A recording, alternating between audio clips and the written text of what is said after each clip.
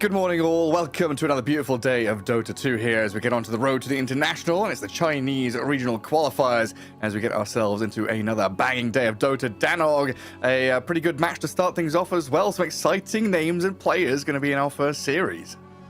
Yeah, exactly. We have one of the losers from the upper bracket going down there in the Old Warrior, but they're not the only Old Warriors that are going to be battling it out in that lower bracket, are they, Gary? You can see there the match results from yesterday. Few 2-1s coming through there. Spiky Gaming certainly giving Team Zero a bit of a fright, but and even Kev going up against Azure with the Darkseer carry as well on top of everything else, which was great to see. LGD just never looked like losing, but there were a lot of very, very convincing wins. You know, I had a look at the clock at the end of the day, and the second half of the day only took about 4.5 hours, breaks included. Oh, wow. That's pretty tremendous. I mean, it's kind of what I was expecting heading into this, you know, seeing what I saw in Eastern Europe, where it's pretty fast-paced, lots of quick games, even some, like, 16-minute GGs, you know, just spanking out some victories. But our day was kind of extended, you know, 40 minutes or so, people very, teams and players very deliberate and kind of pacing themselves in the early portion of the bracket so far. But yeah, now down into the lower bracket, Old Warrior against Team Turtle. You know, we'll come back to the uppers later on down the line. What have we got, like 5-6 days here for the Chinese region? And today our schedule is going to be like this. Old Warrior against Team Turtle. Like you're saying, some good old names, some household names coming up in that 5v5. And Spiky Gaming against Underdog. And of course, we'll follow on with Bcop and Lacoste later on. Dark Horse versus Bright.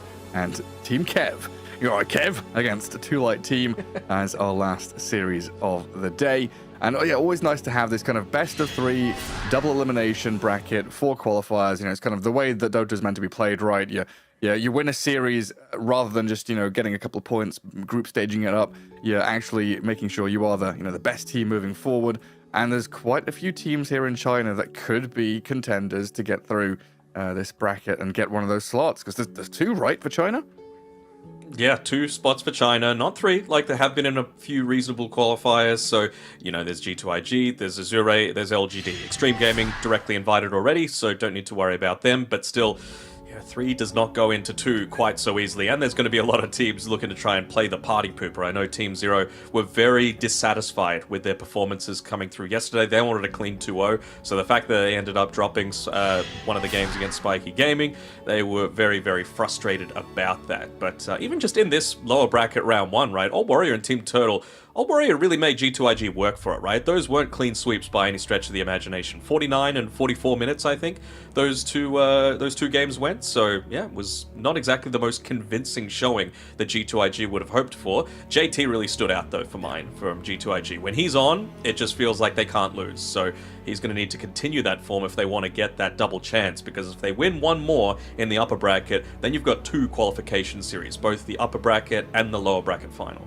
Yeah, I mean, honestly, just thinking back to that, Old Warriors drafts were pretty damn solid, at least one of the games. You know, we were leaning towards them for their draft. They looked very good in terms of their picks.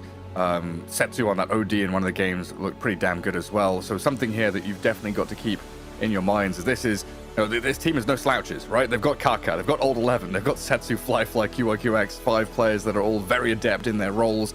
And I guess the only thing that felt like it was missing was that real team energy, where they were making a, you know, concerted, cohesive effort to do things together. If they tighten up, they could definitely be one of these teams that plunders their way through the lower bracket, but they are up against immediate resistance. Talking about Old Warrior and their roster, think about Team Turtle and theirs, Danog.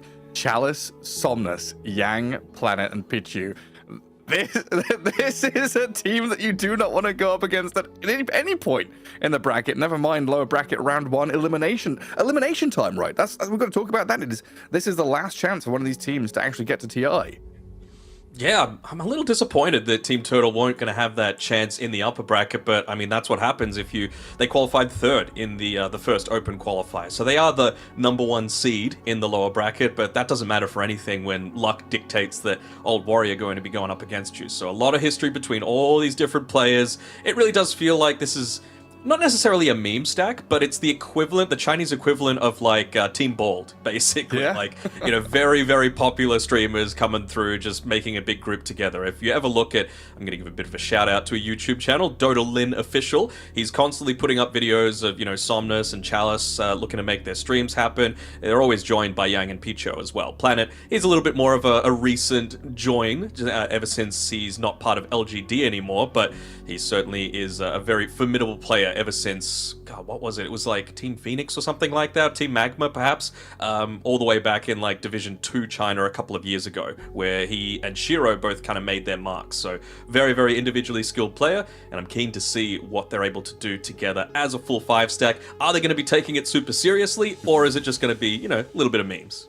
Yeah, we're going to knock people out. You know, we're going to get into the Veggies esports mode and knock some of the big teamers out and get yourselves to the finals. And we'll see how it goes. I opened Planet's Liquipedia looking at that. Team Max, before he was in eHome Immortal and Phoenix Gaming that you mentioned as well. Again, this conversation about those academy teams, right? You know, the eHome Academy coming through that pipeline, joining some old LGD players. You know, now we've kind of moved on a little bit from that, and we've got so many incredible mixed teams and mixed squads coming in.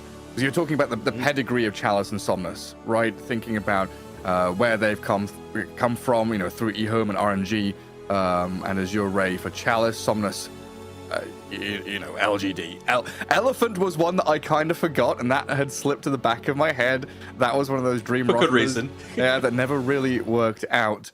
But we'll see if they can kind of pick up the pieces here, you know, get back to form and where they left off from, alongside Yang, who came through the Vici Gaming pipeline as well. As it looks like we're about ready to start. We're getting that lobby booted up and kicked off for you all here as well. So game 1 of this best of 3 coming up pretty shortly.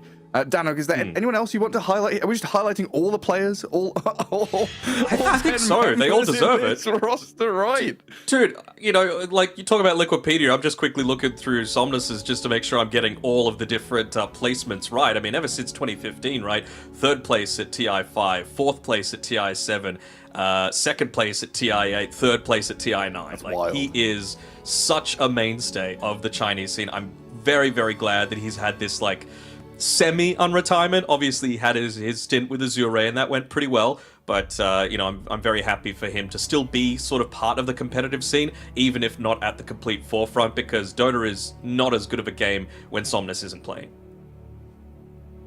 He's got the beautiful headset on as well. Oh, yes. Let's go. The pink with the cat ears. Mm-hmm. He's not cosplaying as a Japanese maid this time, though. No? He was very popular with that one. Oh, Picho has kind of joined in as well. Oh, how many cat ears have we got? Where's Arme to come in as well? Just That's adorable, true. Isn't he? Mm-hmm. I love Picho as a player. Like, he is one of those... I think it's too hard to, like, go too far off the deep end and say, like, you know, that Admiral Bulldog, for example, had his own unique style of playing, right? Where he was just full-on rat when that wasn't really the meta at that point in time. Picho, he thrives on, like, pure saving heroes, basically, whether it be Phoenix, Shadow Demon. If you're hard to... He likes playing hide and seek in games, basically. Yeah. He wants to just not be found by the enemy team, and he always just finds that perfect sweet spot with the spacing to be able to get that save off while still keeping himself out of harm's way. Now, I think it'll actually synergize pretty well with Planet, who has a much more aggressive style of playing as well. I'm keen to see as well if his Keeper of the Light even gets let through, because that's really what kind of shot him to prominence when he was back on that Phoenix Gaming roster, and then eHome with Shiro. But I can't take my eyes off that neck. It's just Old 11, the neck god himself, is just there, you know, head craned, just watching at everyone else. That posture, though, man. Mm-hmm. Look at him. He's got a gamer chair for sure. Look at the ergonomics.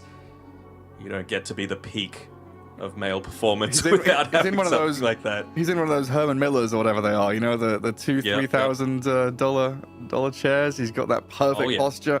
Yeah, he's ready to let loose in the off lane there, Old 11.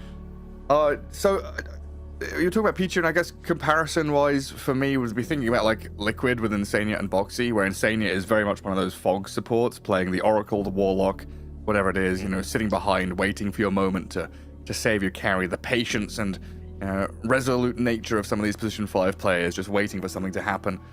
We'll see how things go. As you can see, a bit of snacking going on for Somnus as they do get themselves into lobby.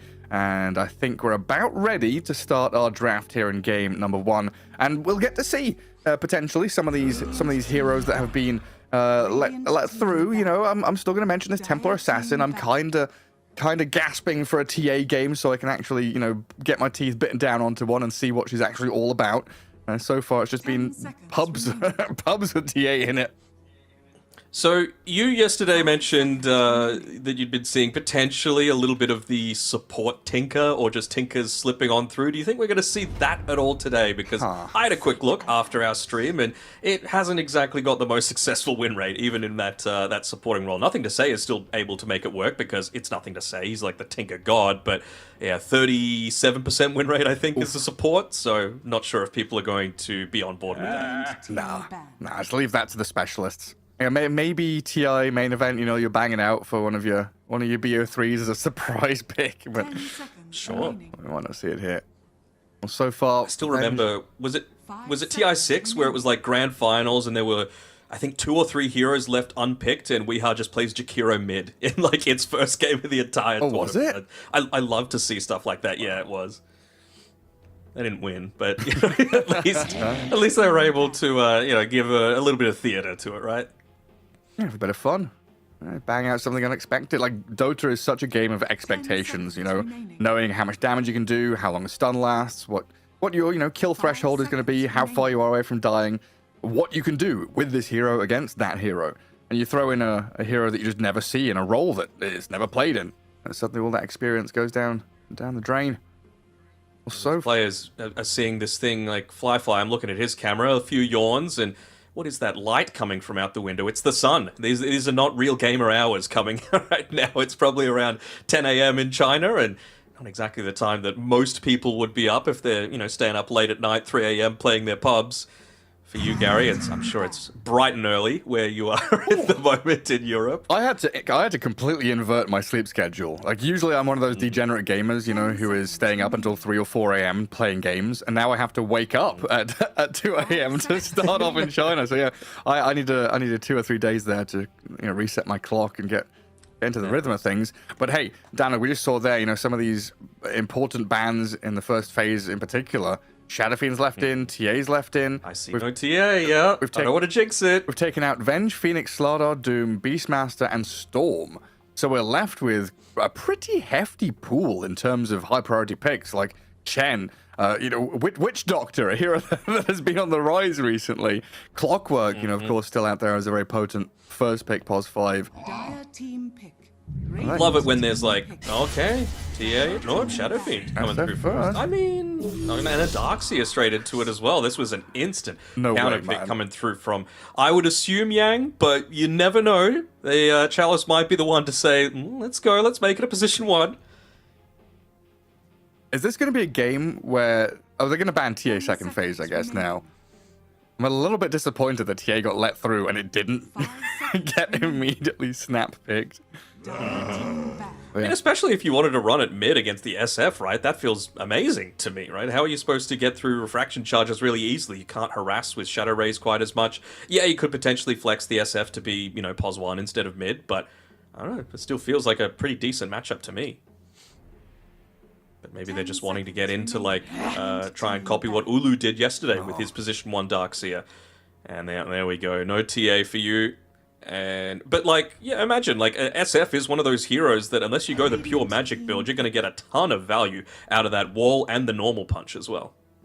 Yeah, that's very true. Like we had a couple of games in Eastern Europe where it was Darkseer against SF, and the Darkseer looked like an incredible, you know, very viable threat in every single team fight. Where the team with Darkseer was losing hardcore, but the Darkseer was like single-handedly 1v9ing the game, you know, with vacuums and walls, the illusions and stuff. He does some nasty stuff with his talents and things like that as well, right? Where you've got the ability to increase the illusion damage, so your SF is doing more than the actual SF.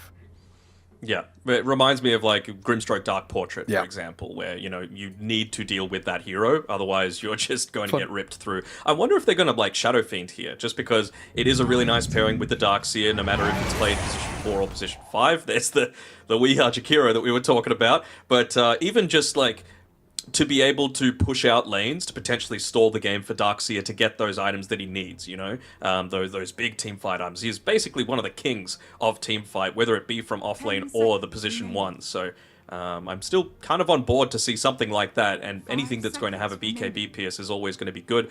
That's one of the buffs, actually, as well, right? You always, with your charge, are able to go through spell immunity just by default.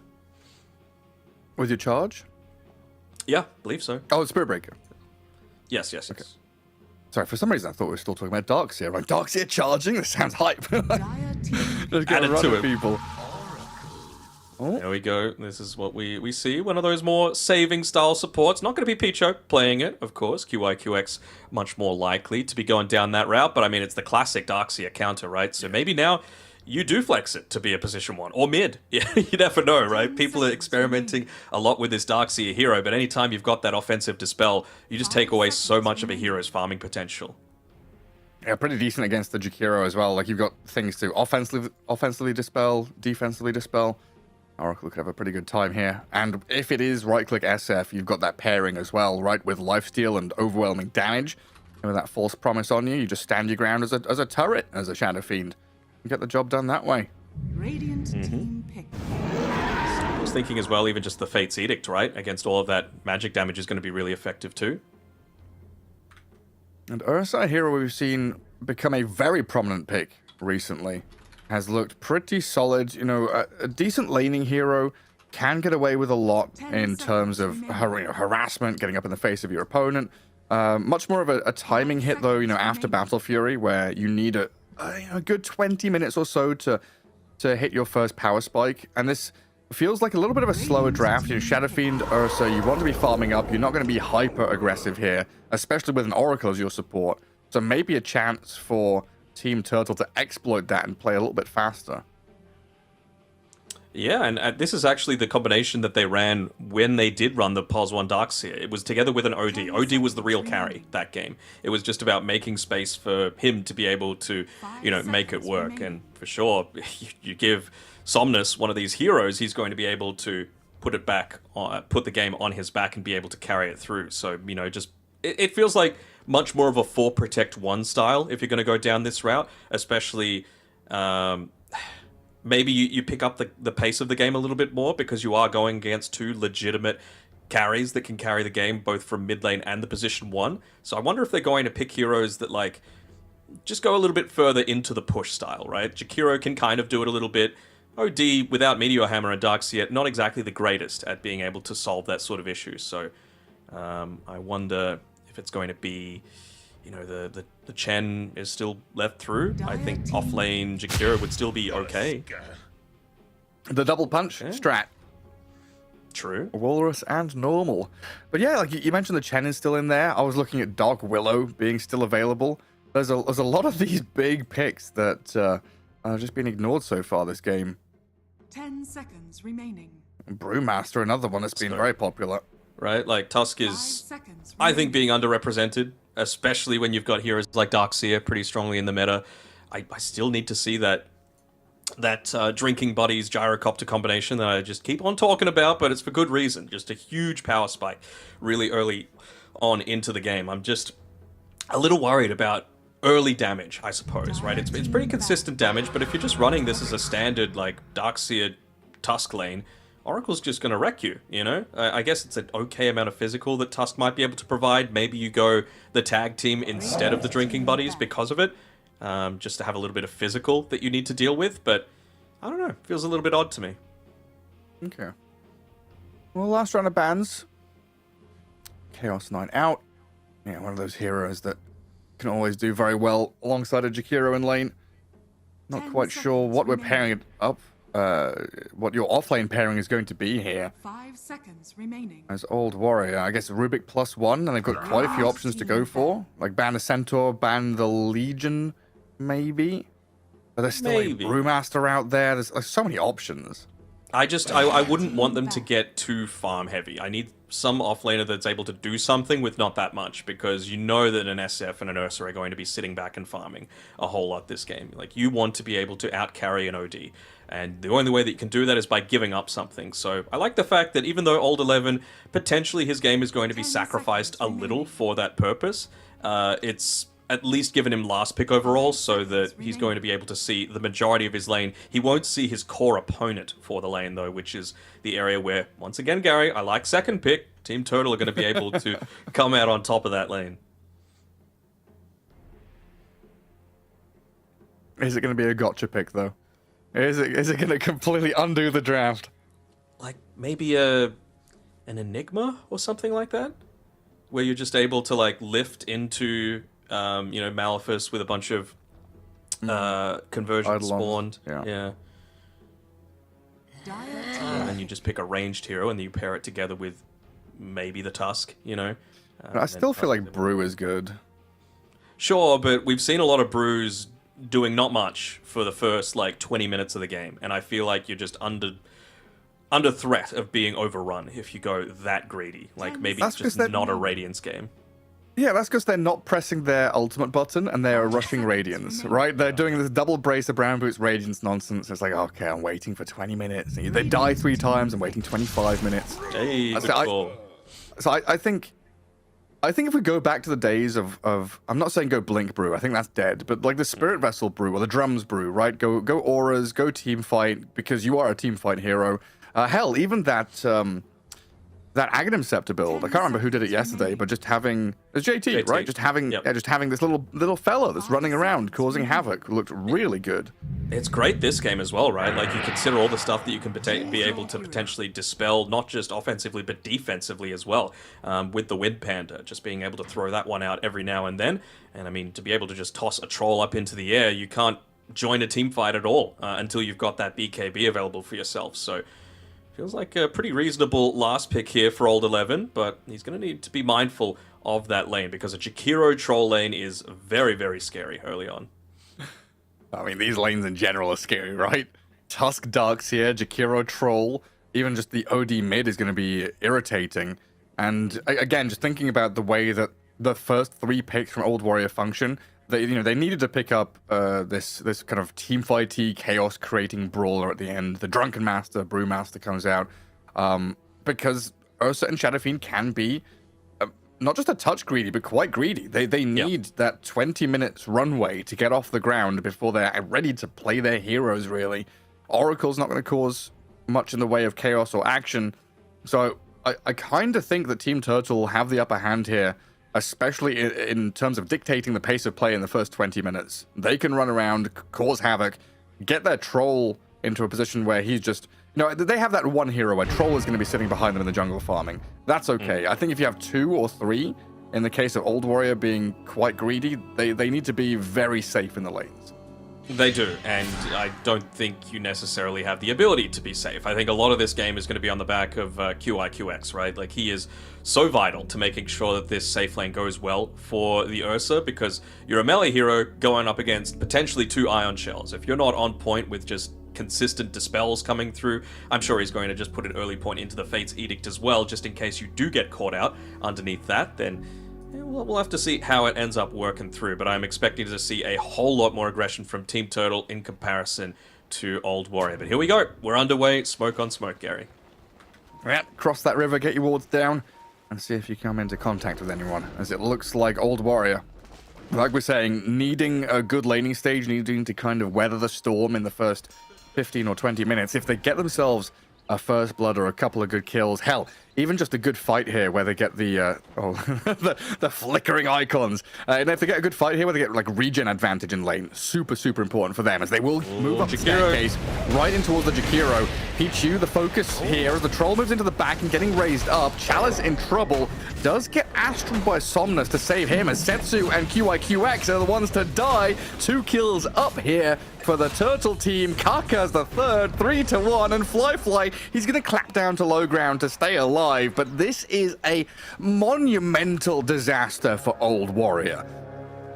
Not the way that you want to do that. I mean, they just walked up onto the high ground with no vision placed down both wards on the... well, one of them was actually placed on the bottom side of the river, so I was thinking maybe they were just wanting to play a little bit more around that understanding, but Kaka opting not to place down that observer ward, and they just ended up walking into the meat grinder, and that was without Jakiro with the dual breath leveled up as well. He's gone for the liquid fire, so really just wanting to harass as much as possible in lane, not be bound to his cooldowns. Yeah, I mean, I get the move, and I think it's the right thing to do as Old Warrior. You want to get that little leg up before the lane starts, but if you go down 3-1, you have a 1k lead already up for this Turtle team. It is nasty stuff coming into lanes against them. Shadowfiend against the first blood OD. as well, right? So it doesn't really matter that he ended up dying after the fact, right? Yeah, he's all good. SF against OD is going to be an interesting one. Someone's just spamming the Astral, and Setsu with the mangoes and the razors. Of course, trying to get those early last hits into his bottle. And looking across all three lanes, Fly already taking a few hits up in that top lane from this Darkseer and Tusk.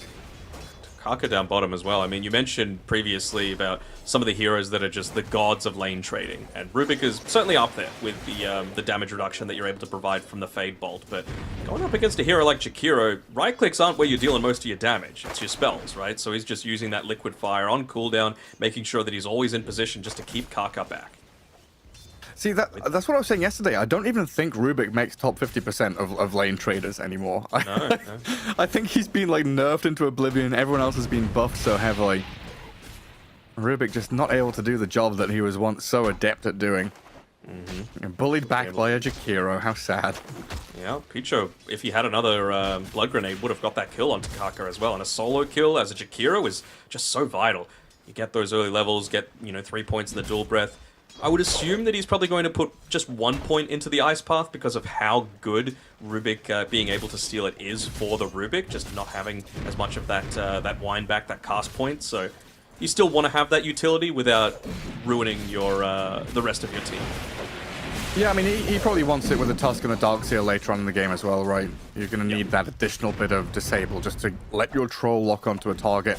And of course, you've got Astral into Ice Path as a setup combo. As the game progresses. But yeah, so far, so good for this bottom lane. Out of the Jakiro on the Troll. 10-1 last hits for the Troll. Brewmaster at 5-1. Really having some struggles in this off lane for the Old Warriors. That's just what you expect with the Troll lane, right? We talk about it often in the drafting stage. You pick a Slardar early, you pick a Brew early, whatever it might be. That Troll Warlord is likely to come out if it is not banned. Nice micro courier. As well there to get it away from Rubik. I love this move that Kaka's making as well, although he's going to run into this small camp, but that's fine. It means that the creeps are going to be there to prevent the next one. Yeah, the range creep, yeah. That doesn't feel as good, but they just can't lane into this right now. They are getting crushed in the lane. Kaka basically can do nothing against the Jakiro, and Old 11, he's been forced back just to try and run around away from them, get a little bit of experience wherever he can. Chalice is free farming.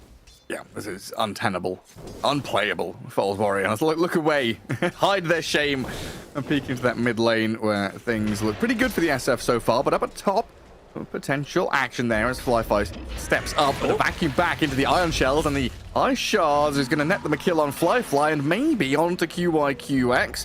Under the tower they go, with Planet and Yang snowballing forward. The Fortune's End is going to try and hold them back for a second, but it looks like over time they'll whittle down the Oracle and get themselves this second kill. Even the Fairy Fire delaying the death. Shards required, and Planet gets it. 5-1. A 2k lead already emerging. And the only real victory we can see on the board here for Old Warrior is the mid lane, where SF is, like 20% up on the OD. Yeah, very, very mild, mid lane going slightly in their favor, right? But this is what can happen early on as Kaka, once again, just getting bodied at the moment by Picho. 2 points in the liquid fire, so they really want to up the pace, right? This is your main tower seeker at the moment, is your position 5 with that liquid fire facet chosen. Yang does lose his courier to Fly. Well, at least a little silver lining coming out of that top lane.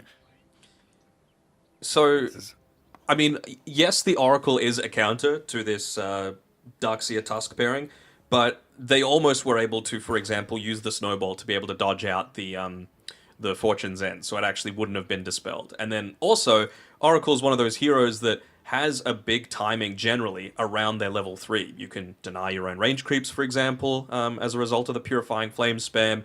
You are a lot more solid at harassing others in lane as well, but you kind of want all of your spells in this lane, right? Like, you need one-pointed Fate's Edict. That's no question. I think 3.5 seconds of not taking any magic damage from that Ion Shell is pretty huge.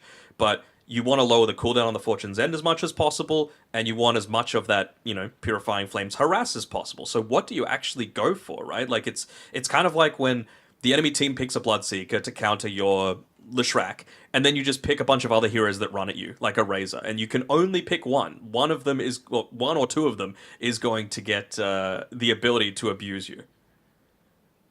Yeah, especially when Oracle was... He was always this kind of hit level 3 and then become strong hero. Because that would always be the point where you have 102 and your Purifying Flames, suddenly doing double the damage. And you can look for these snipes and these kills. But now, you need the Fate's Edict, like you're saying, so that delays the Purifying Flames, then you're waiting for level 4. And you're already kind of a passive support waiting for people to fall into your arms almost and hope for a chance at a kill. I don't know. It's a hard one for the Oracle. Just a hard one for this draft in general. Old Warrior really, again, hammer this point home, just waiting for that 20+ minute game timer where they've got a couple of items, they've had a bit of time to farm, but the way this game is going, the map is going to be so small and dark by 20 minutes. I just don't see much room to maneuver. Could get even darker pretty soon. I'm just having a look at Planet, just his perspective, and he recently went and placed down that Observer Ward up on the high ground inside of the Dire jungle. After that, you had QIQX go and place his down underneath that sort of vision, and he instantly brought up a sentry. And a look at this move mid. Yep. Right onto the Shadow part. Fiend. The one advantage you had, the SF having a good laning stage, now completely removed, giving Somnus a better time. And yeah, there's the sentry for Planet to go deward the obs. In a few seconds after stacking this large camp one more time. Get a stack, play around the power runes as well. Picho, he knows that his job is to just keep that harass going as well, even looking to block up one of the enemy camps that they might be looking to recover some of that net worth with. Says thank you very much, and maybe they actually get a kill on the SF that just TP back in. Oh my god, it's a disaster, isn't it? Kaka's gonna die as well. There's Observer Wards galore. 2 Observer Wards in the same place gonna die. So much gold and experience being fed and handed over to the Turtle team.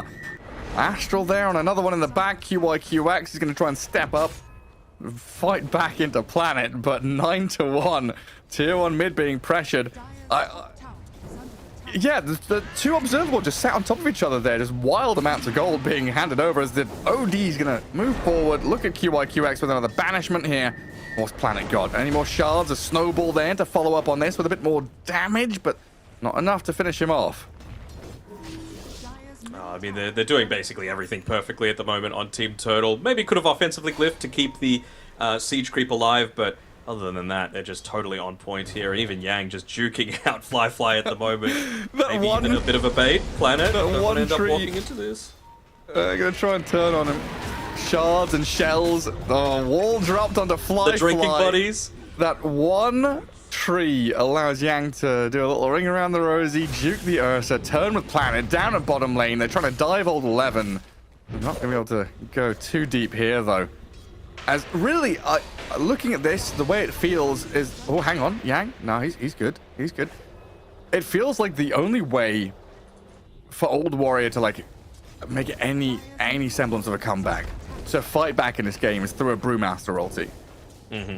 Old 11 is like the one piece of the puzzle that you want to slot back in there and it's like, right, you're the guy. You're the dude right now, Old 11. And he's going, I'm the dude, am I? I'm being destroyed in lane by a troll right now. What do you want me to do? And he's queuing up the Radiance. They're going to be doing nothing for a long amount of time, I think, on Old Warrior. Who, by the way, Old 11, they realize how important he is to a lot of these movements. He's the one getting chased down here, but he's looking to go for a kill of his own onto Somnus. They've got to get this. It is so important they get this kill on the OD. A bit of money, a bit of influx of cash there as the Tusk and the Jakiro just a little too late to the party to save him. Good damage onto Kaka, but they're going to have to back up as Old 11 has hit 6. The Brewmaster finally going to have his ultimate ready to go. Just runs forward to get the right-click damage. In onto the Jakiro, and a little bonus kill here for Old Warrior. It takes a little while. Setsu, Old 11, get the job done in the end. But in the meantime, you know, you're looking at bottom tier 1 dying to Chalice. Not just chip damage, that tower is gone 9 minutes in. Is he getting a little bit too Kaka? ambitious here? Maybe not, because he's going to be able to find out Kaka. Although, this has to be a bit too deep, right? Does he have a point for the battle trance? He doesn't. And he gets his TP cancelled. Yeah, this is lights out for Chalice this time. The raises come in. I mean, Old Warrior bringing numbers, right? Using Primal Split, multiple cores to come into these lanes to try and salvage what they can. Some good moves, you know, desperate for sure, but necessary ones, and they are paying off. But this is the thing, though. Good teams don't let you get something for free. You know, they might have lost the OD mid, but then they kill the tower bottom. Oh, they're going in again on planet. He's level 6. Yeah, just diving onto Setsu. I mean, he does have the backup of the Oracle here. Somnus not wanting to go under tier 2s against a Rubik and an Oracle there. But yeah, similar sort of thing, right? They go onto Chalice bottom, he gets a kill, he dies, but you lose mid tower. So they're not giving anything up without getting something that they feel is even more valuable in return. And now these fights get even harder. You're looking at a mech on the Darks here. Suddenly that bit of burst damage you've had from the Shadow Fiend and the Oracle, that's mitigated. The fights can be extended and drawn out for the OD and the Troll to do even more damage. And Yang has had a pretty good time up top, just pushing out wave, coming back to farm the Ancients, getting a lot of efficiency out of the lane. While, you know, Flyfly's Ursa has been on his toes. You know, he's trying to chase, trying to kill, trying to catch up to people, farm at the same time. 4.2k net worth on the Ursa is not bad given the state of the game. It's just this lead from Team Turtle is becoming insurmountable almost. Almost, yeah. I mean, the thing is as well, like, you mentioned the power of the Brewmaster Ultimate, right? It's not like you can even use it to set up for a Requiem of Souls, for example, because you've got so much safety in the form of Ice Path, or Snowball, or Walrus Punch, or Vacuum, or Astral. Like, you're not going to be able to channel a full Requiem unless somehow the entire backline is controlled. Flying, gonna clap down to low ground away from Somnus, who was approaching. Witchblade getting pretty close to completion here for the OD. I love it when teams go this... I'm sorry, Flyfly might be getting bullied a little bit here on the top side. They even realize that there's no glyph available, so I feel like Picho is just going to stick around, pop that liquid fire onto the tier 2 tower as much as possible. When Somnus was farming that camp just to the south of them, he made sure to stay in it at the 11-minute mark, just to make sure that there was no creep spawning there. It's the little things like that that just say, well, we've taken all your tier 1 towers at 11 minutes. We want to make sure that there's just nowhere you can farm. You can't go to the lane because we'll beat you, and you don't have your items yet. You've gone 3 really greedy cores, and now you can't even have creeps in the jungle. Salting the earth. They come in, scorched earth policy, burn it all down, and salt it. So no more neutral crops can rise again from the land controlled by Old Warrior. It's upsetting for the Dire team, that's for sure. A little bit of calm now, at the very least, so they can get a bit of time to, you know, sit in their lanes where these tier 1s have dropped. You do have that deeper pocket to farm, a little bit of safety. But this also equally gives a bit of time here for Team Turtle. Is it Team Turtle or Turtle Team? I keep tripping on my tongue with the T's. Team Turtle? Team Turtle. Team Turtle. Team Turtle, okay. And it gives Team Turtle a chance now to get their supports, a little bit of gold and levels and stuff. And think about that 14-minute Wisdom Rune, what they're going to do there. Plan their next couple of moves. And do we want to play into the Darks here? Do we want to try and activate the Troll? Is this our time now to play 4v5 and, you know, let Chalice just sit back and farm? That's probably going to be the answer, as they do swing top to snipe a kill here on QYQX, and False Promise used up, but the damage inevitably will bring him down in the end. He's going to get raindropped and healed up a little bit, but 3 heroes surround the Oracle. This is good though. Oracle, job well done. He dies, Space but created. for a good cause. Massive space created. Yeah.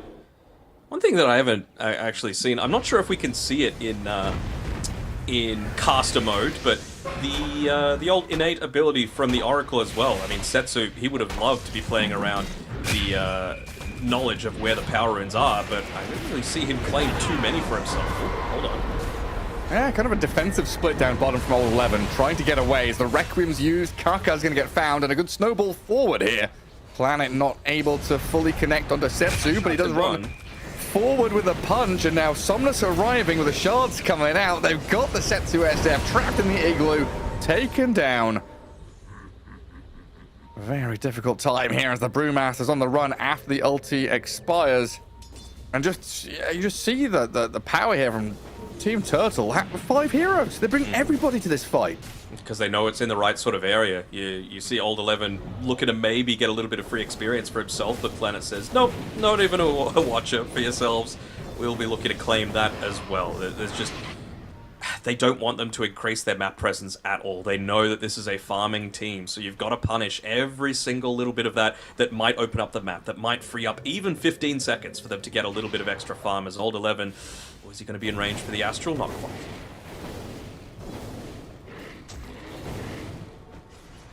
Radiant structures are This fortified. is Just swarming into the Ancients. such a dominant showing so far. It's almost like these guys are multi-time TI top 4 players. They're pretty decent at the old video game, they are. Radiant But stolen Sanity's Eclipse. Okay. Rubik's got the big hammer to drop. I don't know how much it's actually going to do, though.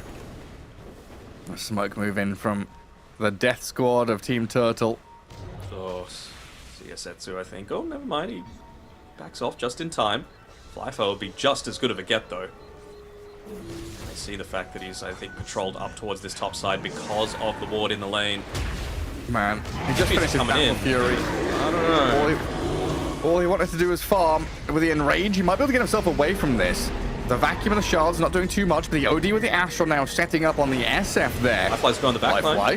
Looking, yeah, trying to get into that back line, but it looks like Old Warrior have made the call to back up and just retreat under their own vision.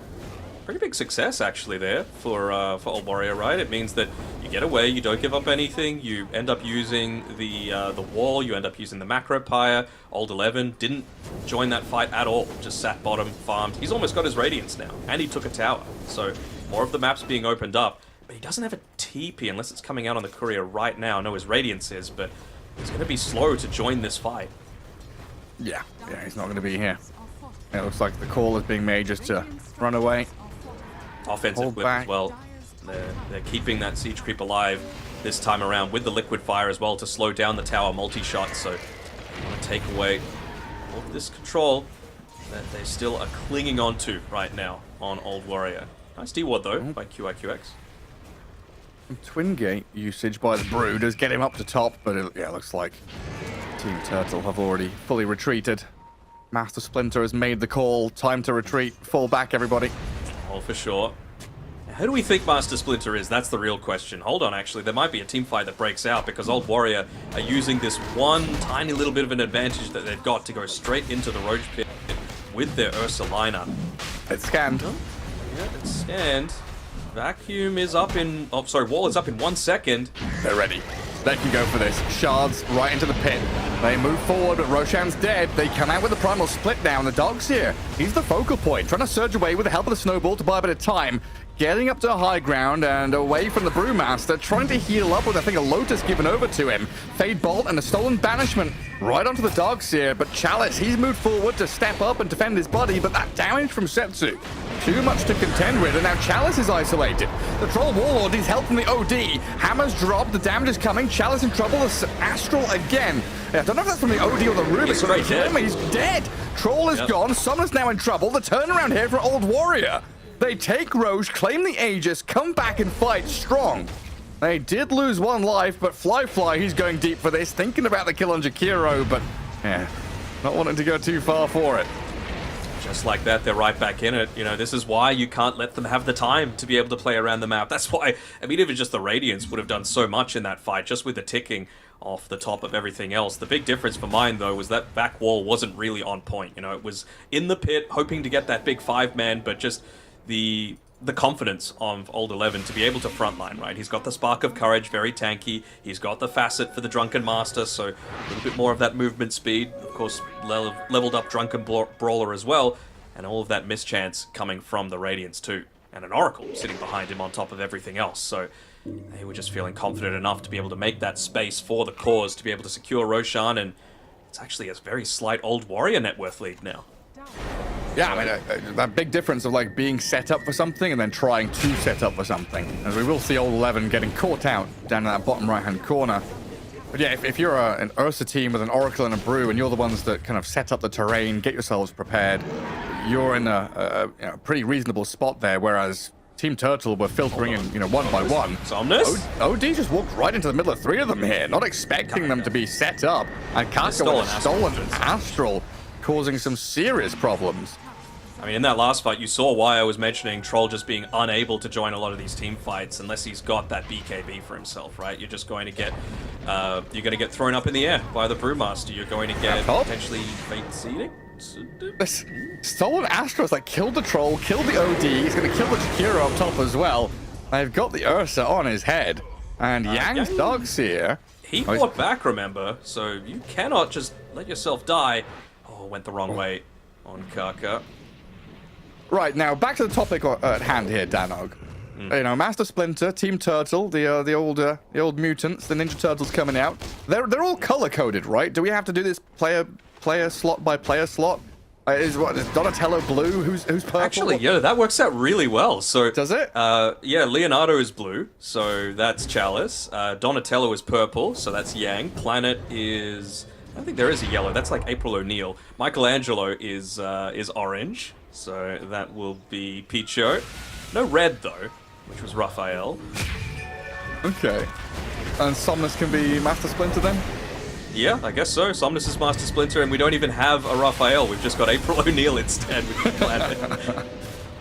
Well, Kaka being forced to pay for his crimes in that mid lane. No more Astrals, no more nonsense. You've been an irritant for far too long. A double damage Troll going to come into this mid-tier too. It might only be 1 kill, but like you said, it actually means so much because no Astral, so now Troll is free to hold that battle trance for a whole lot longer with the BKB, on top of the fact that, you just don't have that extra layer of save. You've been banking on setting up for the perfect fight, setting up for the perfect split for so long that it just feels a little bit more awkward to be able to have it now. This Fly, has he got a BKB of his own? I see him not with anything in his quick buy. But a Mithril Hammer purchased, so I assume he's going to have that one finished up shortly-ish. Well, they get a Tormentor for now. Guard the Wisdom Rune at the same time. And it does look like Team Turtle were thinking about swinging over there and maybe stealing or sniping it, but understanding that they've got the advantage just to sit on this high ground area near the Ancients instead. They can push out into bottom and into mid. We're seeing so much more of that, aren't we? Like teams at 20.5 minutes being making that move so that they're there before the enemy team, so they can set up on the high ground, so they can look to counter someone taking safe objectives on the map, whether that be the Tormentor or the Wisdom Rune. So that might just be the little bit of difference between these teams, who are obviously very skilled but not necessarily cohesive together. As Picho, he's about to die underneath an Observer Ward, so I'm not sure if that'll actually get dewarded, right? Because it was a full smoke just up onto the high ground. Might just feel like, well, I've tanked the gank, Yeah, daytime. That probably just saw me. Let's see what goes on with it. Yeah, good couple of moves here. That Roshan fight, take their own Tormentor, Old Warrior, kind of weaseling themselves back into the game now, and just a 2k lead for Team Turtle right now. We're seeing some pretty big items as well, thinking about how these fights are going to develop. Having Blink Daggers on Old Warrior when you've got an Oracle on your team feels really nice. Having that false promise and ability just to jump in and out of team fights. Both Ursa and the Shadow Fiend have theirs, of course. And then we're also starting to see the development of the Brew going into this Aghanim Scepter. He's a little distant from it, but this is one of those drafts where they needed a bit of time. We've got to the 20-minute mark, right? This game feasibly could have been over already the way it was starting to spiral, but Old Warrior have got to the point where they've got the farming items. They're now moving into their secondary tier of items to actually be able to team fight properly. Team Turtle, what's their situation? Are they waiting for anything in particular? I feel like they were waiting for this double Yule Scepter on the supports as well. Obviously, it's great to be able to set up for stuff like the Macro Fire, like the Ice Path as well, but even just against an Ursa in general, right? If he doesn't have that BKB popped in Rage, nowhere near as effective. So as soon as they get it on both of them, they smoke, they go again. Also, still got this 9-second BKB on Chalice. They just want to make sure that they're getting into the right person. And with the D wards, they might be able to catch Kaka. He's got a 4-star for himself. He sure does. A little risky there for Qualifier as well to use his blink to come across and maybe try and help D-Ward with the vicinity of that smoke from Team Turtle getting a little too close. And now we're in a... They've got double BKBs on Old Warrior themselves. So, looking very, very scary. Kaka still yet to have his own Blink Dagger to be able to get that quick steal. Of course, Astral is #1 priority for him. Well, these Brew players love just swapping the stances over and over again. We'll see what this smoke leads them to, though, because Planet's in a very good spot to break it. Very good positioning there with his bit of vision as well. He sees them coming, and we'll be able to fall back. Going for a Wind Waker too is Planet, so wanting to make sure that whoever gets going on isn't going to get ripped apart. You're not going to be able to, you know, hold them within a Requiem setup, for example, or Ursa that might be able to get a lucky bash or two onto you. Well, now we're getting to the point of the game where both teams kind of looking for that little weakness where maybe they try to smoke ganks, they tried to play aggressively into enemy quarter of the map, but now really, ostensibly, it comes down to next Roshan, right? 10 seconds until fast spawn. Are we looking at potential Dire, Radiant? Which side is it more likely to be on? Oh, by far the Dire, right? Like, maximum is going to be, of course, the 3-minute mark, and it's going to go to nighttime just in a couple of seconds. So it's going to be up top. It's not necessarily like this actually advantages Old Warrior, though, right? They've lost both Tier 2 towers, so if you're going to buy back and rejoin a fight, it's very telegraphed exactly where you're going to be going to. You can't even, like, TP to a bottom Tier 1 tower and then go through the Twin Gate instead, just for a different avenue of rejoining the fight. Whereas you've still got a Tier 1 tower for Team Turtle, so this is actually going to advantage them a whole lot more.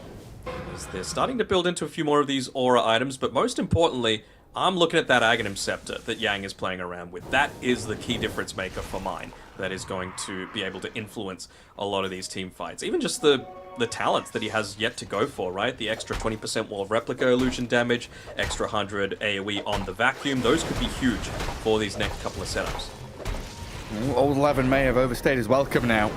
Astral from Somnus. He did get into that void stance, though, to get away a little bit faster than expected, but with a troll arriving and a Sanity's Eclipse being used, he disappears quickly. Now, this is the important part, though, right? You gotta kill. You've got to move. You got to move quickly because Roshan is up, top left corner, and it looks like they'll get it. Old Warrior are going for it. Yeah, they'll get it. There's no way for them to be able to instantly get back up there, right? They had to use TPs to be able to get down to the bottom side to be able to punish this Brewmaster, who, you know, was doing a decent amount of damage into your tower. I think he's got the Aghanims finished up as well, so if he's really on point, he could play that JT style of, you know, using the Fire Panda to cut the waves, and when a team fight breaks out, you use the Wind Panda to toss people up in the air and get a lot of these additional dispels off, or Earth Panda to siege towers. Like, you're just so versatile. They didn't go straight into the pit.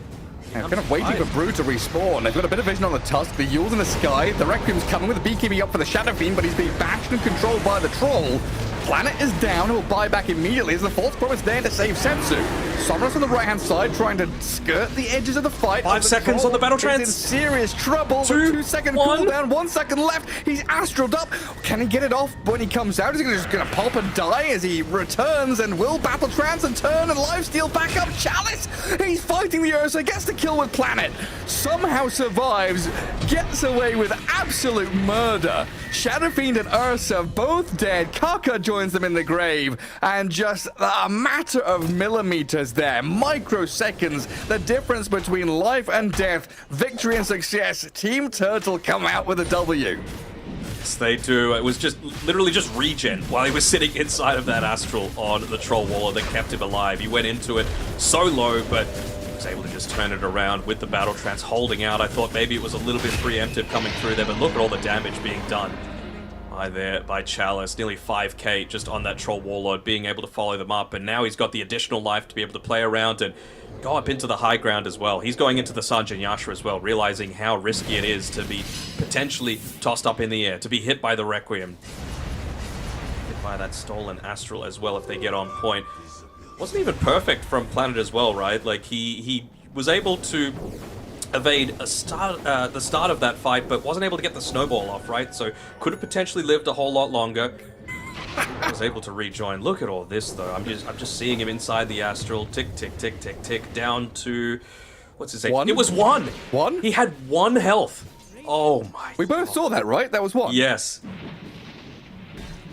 Jeez. Get that combat log over. What the hell, man? That is absolutely wild. And meanwhile, in the bottom right-hand corner, they have Old 11. He's done for down here. He's got his little drinking buddy, the little split, trying to help him out with a cyclone, but that's lights out for Old 11's Brewmaster. That's why Leonardo's the leader. He's able to pull it out in those clutch situations. 1 HP. Goodness 1 gracious me. HP. So it's one of these things, right? Can you still do those kind of tick perfect things? Like when you come out of Astral, can you still BKB before the damage hits you? Oh god, I haven't 'Cause that tested used- it with Astral. Yeah, Because that used to be one of those things, right? Where you used to have like Astral, like so the classic one was the old OD Mirana versus Lifestealer, where you would Astral and you would be able to rage before the Astral damage hits you. But if an arrow was on top of you, you would dodge the damage but still get hit by the stun. And there was all these kind of weird little interactions. And I haven't tested any of this in a long time, so I don't know where we stand now in current, year 2024. I mean, we were both making reference to good the catch. 2016 patches. Oh, the save? They've saved him up with a snowball, hey? That was the Astral. It bought time for Yang to survive through the Requiem, and now they turn back onto Old Warrior. They tried to strike. They took their moment. Their chance was there. But my god, Somnus and Planet were both ready. I wasn't even sure if it was the snowball or the Astral that saved him. Both were there to buy time and save the Darkseer.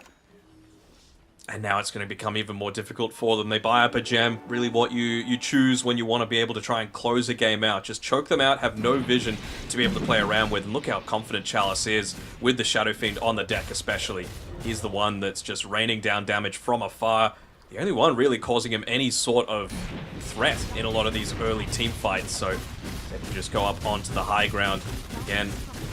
Remember, the glyph does not reset after the tier 3 tower goes down. It's the first melee racks as well, so I wonder if they've got that strategy of going for the range first. No, they just want to be able to secure the sure thing. Yeah, take down the melee racks. And there's no Shadow Fiend for 15 seconds here. You can maybe poke and think about forcing a buyback, but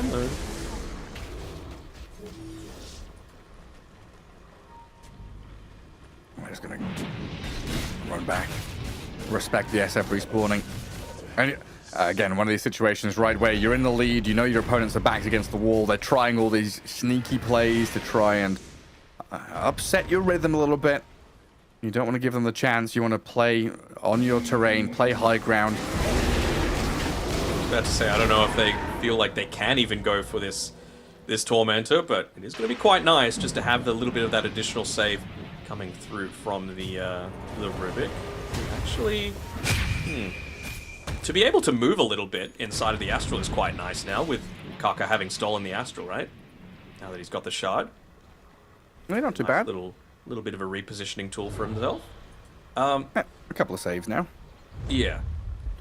So what you were saying before about like being able to cast things out of things, I mean, cast point, even just 0.01 can make so much of a difference, right? I feel like that's a big reason why Puck isn't being picked anymore, because the phase shift went from 0 cast point to 0.01, and so now you can't like perfectly dodge out even a Chronosphere, for example, which you used to be able to do. Setsu, he's dead. Oh yeah.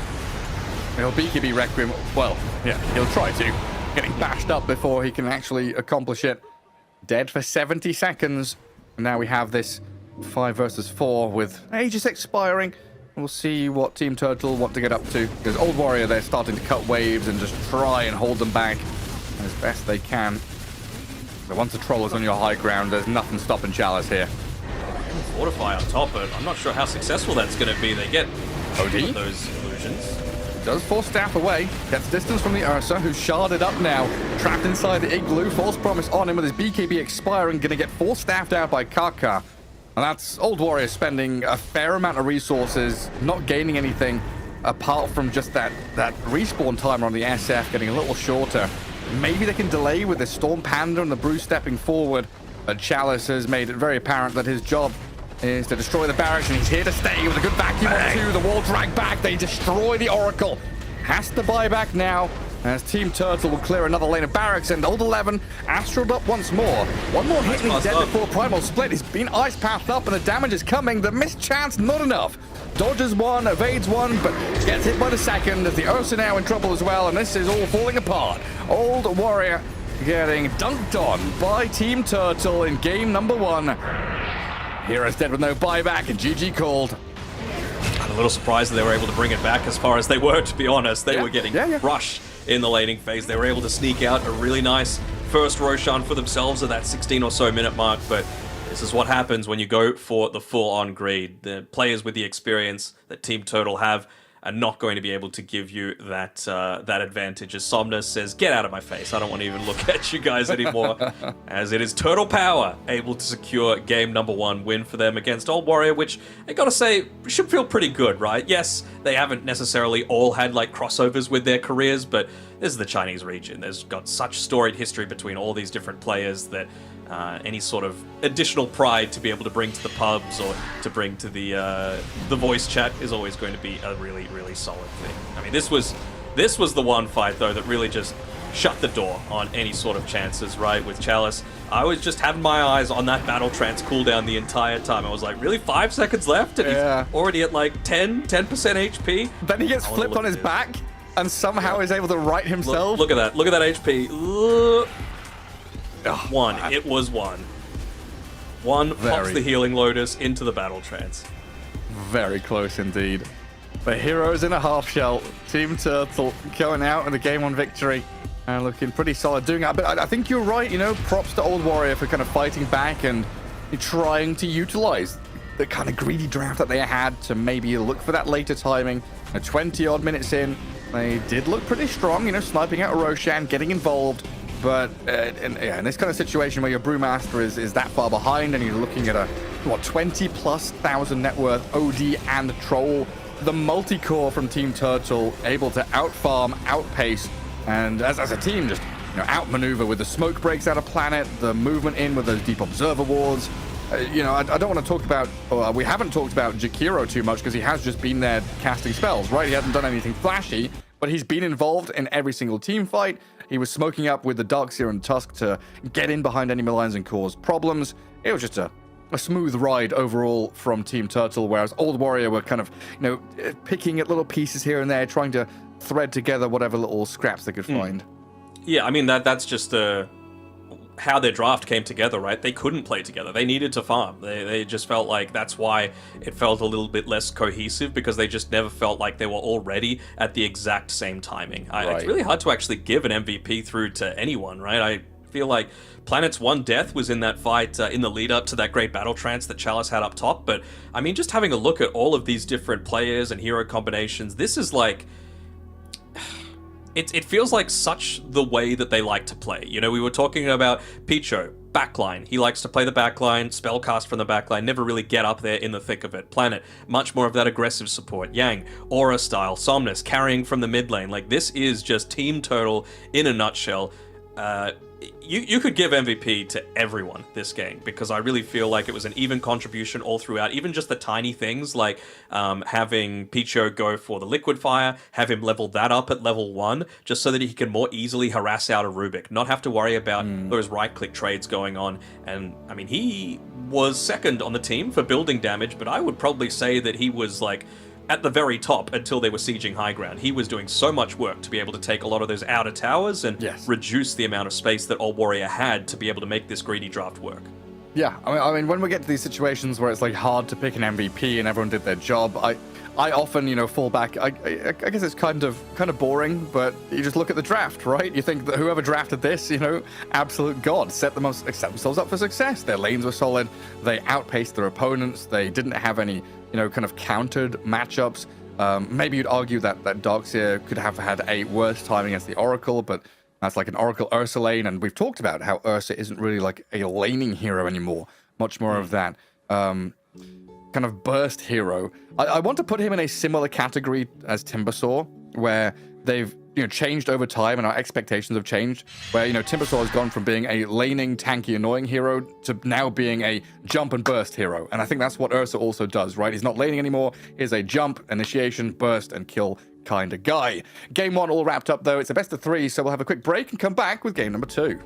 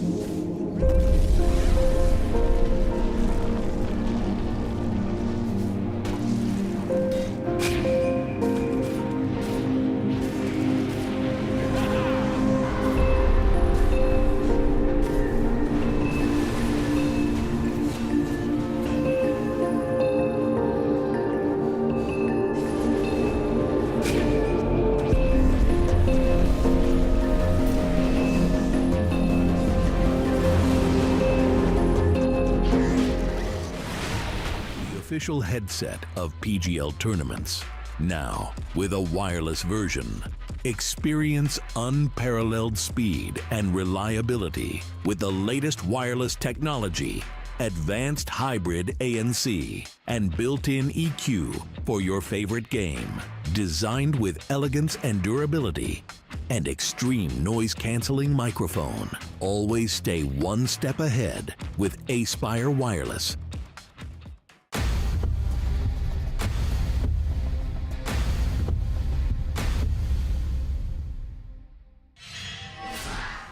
Welcome back, one and all, to the regional qualifiers here. The Chinese ones, in fact, for the next TI. We're on the road to it as we get ourselves into Game 2. Team Turtle against Old Warrior. And Game 1, Danog, was Team Turtle pretty much all the way home with a few little stabs from Old Warrior. But it didn't seem like their draft was able to function as they had intended. No, definitely not. And I hope they go a little bit more of that early tempo. I feel like if you're going to punish Team Turtle, that's the way to do it. Because we saw the team fighting, actually, from Old Warrior wasn't that bad. It's just that they were that far behind that they never really were able to take those fights at their peak level of effectiveness. So they've at least gone ahead and taken away some of Team Turtle's most comfortable team fight in the Darkseer to be able to start things off. And they've also gone ahead and chosen first pick for themselves as well. So I want to see one of these Giga-busted heroes come out first. The TA is at the top of my mind. Let's see if we get some play out of the TA. But yeah, I think that was one of our main talking points when we saw Old Warrior yesterday. Was like their draft seemed solid, their individual skill and gameplay seemed solid, team fighting and spellcasting seems solid. But it's that kind of can we put all those pieces together, which is a little bit difficult, and it seemed like it was missing from Old Warrior yesterday and today. Yeah, and I mean, if you've got these teams that are kind of like coming together, not necessarily like a meme stack, but they haven't played an extended amount of Dota together. A huge part of that as well is like how well, like you might be the best position 1 and position 2 in the world at the time. Let's say it's, the old Arteezy-Sumail combination. It was never able to work just because they played styles that didn't necessarily mesh with each other, and that can go towards heroes as well, right? Like, you could have the best 5 players in the world, but if your hero pool is not going to synergize and you all play like farming cores, for example, like we saw in the past game, then you're going to run into issues because you have no flexibility, you have no way to adapt to different strategies that the enemy team might be able to throw at you. Still no TA though, Gary. Yeah, still not banned. It's going to get banned now, though. It's last slot. I don't know though. Like, you first pick Chaos Knight. Are you going to pick CK and TA together? Maybe that gets less. I mean, minus armor, maybe. We do get the cog work though, which is very, very fun. The Metal Spirit. Not with the SF though, sadly. Not with the SF. Cog soul farming. No free souls. Yeah. But yeah, on your point, yeah, I think it. You obviously find different ways to make different things work, and I think one of the key examples for me in the past was Kuroki and his drafts, 5-6 years ago, kind of not picking stuns, and he even said in an interview, you don't necessarily need stuns to play the game, right? You can win Dota through different means, whether that's ratting or split pushing or getting stuff done. But I think if you want to make things as simple as possible and make things as easy as possible, you need stuns, you need split push, you need to be checking multiple boxes across the board where you have an even and balanced draft. And in that last game, Old Warrior, they had a lot of boxes ticked, but I think their supports were what let them down in terms of picks. You can have greedy cores, but I don't think you can have greedy cores with greedy kind of AFK sit behind you supports. You need some kind of action or aggression on the map. If your timing's 25 minutes, you want to play to 25 minutes. You don't want to get steamrolled before then. So you need some people to... What's going on? We're going back to 2013. Is Chaos not an ancient apparition again? Sure. I also, when I read the initial patch notes, I thought AA was giga busted, and it is still really strong, just with that death rhyme being able to play around it, but not quite as strong as I initially thought. If you're able to apply just so many stacks of it with the Ice Blast, it would be just massively overpowered with the Aghanim Shard, but it doesn't actually apply the cold feed, it just applies the stun component to it, so not going to be as strong as we thought. Here we go. I mean, Kaka He wants his lion. We haven't seen the Karkanix assassin yet, but this at least is one of those drafts that can do something, right? Like, as soon as you're level 6, these two supports can find a kill on their own and make stuff happen. But one counterpoint that I want to make to the issue that you just raised is that I had no issue with the Oracle. I think the Oracle was fine. You know, you had to deal with the Darkseer somewhat. They didn't, but they had to try and do it, right? I think the issue came with the fact that they went a Rubik as well, who had no one to play with, and Rubik is a notoriously low damaging support early on into the game. So where are the kills going to come from if you just have nothing to be able to play around with? Kaka mechanically, I thought, played that game fine. Great astral steals, good lifts as well, but yeah, it just didn't feel like the right cohesion coming through.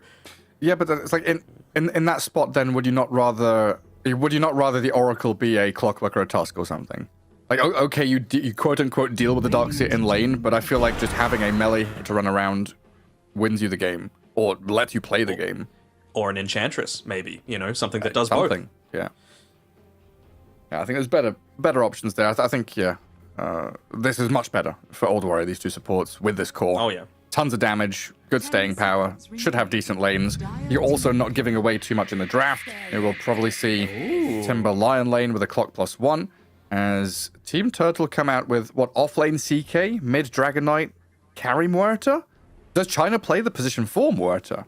Yes, they do. Okay. Especially Planet. Like, he loves playing it. So I could see it being a 1D. Like, both teams have a decent amount of flexibility. Not so much with their supports, but with the Timber Saw, it can still go mid or off lane. Yeah, Muerta could be a carry, CK could be off lane. I've actually seen CK mid have a lot of success lately, just because you've got a ton of that staying power as well. But DK is just so busted, man. Just to be able to get free minus armor, not just when you're in the Elder Dragon form, but just with the Worm's Wrath leveled up, seems way too good to me. It's time to return to dual lane mids. Were you around for that? Oh, yeah. Most of the time it was like Io, right? But no, there were other ones coming through. Primarily Crystal Maiden, and it was like Crystal Maiden Anti-Mage or Crystal Maiden Juggernaut, like stuff like, it was like CM +1 in the mid lane where you just get kill after kill over and over again. Not CM Anti-Mage, I'll say that, but no, I do remember those sorts of days where they did have multiple lanes. What about tri-lanes? Do we want tri-lanes to come back? I mean, I think they kind of have come back, not in the way that maybe we expected or wanted them to, but with Twin Gates, right? You think about Crystal Maiden as a hero, right? Just rotating through a Twin Gate, you make a tri-lane for, 30 seconds, a minute or something, you stick around, look for a kill. It's, it's something that isn't like set in stone, but it can happen from time to time. Anytime I see a Tusk, I'm always thinking, right, can they make this work as a tri-lane? And honestly, Clockwork is kind of falling into that same category now that cogs are so much better to be able to play around with. So I could see it potentially working as we get a Gyrocopter. I was honestly wondering, like, are we going to see an Underlord this game, potentially? Like, if this is going to be a mid Timbersaw into a DK, doesn't feel that bad. You probably don't want to have a lot of that minus armor from the CK affecting you in lane as the Timber, also the Chilling Touch. But something like Underlord doesn't feel too bad unless you feel like you're going to run the risk of chain feeding in this game. But Atrophy Aura, Firestorm, percent damage always feels really good against the DK as well. How much have they balanced this lane then? If it's Timber DK, because I've seen Dragon Knights like double up on a Timber in the 1v1 mid. But that was previous, that was B patch. Sure, I think anytime that you don't have trees to play around with, obviously that's going to be the big thing that impacts, right? And, Whirling Death might be good for the game, but it's not great for the lane. I think, in my eyes, it's just very much a farm trading lane still, but the issue is Dragon Knight's eventually going to hit this peak mass where he hits his level 6 and he's able to go and make stuff happen, either in his lane or one of the side lanes, and he's going to push so much faster than what a Timbersaw is able to do. I mean, you just mentioned, right, the slight change in, not role, but traits that the Timbersaw hero has. You don't just stick him in a lane, he's unkillable, and he slowly takes a tower. He's the one that needs to try and get active, and DK is kind of the counter to that, right? As soon as you leave, your tower's dead. You've got an inbuilt Deso. You've got still the Corrosive Breath ticking the tower down. Radiant team pick. Oh, last up is a Lina. So it looks like Timber is going to be heading into the off lane alongside the Lion. Jara with Clockwork together, the Keen Bros hand in hand up there. And then Lina in the mid lane. We'll see what kind of matchup this is going to be with that flexibility potential out of Team Turtle. They've got to show their hand now. Like, what's ideal here? Because it feels like you've picked Gyro into CKAA, and I feel like CKAA have been counters to Gyro in the past because you've got Gap Close and that Ice Blast, which messes up with the Aghanim Satanic. I'm just wondering, like, do they feel... I want to see them get, like, a Pipe Builder on their team, because I feel like there's going to be a lot of burst damage coming through, and you need some sort of auras to be able to withstand through it. You know, like, Muerta's going to be able to deal a lot of damage in these fights, even as a support, if that ends up being the case. CK as well, you just want to keep those illusions up for as long as possible. Even once you've got the BKB and you're able to withstand, like, what a Timbersaw is able to do, the illusions are going to be a little bit more vulnerable, and that is such a huge part of your damage. So any sort of aura builder, I'm on board with. Is it... or you put DK offlane, you pick TA mid. The TA time? Ooh. She was left in the pool, and she's been ignored. Razor Okay. going to come out for us here. I'm very surprised at that. All right, Razor, they feel like that's confident enough. Man, I feel like this Gyro is hard countered. Yeah. I honestly kind of feel like this is a Giga outdraft. Maybe I'm wrong, but I see CKAA against Gyro, and I think Gyro sad. Dragon Knight against Lina. Dragon Knight's going to be able to get to a point in the game where he's blinking stunning this Lina, who is a glass cannon. And maybe that's the issue I have, is the glass cannon nature of Old Warrior. Gyro, Lina, 2 range carries. Timbersaw, who is much more of a blink damage dealer, who might have to buy auras this game just to keep themselves alive. But even he can get... Like, this AA pick seems so AA is random. the thing. The AA is what pulls it all together, right? Like, It does. how are you supposed to play around the Satanic? How are you supposed to play around the reactive armor? You just can't. So I feel like if Old Warrior are going to win this game, it's going to be on the back of Kaka, right? You need to be the one that starts the fights, and you've got you're relying on your supports to do it. Old 11, maybe if he gets a Blink Dagger, he's going to be the one sort of playing that role, but I don't think he wants to just put his life on the line that easily. He needs to still be building for damage, because they do have a ton of burst damage on Old Warrior's side. It's just setting up to be able to actually do that damage. They've got the classic Laguna Blade plus Finger of Death, right? The double whammy where they could maybe just blow someone up, get that numbers advantage, and then snowball the fights out that way with good hook shots, good initiation, like you say, from Kaka. If they're the ones to get that first step into the team fight, the good first initiation off of a good Observer Ward, it does give them a chance here. I just feel like if the fights go any other way, we get, bogged down in a scrappy battle, a skirmish, or if Team Turtle have the vision advantage, I struggle to see what Old Warrior can do to fight back. But, Dota's not a simple game. Even if you have a draft advantage, even if you might be thinking, this is a 70-30, a 60-40. One little move, one cool bit of itemization, one slip-up, one mistake, and could undo all that work. As we'll get ourselves into Game 2 and see what gets going here. Team Turtle take on Old Warrior. And your eyes do not deceive you. A lot of old names in this lobby. A lot of very famous figures here. As Team Turtle have Chalice, Somnus, Yang, Planet, and Pichu. And of course, Old Warrior over on the other side. Fly, Setsu, Old 11, Kaka, and QIQX. The battle of the Old Guard in China here.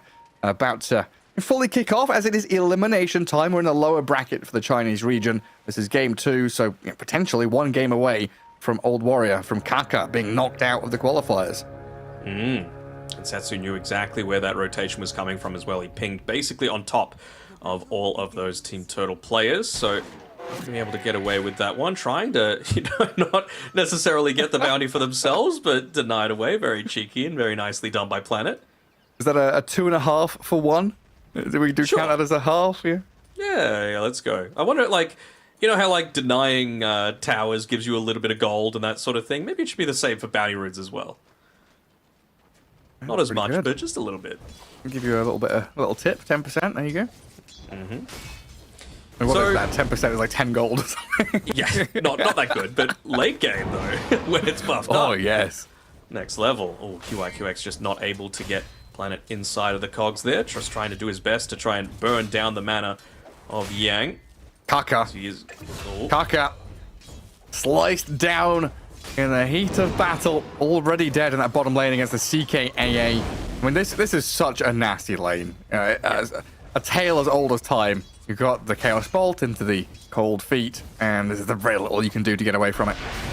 even early on, right? Just an early point in that chilling touch. They decrease the damage, sure, but it just feels like so impactful to be able to just consistently spam it out against the Timbersaw. As Peach should be fine. He's still got the Tango ticking on himself. But yeah, like, he did a similar sort of thing with his Jakiro in the previous game, right? He was just this constant harass from range, not really putting himself in too much danger, and then you had Chalice playing a pretty sustainable position 1 that's able to just step out in the lane on his own, so I'm not expecting too much differently to come here. The cogs up top, gonna trap a couple in there. It was a nice dead shot into potential damage on the gyro, but it felt like Yang, not level 2 yet, wasn't feeling bold enough to go for anything. If that was a level 2 Razor, I think Gyro dies there to that dead shot out of Muerta. Planet's taking a little bit of additional damage here, and because it's daytime, he's getting scouted out by Fly, just not wanting to let him disrupt this small camp pull, as Old 11 should be able to get away. Yeah, I'm just looking up on this top. It really doesn't feel like Planet's going to be able to contribute that much to this lane, right? Of course, you're going to passively be pushing a lot of these lanes in because you are playing with a gyrocopter and even just the clockwork, right? Battery assault, cogs. There's going to be some residual damage done to the creep wave in addition to the flak cannon. Hopefully he's able to get his courier away, and he does. But what can you then do with it? Because a Muerta, without someone else to play with, I don't think is going to be able to get solo kills against the clockwork. He's just going to constantly get his mana burnt. So I wonder if this is going to be one of those cases where he just needs to emphasize getting a few more stacks built up for his team, because in terms of what you can do in the laning phase, not that much, in my opinion, on Team Turtle. Yeah, I mean, I think there's a bit of downtime there for Muerta to get some stacks going for sure, but I do kind of like the lane in theory, right? Because you touched on that point where Gyrocopter is pushing out that lane naturally with Flag Cannon. So then you've extended the lane where, in this situation, right, Yang and Planet now have a longer way to chase and maybe catch up to the Gyro, push them back towards the tier 1. Like, having Deadshot, having any kind of displacement when you're playing under your tower feels really nice. So there's that, like, potential there to push Fly into a difficult spot. As, of course, you know, we've seen Kaka die again down in the bottom lane, having a really rough time against that CK and Ancient Apparition. Old 11's also going to feel the brunt of the damage as well. I think he's starting to level up his reactive armor, though, so maybe tanking up a fair amount against it. Yeah, level 2 Cold Feet. He's not going for any point of reactive yet. Die. The stuns does chain away, just about gets out of danger. Yeah, it feels like a lane where you kind of need reactive armor just to stay alive, because your line is not offering you much. No, and it's literally the exact same recipe as last game. Like, they're just going to be looking to go for another kill. This time around, they're going on the Lion, who doesn't have the Timber Chain to be able to get away and break that Cold Feet proc. So it's just so many easy kills that you're able to get with this CK. Hold on, I'm just having a quick look here. Chaos Bolt's coming up in 1 second, and Old 11, he should be scared to come back into this lane. Yeah, don't step forward. Don't step forward. Stay on the tower. Regen up with your tangos. Up at the top, QIQX steps up onto Yang. Deadshot's going to push the Gyro back, though. So the Razor trying to get away with the Plasma Field and out of range of the Battery Assault. Getting tagged up by it is very annoying, but they should be able to survive and get away from that. That's the nice one little lane plays that we've... by Planet, right? He made sure to tank up a few of those Battery Assault hits just to keep Yang as healthy as possible.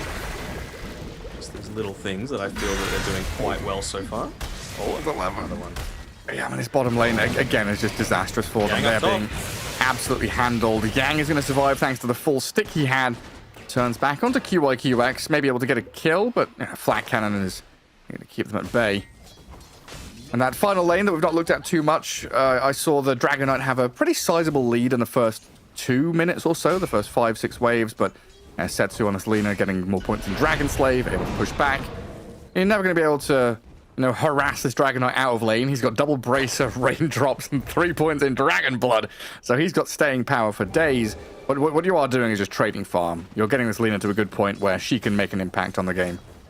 And you know that she's the one that's going to get punished more by rotations as well. But the thing is, Muerta, AA, not exactly the greatest rotators, as they actually get a return kill down bottom. There we go. That's a big one to take down Chalice. Looks like a good 400 gold going into their pockets, and levels. I think that's the most important thing, is getting experience for this Timbersaw. And Lion is up at top lane. Planet tries to pop the wand and survive. 2 HP and then dies. Yang with a static link on Fly, but the Rocket Barrage is a ton of damage. Plasma Field and a turnaround. A little bit of hits, but the Fairy Fire comes in as QIQX gonna throw some cogs at the Razor and keep him back. It's like a pinball machine in there with Yang's just getting bounced around left and right. Old 11 will be able to just get away, I think, from this aggression. Yeah. A little bit worrisome there. He's swapping out his braces and stuff. Oh, QIQX. Yeah, he's dead up atop, trapped in a cage of his own design. Planet and Yang get the job done. Fly, thinking about moving forward here.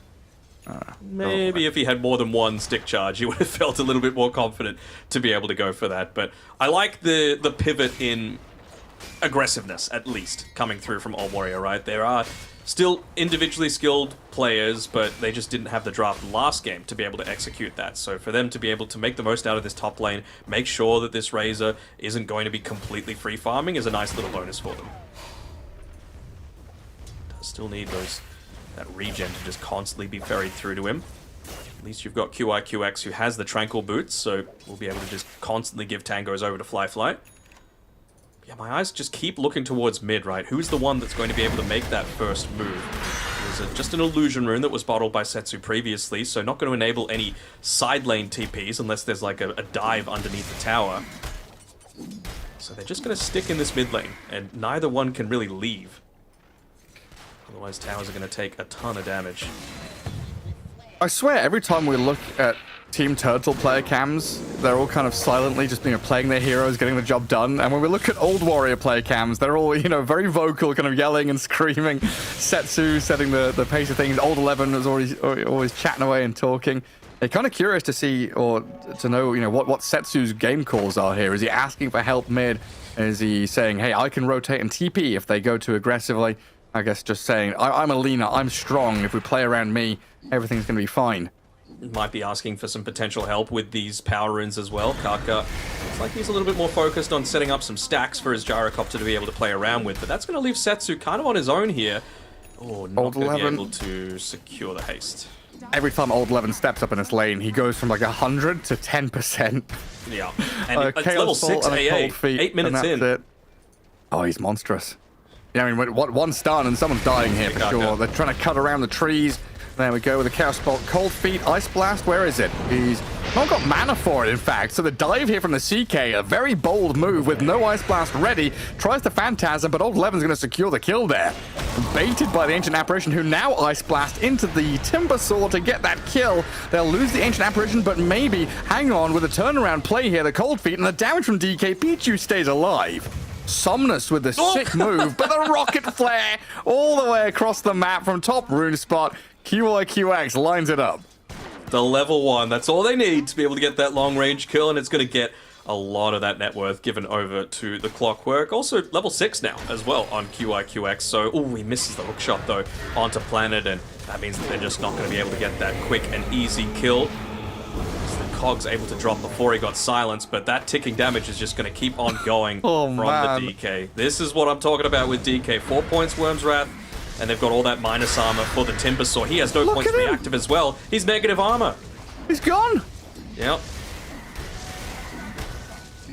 Pretty deadly, gotta say. That is some severe pain. I mean, just bringing the CK mid pre-10 minutes, right? There's no Catapult Wave or anything. This is just Dragon Knight and Chaos Knight hitting the towers. And there's some more knights in this draft. Did you ever go, like, when you were just unranked with your friends, the full knight draft? Oh, yeah. There's Omni Knight, Dragon Knight, Chaos Knight. I think Chen is like a Holy Knight. Holy Knight? Well. Yeah. Any other? Rogue Knight was Sven. Yeah, okay, yeah, good. I think that was a lot. There might be one more out there that I'm forgetting, but I think that was the draft we used to run. Yeah, we used to do so much cheesy shit. One of our favorites was the all 5 mid, where you would have Nature's Prophet, Lone Druid, Abaddon, Pugna, and then Kotl. And you would plan it out, so like one person buys Bassi, one person buys Headdress. Nature's Prophet would be like TPing to... This was before everyone had couriers, by the way. I'm talking like way back. So Nature's Prophet would TP back, grab salves, bring items out, you'd buy a mech on someone, and you just go, tier 1 mid, tier 2 mid, just auras, push, destroy buildings. And, sometimes it wasn't a good strat. I'd say you'd be like 50-50 win rate. There's bottom lane, Chaos Knight getting hooked and cogged up. Old 11 coming in with Kaka, and the damage from that Finger of Death will blow up Chalice. They'll trade out here for a couple of supports, though, it looks like, as Planet and Pichu will secure the kills on Kaka and QIX. A lot of dire heroes still swarming down here, though, as Yang has made his appearance. Dragon Knight could still come down south to help them out. Gyro, Timber, and the Lina. Oh, yeah, he can't then, can he? I'm going to dive this in onto Pichu with a massive damage out of Timber and Lina. Planet and Yang turned on the Timber, though, and Setsu taking some tower shots here. Slowed down to a crawl. Fly deep under this tier 1 tower as well, sprinting away, trying to slip out of the grasp of Chalice. Chaos Knight, he's pretty speedy on his horse, though. Moves forward. Yang with the plasma field, not quite in range yet. Just inches away. And Fly with the well wishes. Hopefully gonna slip out of this one with a TP from the high ground, but Somnus with that blink into Dragon Tail stun will be able to set it up for a kill on the Gyrocopter there. Yeah, maybe just thinking he was a little bit too big for his boots, right? He had plus 96 movement speed, I believe, from his facet, but as soon as he moves away from those heroes, doesn't work on creeps anymore, so was just able to really slow down a lot of the pace. It does cost 3 cores to be able to make that sort of move, but it's not like they were really losing anything in exchange all during. Although that does allow Setsu to have the bottle. I speak of that, though, you've got a rotation coming through with that Blink Dagger from Somnus to be able to potentially pick him off, but he's got that Spidey sense tingling, and he's going to be able to back up underneath his tower as a result. Good positioning by QIQX as well. Yeah, good spot to be in. And they go for smoke on their own. They want to go for a bit of a backstab here. They know the path that they're going for. They're not dangling anyone on the lane, but they see everyone looking to push around this tower. Can they land the hookshot this time is the question. Oh, they missed that one earlier, and he's missed another one here. Oh, that's not what they need. That clockwork, a vital part of their initiation, and now Somnus with a Dragon Tail into Ice Blast, clips onto the Gyro and the Lion in the back. Laguna Blade thrown on the DK as Somnus is getting blasted by the Timber Saw. He's still alive, though. There's no trees for the chain to land on, so Setsu QIQX old 11, everyone dying. Gyrocopter, he's falling to Planet with Pierce the Veil, piercing the Gyro. 4 down, no trade.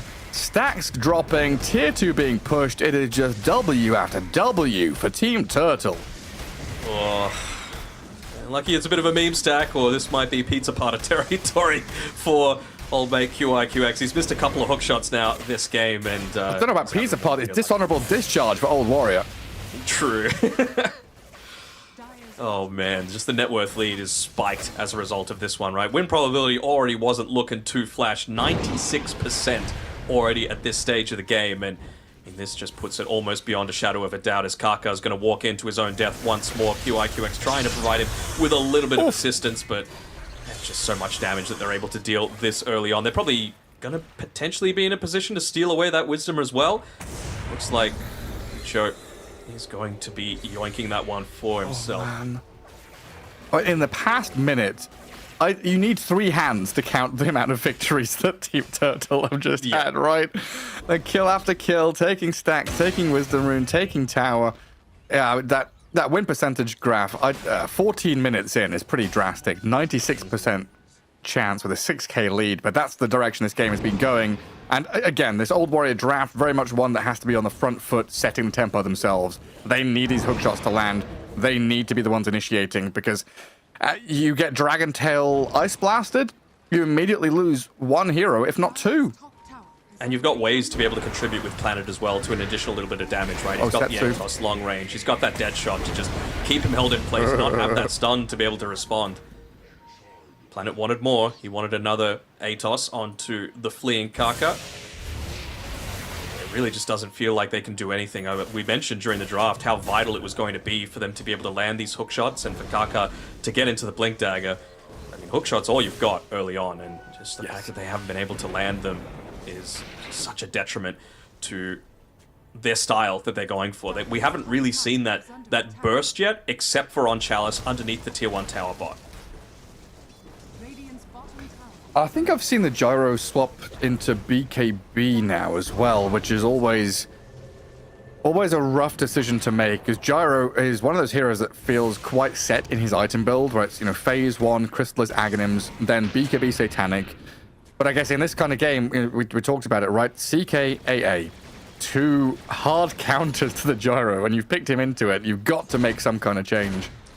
But it's not like the BKB is even going to resolve all of his issues, right? Like, sure, you're not going to get stunned up, but you're still going to get hit like a truck from the CK. You're still going to get static linked. You're still going to get hit by that AA Ice Blast. Like, it's a lot of damage that you still have to deal with.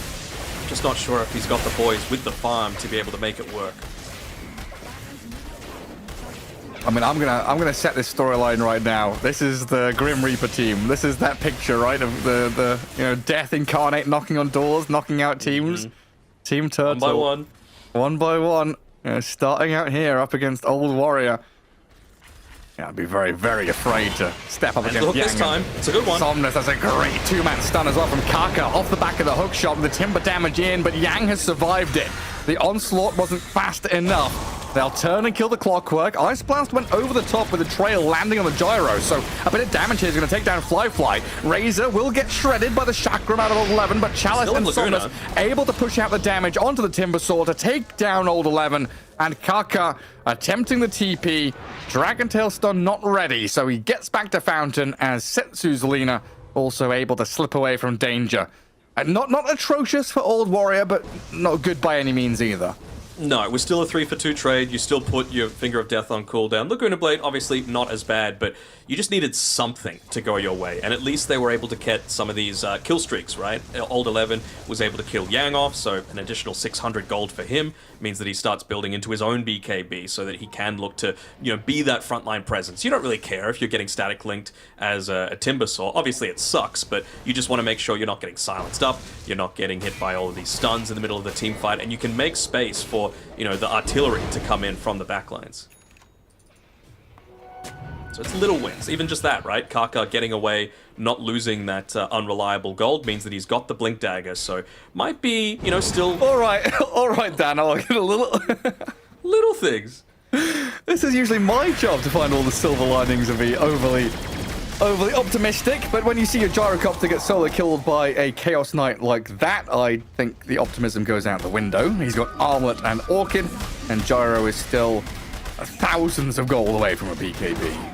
I was about to give it conditions, Gary. I was saying they're still not going to be able to... They're not going to be able to do anything until at least they've got that finger back online, so, it buys them, what, a minute? And I'm not sure if they're just going to give them space. They're even forgetting tier 2 tokens on the ground. Kaka, it's right there. That could be a Philosopher's Stone. Coulda, woulda, shoulda. Well, they got a tower. It's not a tier 2, but it's something. Are they all just going to walk past this tier 2 token on the ground? Okay, Kaka eventually gets it. There we go. Alright, what's he got? Hook shot? Got an AA. They'll take it. Yep.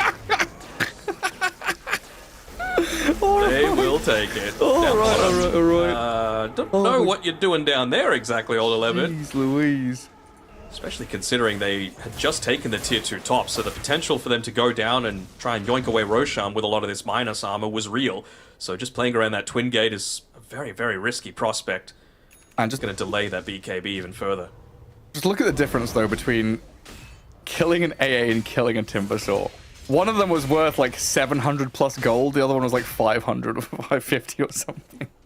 Yeah, it doesn't feel great, does it? Especially when dumping Laguna and Finger into it as well. Good Ice Blast. That's going to snipe. Oh, hang on. Raindrops? He's all right, huh? He'll survive. Should be fine. He'll survive easily. He's all good. That was his last raindrop charge as well, huh? Handed a salve. Has Tranquil Boots to go. Playing behind Fly's Gyrocopter now, who is a recipe away from BKB. Are they really going to be able... Like, are they going for Roche? Do they think that Team Turtle is setting up for Roche? They would have seen the direction that the Ice Blast came from, so that gives a lot of information away as to where exactly Team Turtle are positioning, but I don't think Old Warrior are in a position to potentially yoink Roche themselves. They're just trying to look to get a bit of a counter going here, but that's really not what Team Turtle want. They just want to try and, maybe not end the game right now, but again, just choke out more of the map, prevent the space where they're able to get farm, delay these BKB timings even further. Yeah, I mean, they're all so incredibly... They can get it any time. Yeah, I mean, they're all so incredibly tanky right now. BKB on Razor, make a jump onto the Clockwork in the mid lane to take him down. You've got Mage Slayer and Sanj on the DK, so you're reducing the Lina and Timber Saw's damage, and you're tanking up against them. And 21 minutes in, you are pushing high ground here.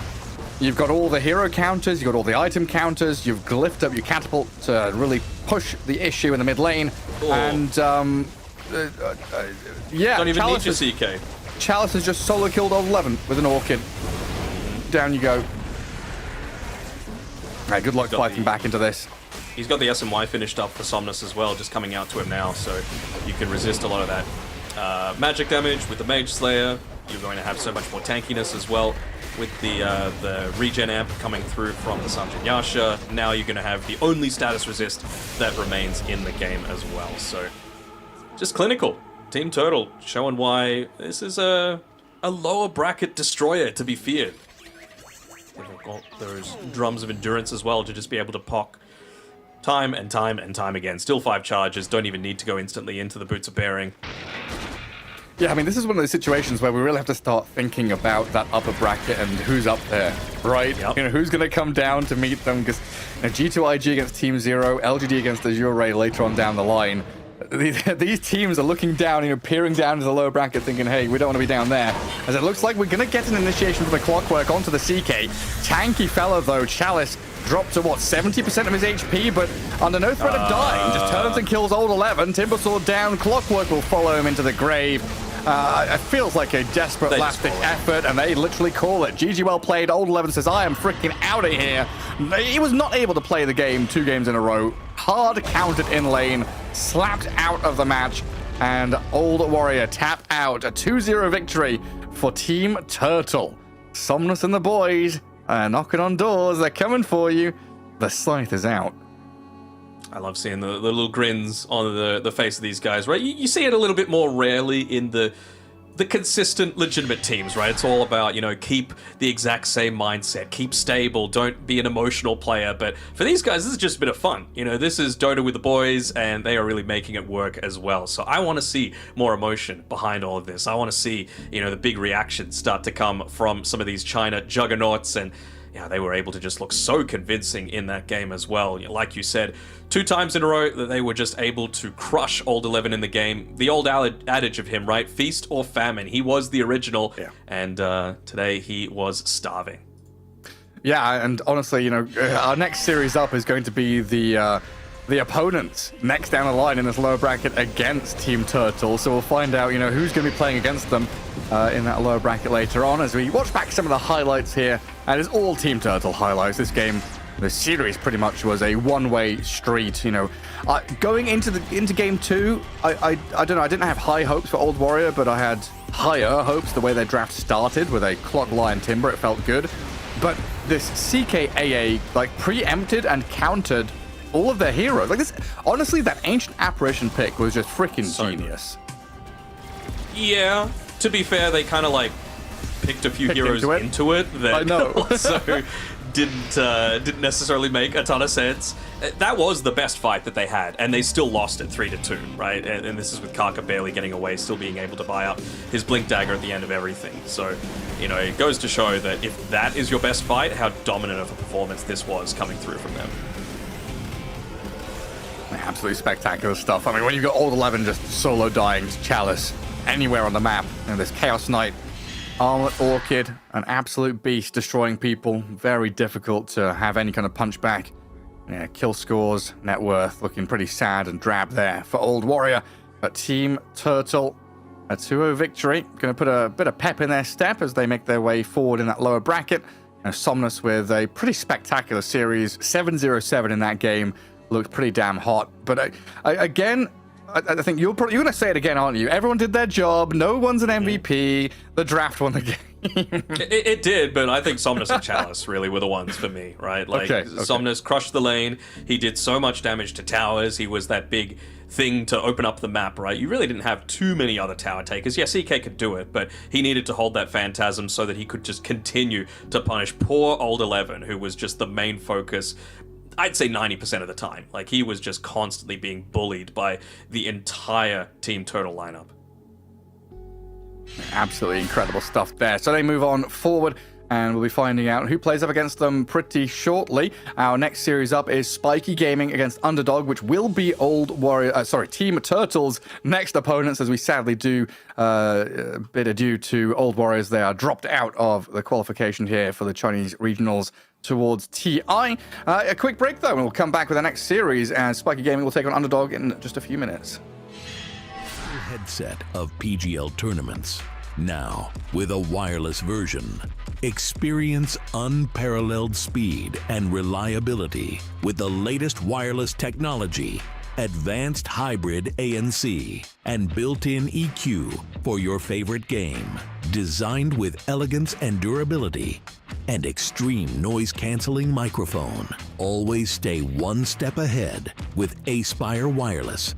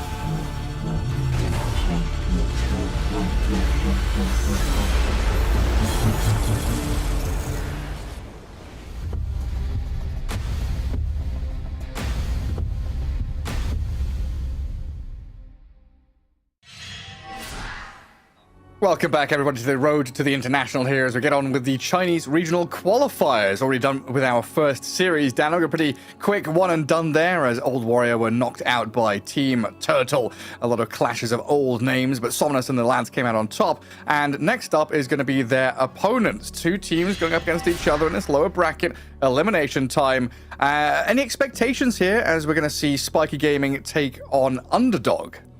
Yeah, I'd say they are the underdogs going into this series. Spiky Gaming, yeah, I'm a bit of a fan of a few of the players on that one, especially their mid laner. He goes by XWY now. A lot of people would know him by Keen Gaming Yi when he was getting a lot of big results, even winning lands in that role as well. So I think this should be fairly convincing because Underdog, obviously, they came in third in the second open qualifier, so they have to start immediately from the lower bracket.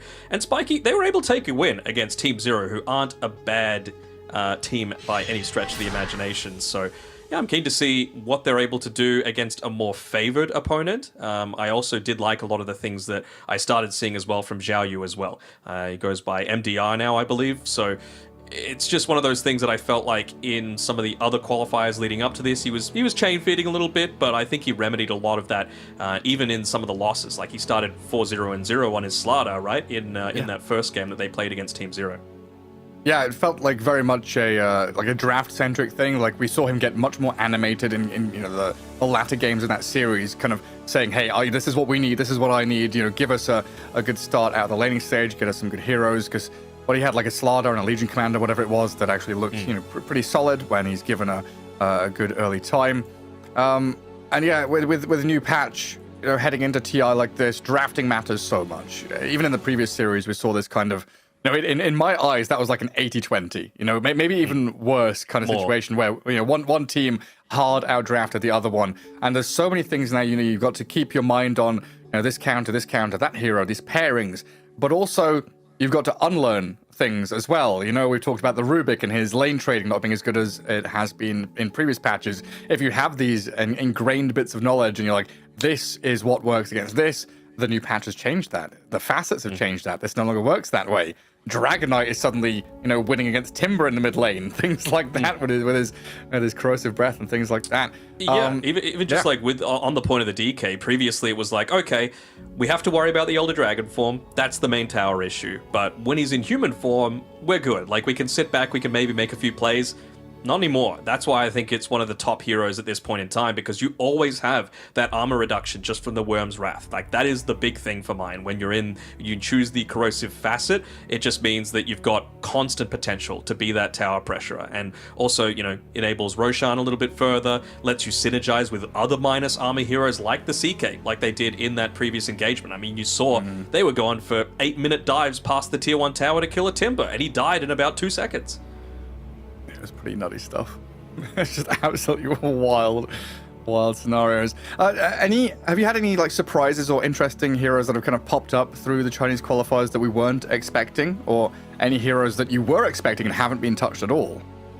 Well, I think the one that MDR impressed on was the Marcy, right? Like, that Marcy offlane looked just so dominant when he was able to pick it. He was just playing it to the absolute peak. I'm still stunned that we've had, I think, 2 games now where TA was pickable, and it just hasn't come out. Like, why not? This is a busted hero. Maybe I can understand favoring the Dragon Knight against it, because DK feels pretty nice against it as well, right? Having actually some of that damage over time from the corrosive is pretty good, and you're a little bit more of that consistent threat, whereas TA, yeah, needs a little bit of time to be able to come online, but I really want to see TA come out just once, just to give you a taste of what is the source that's going to make it a menace, not in just these qualifiers, but also leading into TI itself.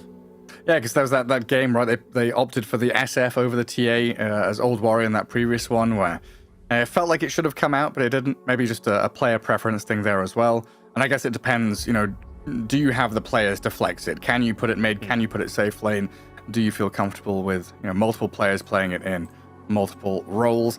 Yeah, we'll find out how it all pans out. Draft is coming up shortly here between Spiky Gaming and Underdog. You know, very curious to see what kind of draft priority changes, what kind of first picks we're going to see, what kind of bans we're going to have in that early phase. Because, you know, there's some heroes that are rising up that ladder in terms of priority pretty quickly, like Darkseer, you know, Night Stalker. Some of these offlane heroes that had been a little forgotten, got a lot of buffs and changes in the new patch, and people have, you know, had a couple of weeks now to tinker and play with them in pubs, get a few scrims in, and suddenly, you know, Darkseer as a position 1. I don't want to call him a carry yet. I don't know if he fits that role, but yeah, as a safe laner, a Darkseer just comes out and says, hey, I'm viable. I mean, what I love most about this patch is that you've got so many heroes that are viable, right? That we're just not seeing picked, and I'm like, oh, why aren't we seeing more of this hero? Tria Protector is probably at the top of the list for mine. That Leech Seed facet is so strong. The sapling, where you can just lay it down in the lane, it's not necessarily reliant on being stuck to a hero, it's more of that area denial. And speaking of the area denial, it's why we're seeing a lot of the Clockwork, it's why we're seeing a lot of the Willow. We didn't last series, but I think it's certainly going to come to the forefront once again. Batrider as well. We're not really seeing too much of it, and I still think this is an incredibly strong hero. Well, yeah, just looking back at Underdog's previous draft and those open qualifiers, they did get to play TA a couple of times, it appears, and also quite a lot of focus on heroes like Storm, Ember, and even a Beastmaster being picked up from time to time. Beastmaster was a hero that I didn't get to see a lot of in Eastern Europe. But did he get changed much? He's kind of fallen off the radar a little bit for me. Yeah, I mean, I'm interested to see what facet people go for as well. I was personally a fan of the Beast mode, because if you're playing it in the mid lane, you can get a self-attack speed and damage amp bonus when I believe you use the inner beast, so you just right-click more, you become like a mini troll warlord, and you can just rip apart someone. You go like a wild axes build where you just have no cooldown, or you can still just go, you know, the general pushing style with the wild hunt facet. I'm a big fan of it personally. Still probably when you're wanting to pick up the pace or when you're wanting to deal with illusions, I say, are his 2 biggest strengths. but it was first banned last draft. Not even like first phase, it was first banned last draft. So clearly, it's a highly respected hero within the China region. Yeah, that's what made me, that's kind of piqued my interest, right? I'd not really thought about the hero too much. It was banned in the last series, and that was like, a bit odd, but maybe that's something that, in pubs and scrims, whatever, they've streamed it and they've seen it.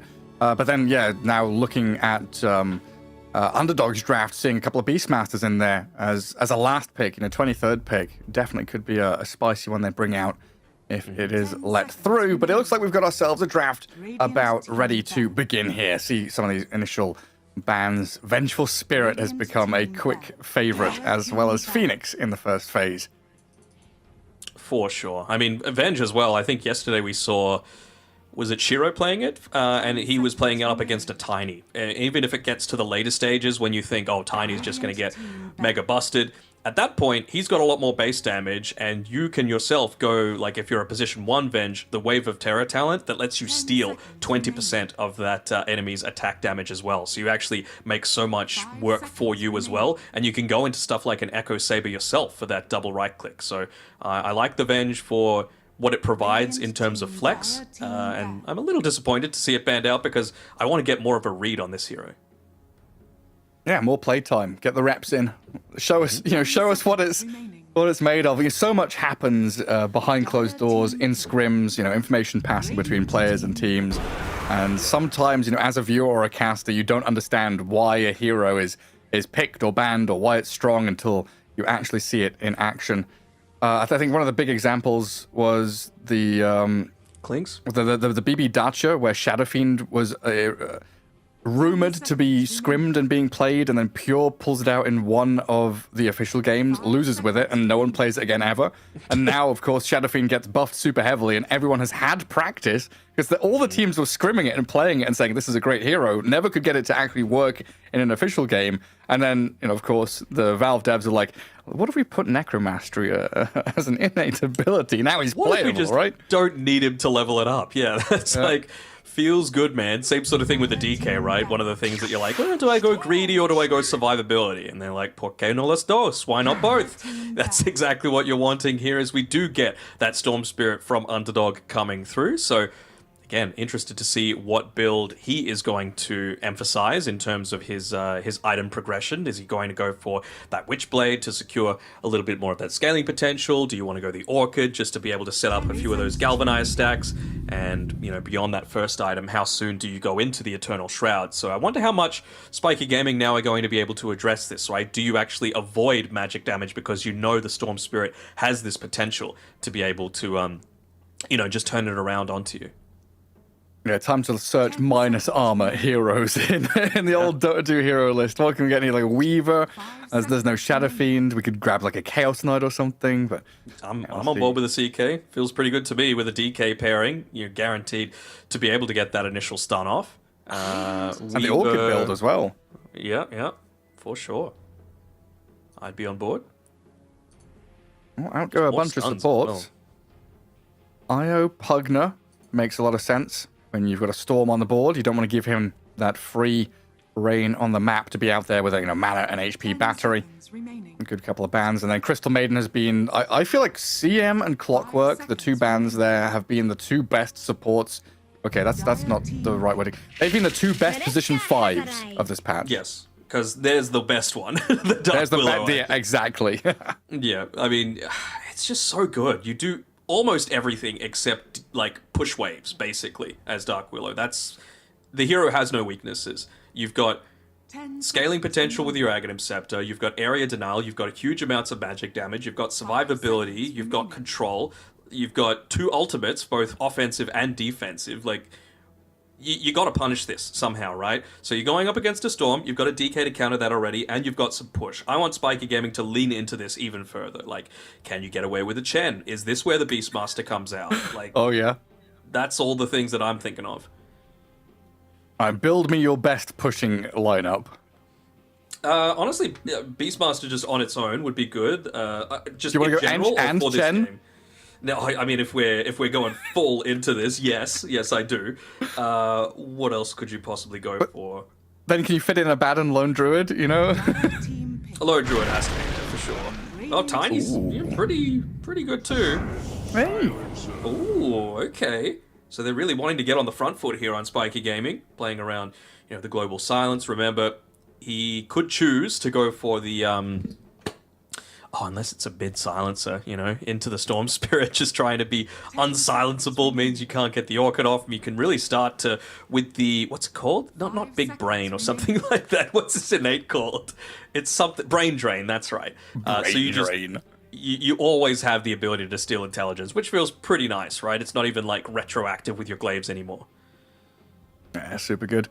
I love, like, of course, the fact here that they are kind of flexible with the DK, Tiny, maybe even the Silencer as well, put them into multiple roles. But I just love when we have a draft start like this, where you have two jump heroes, and then you have this umbrella of safety, right? As long as Global Silence is ready, Tiny and Dragon Knight have no fear making those initiations happen. Maybe now a little bit of fear with the Venomancer and his Plague Wards being a little annoying, giving you that bit of vision and maybe scouting you out.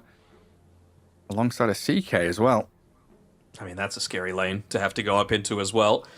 And it does provide, the ability to be able to make those turnarounds happen. Even if you're silenced, you can still potentially get some lifesteal going off with the CK. But I feel like they're going to be in a position to be able to say, hey, we can just look to turn this one around. So with the silencer, yes, he's probably going to go into, I think it's called the Reverberate facet, if it is going to be indeed played as a support. So it just takes away so much of that safety that Underdog have, right? You don't want the Storm to zip away. You don't want Dark Willow to go into the Shadow Realm. You don't even want CK to pop the Phantasm, right? Because later on into a lot of these team fights, maybe the CK goes into an Aghanim Scepter, right? So that you can, pop BKB for yourself. You're still going to be silenced for 1.5 or so seconds with the Silencer facet, but then you pop the Ags, you save the rest of your team from the initiation onto them.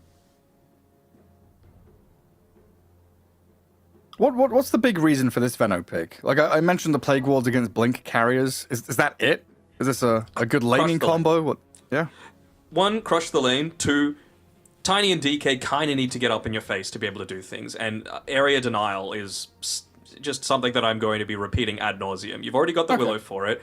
And Noxious Plague with the ability to get the second flurry of Noxious Plague, I guess, coming out, the second proc of it. It just means that you can't clump up in a certain area. And it's also got percent damage as well. So against two pretty beefy heroes like the DK and the Tiny, it feels pretty good.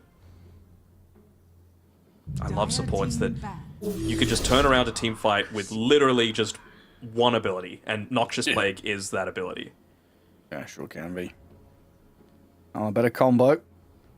Global Silence, Avalanche Toss into a Vacuum Wall, and of course having that Wall of Replica against the Chaos Knight, making the heftier illusion to batter back into him feels pretty good. We've got Surge against a ton of slows, and then I guess Darkseer here with like Greaves Pipe against the magic damage. That feels nice as well. It's going to feel pretty good, means it might discourage an Orchid from the Storm Spirit as well. Although it could be good just to be able to get on the Silencer to start off a lot of these fights. Also, just the tiny Darkseer lane is so dangerous to have to play up into, right? Like, yes, you've got a CK Veno, which is also dangerous in their own right, but Veno's good at a lot of things. Escape mechanism is not one of them. So, you pop that Surge, you've got the Ion Shell into an Avatos combination, assuming it is a tiny 4. It could still be a 1, right? Veno's dead, and you could have the potential to actually chain feed in that lane. So Underdog still seem to think that this could be a tiny 4 coming through for Spiky Gaming. What else? Yeah, kind of hard to get that read, right? I think like just banning Troll feels pretty good. Maybe ban like an Ursa as well, like depending what your offlane hero is going to be. Just, you want to give them safety, right? You know you're picking offlane, you don't know what the enemy's picking, so you're just kind of protecting your offlane pick. Haven't really seen any of it at all, and I mean, maybe we're not going to see it, but Naga Siren is something that always jumps out to me. Never mind, it's an Earth Spirit, okay. So Tiny 1, it's going to deal that cleave damage against the CK. It's going to have that high amount of farm, so you can actually get through the Storm Spirit early on. What I do want to see coming out from Spiky is... Wait. Tiny needs to get active. Tiny needs to get active this game, so it's going to be a 4 Spirit, 1 Tiny, paired together with a Darkseer. It still feels really strong. Do you like the 4 Earth Spirit? It's okay. I mean, I feel like I've honestly only seen him mid, really.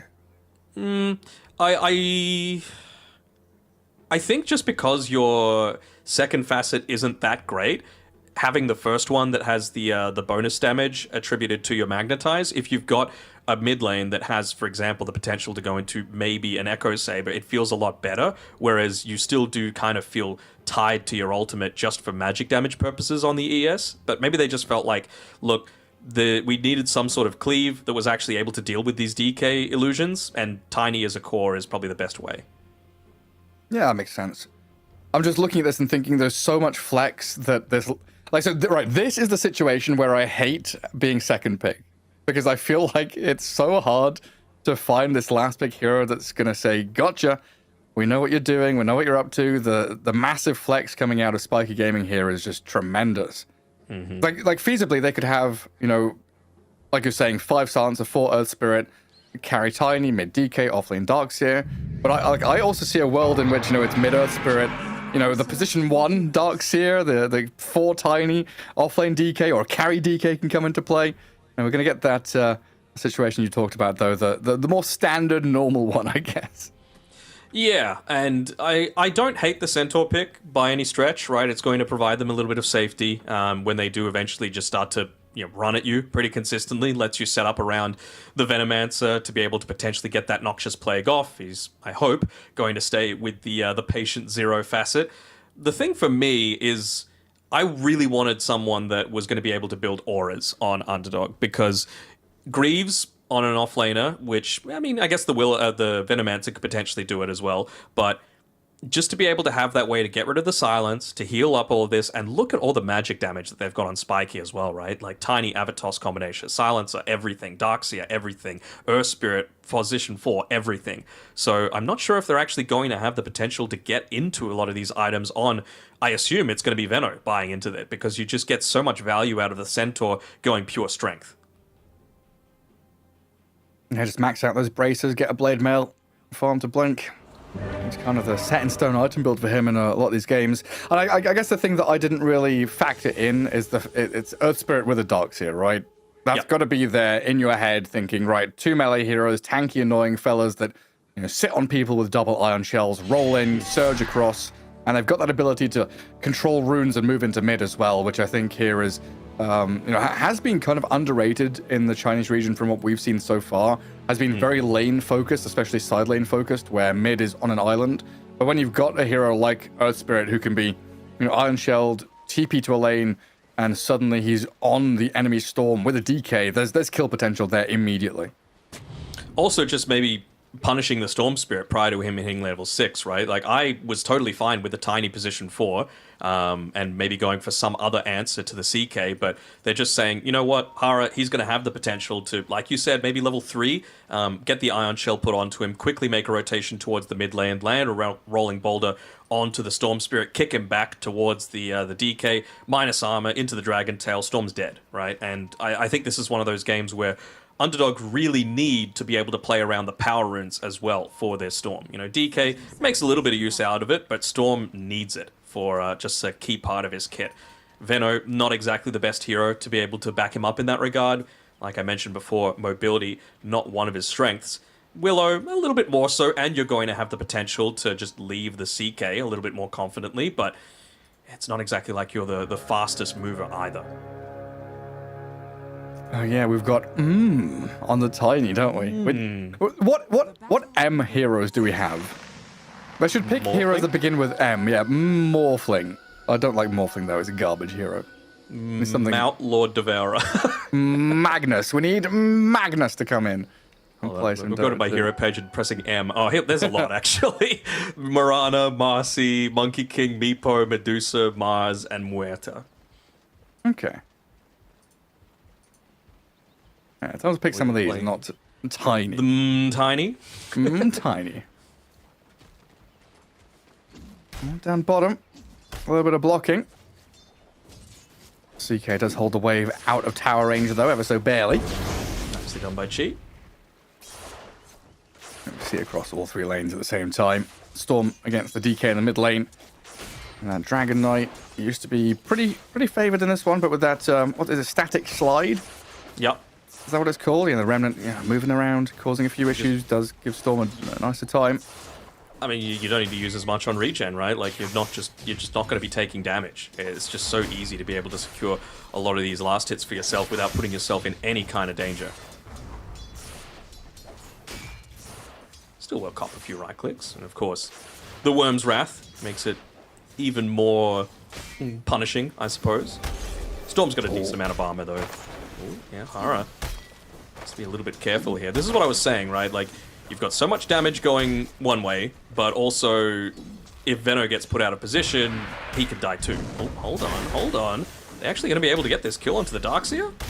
He's got a Fairy Fire, but don't think he's going to be able to slip away from this. Tries to Iron Shell, the kick across with a Blood Grenade. Hang on a second, MDR is still alive. A Fairy Fire return by the Chaos Knight, but he gets the first blood, drawing it onto Hara, and Venomancer kills the Darkseer as well. Incredibly close-fought battle, but in the end, it passed a few tangos across, and Chaos Knight comes out victorious. I think they just went a little bit too early there. They needed their level 2, and I'd say Darkseer is probably one of the better heroes at being able to secure that, right? You're just passively pushing the lane out with your Ion Shell. You're going to be getting more of these last hits. The creep wave is going to be dying a little bit quicker, so nicely done by Cheat to make sure that that didn't happen. You know, little maneuvers like pulling the wave off. Now they've got their level 2, but they've missed their opportunity. Yeah, they're going to have to come back and pull this lane back. Oh, they miss on the Gale, though. Panda should be dead. Yeah, rolled on, Iron Shell's ticking, and Panda down, so they do get some retribution at least with pull across into large camp at the same time, so a bit of recuperation there in this bottom lane. Super Unnecessary needed. Death. He just needs to hold that Venomous Gale to be able to, you know, make the retreat away, or play along with his CK so that when you use it, you actually get a kill, not just to throw it out for nothing. Unless... I don't know if he was trying to like aggro the creep wave or try and stop the pull, whichever way, it didn't pan out. 3 minutes coming in. Lotus He's pool holding guarded. he's holding half of CK's items, and CK still needs to send the courier out for himself to be able to get the rest of them. Oh, he's all stocked up. Storm Spirit leading a little bit here. A couple of last hits ahead of the DK. Empty bottle, though, means it's a long walk back home. I was thinking maybe he would have, like, gone for that attempt and died, and then you get the refill on the Storm against the DK, but obviously then CK was like, no, give me my items, and you don't want your carry to get tilted, so ends up going for that one there. Top lane, Blood Grenade tossed back as well. Brambles are down with a Centaur stomp on the Silencer. They're the ones to get the kill, while Centaur survives it all. Man, these little skirmishes, very close fought, but so far the underdogs getting the upper hand in the little trades. Tiny gonna try and get a bit more damage onto the Centaur, but the wave arriving at the Radiant Tier 1 puts them in a very good spot. That's a kill plus a massive wave arriving in on them now. And Centaur, I mean, he is behind in last hit, so this is going to let him try and gather up the pieces and come back into it a little bit. As the Tiny currently sat at 19-7 has been denying his heart out. Oh, kick across there, secure a range creep for Hara. And again, the situation for Spiky Gaming down in bottom lane is they want to try and drag this wave back. You know, it's going to be a kind of ebb and flow situation. They push it forward with Iron Shells, then that gets pushed back by the tower. And then they have that longer lane to chase with the roll and the Iron Shells. As we see Earth Spirit also very efficiently farming the small camp with this little bit of downtime. Yeah, I mean, again, I'd love to see him maybe make a move into mid, though. Exactly. Oh, Panda, they somehow end up walking past each other. They're more concerned about just the wave, right? They want to be able to get a lot of this early farm. They want to make sure that they're not walking up into a CK Venomancer lane. Like, it is still scary. The fact that they were able to get a double kill is such a huge bonus for them early on. And, well, I'm really just looking at the levels as well on the Storm Spirit, who looks like he wants to try and commit for this, but Hara off the mark with the roll. Yeah, kicks the Storm with a boulder, but now the Venomancer's rotated in with a Gale. Hara taking a fair few hits there. Is XWY going to chuck the Breathe Fire at them? Still got the raindrops. Feels like both these teams really kind of desperately scrambling for any kind of early advantage. They're like poking, prodding, looking for the little battles early on, TP rotations to try and react. Certainly not as clean as what we saw in the last game, right? Like, it felt like, especially Team Total had a legitimate strategy about every single stage of the game. You know, we're going to make this rotation for this express purpose, whereas that one was like, well, maybe we can get a kill here. Let's see if it works out, you know? Like, it just feels a little less definitive, I suppose, is the best way to put it. Is we do get a battle around those power runes. It looks like it's going to be Spiky controlling it at this point in time, and well, anytime a Storm Spirit isn't around to be able to secure that, he's not going to be feeling too happy about things. Actually, with the shield rune, they might actually be able to go in here. They'll try. Roll in with a kick with a Dragon Knight, pumping that damage. Fairy Fire, it's not going to be enough. He's silenced up and dead. In they come with the numbers towards that mid lane as the Dark Willow makes an appearance in the top left corner. Does get Shadow Realm and a bit of distance away from the Silencer now into those trees. Trying to get away from danger, but the roll connects in from Hara. Allows Outsider now to do the damage in, and Chen is dead. They're even looking for more. They want to catch the Veno, but I think they're going to be happy enough with the Venomous Gale just going on to XWY. What's even more painful is that you TP'd in on the Storm Spirit, not yet level 6 as well, so he is just going to be falling further and further behind this Dragon Knight, showing why it was been first phase picked in so many games so far. Yeah, I mean, I'm in pain. Just before that fight, I had to mute myself because I bumped my knee into my desk. Oh, no. In the exact wrong spot, so I am currently rubbing my leg and hoping that the pain goes away pretty soon. But I think the Storm, like you're saying, is even sadder and even more pain than I am right now. As top lane, the Centaur is getting a run at. Outsider made the long wraparound, defending the Tiny, who should be okay to turn and fight into the Dark Willow here. Does walk into the brambles. It looks like Chen gonna step back and get away from them. But a good series of events here from Spiky Gaming, right? It was the underdogs getting the upper hand in some of these early fights, but now they start bringing numbers. They start really bringing the pain into these team fights, and Spiky Gaming set the tempo of the match now. Mm-hmm. So at least Storm's level 6 now, so you're not just completely isolated away from it, but it's getting to the point where, you know, just even the 1 point in the geomagnetic grip, that 2 seconds of silence feels like an eternity, considering how far behind the DK you are in net worth. And once again, they're just making sure to protect these power runes, as Hara will be a little slow to actually make that roll in. Oh, but he gets the silence. After the illusion rune, does still have mana though to ball to high ground. Again, Storm is uncomfortable. Nothing's easy here for him. He's going to have to jungle through now with bottle charges that he's got while watching his tower get destroyed by the DK. And probably should have died as well, right? Like, they knew that they were coming in that general direction.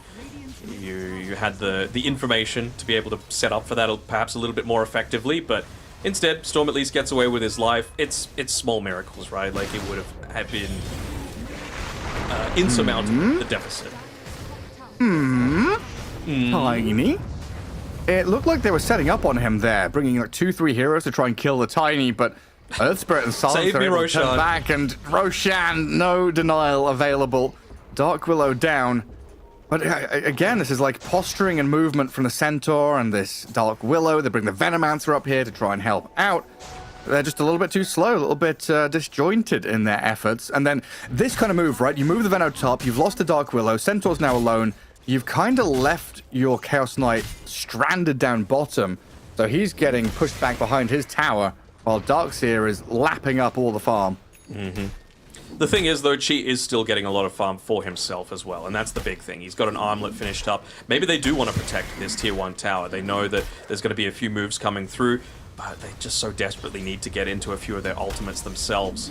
Centaur just levels up the Stampede now, so they're going to have an escape mechanism if they do choose to commit with all these spells onto him. This is the time to use it. And there we go. Stampede's good, though. The golden hawk above his head allows him to flap away. They're just desperately trying to get into their own ultimates as well. Outside of that, he's getting chased down a little bit here, but the return damage is pretty solid as well, if he chooses to go for it. Right now, no one opting to TP up top. I mean, it's a 2000 HP raindrop wand Tiny. I just don't see a world in which he's dying there. No, definitely not. Echo Saber is about 1,000 gold away as well. I could see it if the Veno and the Willow ulted, right? But neither of them have it at this point because of how these lanes have gone. They will have a siege creep, though, to be able to play around with, so they want to make the most out of this. They want to be able to secure a tower, they want to get this creep wave.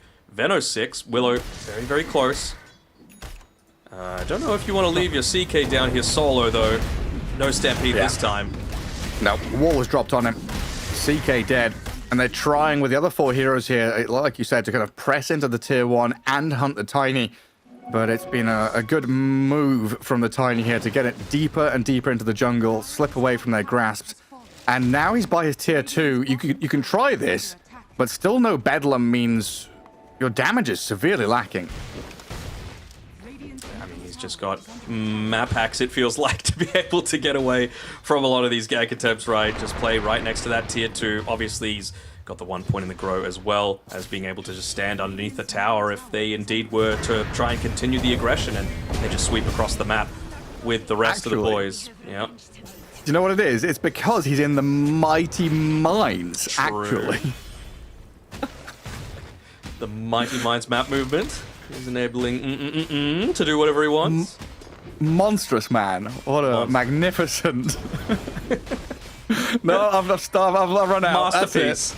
Masterpiece, thank you. Masterful masterpiece. Monumental. Right, Tiny's going to finish off his Echo Saber and has had a pretty free time up at top. Dragon Knight sitting about 6.3k net worth is pretty ready here just to continue this aggression, run around with the Dark Seer and Earth Spirit, find kill after kill. XWY going to show his face. Amplified damage denied by Panda's Venomancer. Yeah, this 2k lead for Spiky Gaming feels like it's only going to grow and grow in the next, 8 minutes. That's right. Minute 20. Even just where Storm Spirit was farming just then, like he was completely alone, away from the rest of the team. No real boys to be able to play around with, but he's just so desperate to try and get into any sort of item to himself. I talk about a lot of this dead net worth. He's got a lot of it, right? He's holding on to 1,200 gold right now with no item on the horizon. Might even die here, but maybe it'll go back the other way. God, 10 years. Kill off the top. Oh my god! I just, yeah. Back? What are you doing? What are you doing? You kill the outsider silencer, but this Tiny is untouchable in his own jungle. And this is what I'm talking about with like just having more of a set plan for when you're looking to try and make these sorts of moves, right? Like I don't mind them going in onto the Tiny, but Willow needs to be there. Like that's the big thing, right? Like you need to make sure that you're getting that Bedlam off to be able to start the fight, so that even if the Global Silence comes out, you've kind of done your job. Willow's one of those heroes that, kind of similar to the Venomancer, who we saw get off the Noxious Plague, you don't need to do too much to have a huge amount of impact, right? Lay down the Brambles, toss the Bedlam out, you've done it. You've essentially, fulfilled your role in a lot of these team fights, especially in those solo pick-off ones. Yeah, and the closer that MDR here gets to his Greaves and Pipe, the harder and harder the game gets for the underdogs, because they are primarily magic damage. Chaos Knight can bring a bit of physical, but it's Darkseer. He's got a lot of auras and a lot of team fight behind him. He's going to try and utilize it now on the Centaur. 4 heroes surrounding him. And get a few whacks out of the Tiny there as he throws the tree at him. And a good couple of moves. Well, down at the bottom, looks like the Dragon Knight is surrounded. XWY. Uncharacteristic there to get completely caught out. And a good move from the Storm and the rest of Underdogs. You just see the difference there in how easily they're able to actually secure that kill, right? I'm having a look at his death summary at the moment. Willow did 1,000 of that damage as, Storm Spirit, he's going to get chased down here. Not the most mana to be able to play around with. And Hara, actually, looking to try and make a kill of his own happen. Yeah, and got terrorized there to help out a little bit, getting the Storm out of danger. That's his Orchid as well. Tiny. And he's being dragged back. They've got the Stampede and the Bedlam, Phantasm, and the crit landing. Tiny, he's going to get brought down here by the Chaos Knight. Okay. Starting to scale a little bit here, which is nice. You see, they do have the potential for this damage output. It really just does come down to, are they playing together? And up until that point, they hadn't been. As soon as they're able to remedy that, even to a minor extent, the win probability brings themselves closer to 50%. You get, I think, a 2k net worth swing going back in the favor of Underdog. This isn't a bad draft by any stretch of the imagination. They've just been playing it completely wrong up until that point. They're having some difficulty converting. So still trying to show up top. And he's going to Crimson Guard as well. I'm not sure how strongly I feel about that. It feels to me like Pipe is the way to go for him. Yes, you've got a lot of right-click damage that you're going to be able to avoid, but I guess as a Centaur it feels really good, right? They did change it to, instead of health, it's based off of your strength, which feels pretty good for a Centaur as well. Or no, they changed it the other way around, right? It's based on your health, not your strength anymore. Got it. It's funny, we were talking about this the other day, right? Where Vanguard hasn't been an item, and now this is the first Vanguard I've seen in a long time. but it's for the Crimson, right? That's the thing. Although I guess you did say previously, like, they generally buy it up all at once, but... Yeah, or they buy the Yeah. helm first, and bits and bobs. There's the 16-minute Crimson Guard. All right, let's see how truly effective it is. I mean, he does have 2.4k HP. Let's see how easy they are to be able to take out once he's able to pop it. Radiant's top tower is under attack. But then Maybe what's next for him? Like, he skipped the Blade Mail. Does he still go Blink next? Does he go Blade Mail now? What? I still want Pipe, personally. I don't think he's going to do it, but Blade Mail does feel like the option, you know, just to be able to make the most out of... Yeah, you could just sell them as well, but could just turn that Chainmail into something better. But then no Blink Dagger? Maybe they feel like they don't need it, you know? You've got the CK who's going for a Blink Dagger, you've got a Storm Spirit that you can Okay. just toss the Bedlam onto. He's, again, like, that's why I wanted an Aura builder out of this last overall pick for themselves, and they went with the Centaur. Not the worst hero to be able to get at the last phase of the draft by any stretch, but it really does feel like he can contribute even more to this team than he is right now. Quickly, this tower is melting as well. They're not responding to it at all. They try to move forward, but the Centaur taking quite a bit of damage out the Tiny and the DK.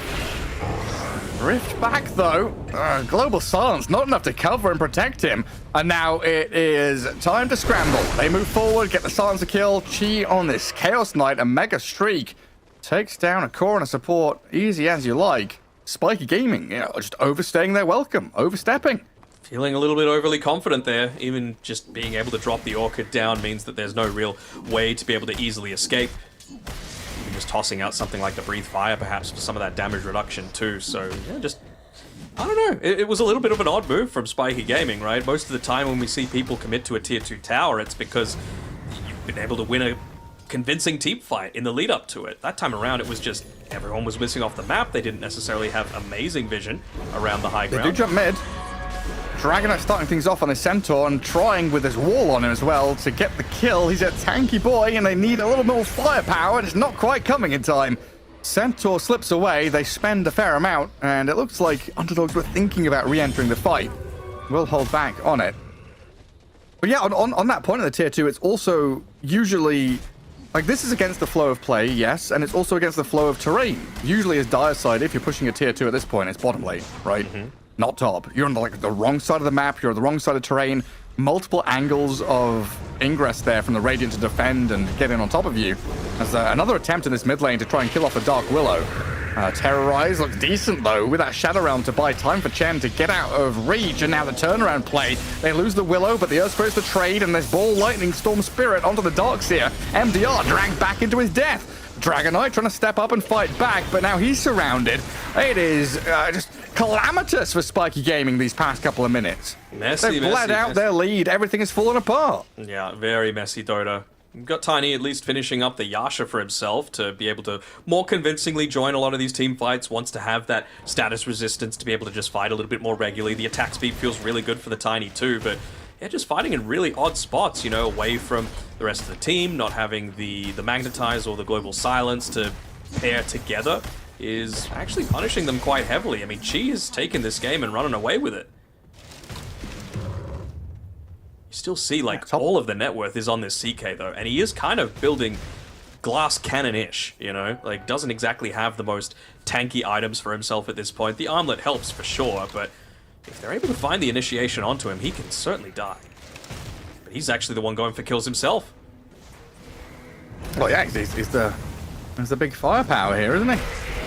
Darkseer and Earth Spirit. Try to fight into him, and he just says, no. I don't think so. Venomancer's going to be the casualty up here, so a little bit of something going the way of Spiky Gaming, but yeah, they're spending walls, they're using the lives of the Earth Spirit to try and catch up to people. An outsider currently running from Phantasm Illusions, and with good reason, has to try and bail away from there. But I think for the big point for me is this Tiny. He's not really had the impact that we need from a position wide carry who, you know, you talk about this net worth on CK, 13, 14,000. He's turning that net worth into impact, into kills, into damage. Tiny so far has been, you know, a wet noodle. He's kind of walking around, not doing Still much. farming. Yeah, he's still farming though. Like, that's the big thing, right? And now he's got a little bit more of that that burst damage as well that they need prior to, you know, some of these these auras coming out, or potentially a Terrorize stopping them in their tracks. He's opted to go for the extra avalanche damage as opposed to the grow speed attack reduction at level 15, so yeah, got nerfed a little bit in the B patch, but it still is incredibly strong for him to be able to play around with. So now I think he just wants to be able to finish up the Sanj for himself, for the full Sanj and Yasha, and then it's going to be go time. Just to touch on a point that you made previously about, why did they push top, why didn't they push bot? That was around, 18.5 minutes, and maybe they just wanted to open up another avenue for them to be able to go for, this Tormentor Steel, Wisdom Rune Steel play. Yeah. And I feel like they felt like they were more ahead than they actually were, just discounting the impact of Chi on his Chaos Knight. Right, yeah, I think that's something that can't be understated, right? Where the underdogs here are literally the underdogs, and Spiky Gaming probably thinking like they are just going into the series, they're already the deserving victors, but meeting some severe resistance. Look, the Twin Gate, they're coming through the Twin Gate. They're not set up for it, though. They might see him as soon as they come down here, though. They've got a decent amount of vision set up, but it's, under the smoke. Oh, through the trees. Stampede into Blink. There we go. Centaur with an initiation power gets on top of Darkseer, who looks like he's trapped in the tree line. Vacuums back a couple, tries to surge and a roll back in. They're committing, making though. a meal out of this with the Magnetize and the mech. He drops They've it. lost the Darkseer. He drops the wall. In comes Tiny with Here's the the Dragon Knight Tiny. now as well. This is important for Tiny to really Great connect, Terrorize. but a Terrorize pushes them back, sends them packing. What a the toss. Centaur still alive. Healed What? up the toss forward, not enough to finish him off. Earth Spirit, he's going to roll deeper. Curse Crown's down on him, and a Centaur, another move back in with the Chaos Knight to blow up the Earth Spirit. A Storm Spirit joins the fray. 2 for 1, maybe more. Storm wants I don't know. maybe a little bit more on this Tiny, but yeah, can't go any deeper. A little bit low on the mana to be able to do it, as well as, Tiny, of course, just being able to stand underneath his tower as well. It's just so tanky. And they're going to be needing more of that percentage damage to be able to take care of him. Maybe just thinking that, with the Noxious Plague worn off, we don't have the potential for it. But now they are starting to actually build up into a few of those aura items that I was really wanting, right? You've already got the Crimson Guard on the Centaur. And now he's going into the heart of Tarask as well, so obviously going to provide him a huge amount of benefit from all of that bonus HP that he's going to have, make the Crimson Guard even stronger, and Veno's nearly got a Guardian Greaves. So now you're going to be able to shrug off at least the first little bit of the Global Silence.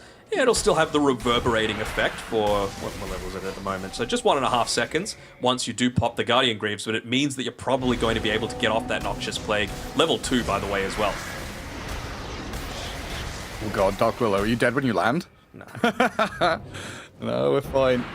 One other thing as well that I just noticed is that most of the time we see the CK, they go the Phantasmagoria facet. Or whenever CK spawns an illusion, he has a, 50% chance to make an extra one or something like that? Or no, they're all strong illusions, that's right.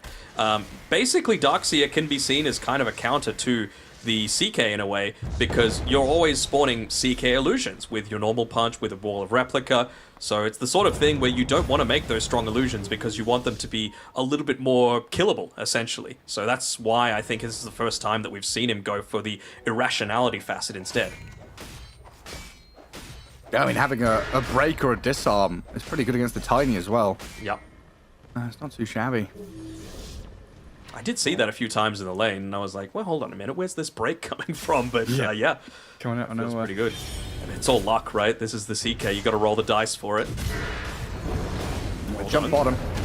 Dragon Knight and Earth Spirit right on top of the Centaur. Tons He's of coming in, stuns. though. And the Stampede Terrorize again, just the combos to bail people out. A bit of damage over time, still ticking over on a Centaur, and a tree toss forward will secure the kill. A bit of a toss forward from the Tiny, not paying off as the BKBs are out now. CK and Storm, shiny and golden, playing through the wall, but the deep roll into the backlines finds Panda's Venomancer. Storm's trying to punch back onto the Earth Spirit. Maybe even with the Bedlam on him, he's going to run away, because that's a 2,000 HP Hara Earth Spirit here, who just rolls back in even deeper. Two-man kick across the bow of the Willow, but CK punches back again. The trouble is he's left alone, stranded, isolated here. Oh, he tossed him to a across friend. onto the Centaur, back to an ally. I don't know if that's what you intended, because that's allowed the Chaos Knight to survive now.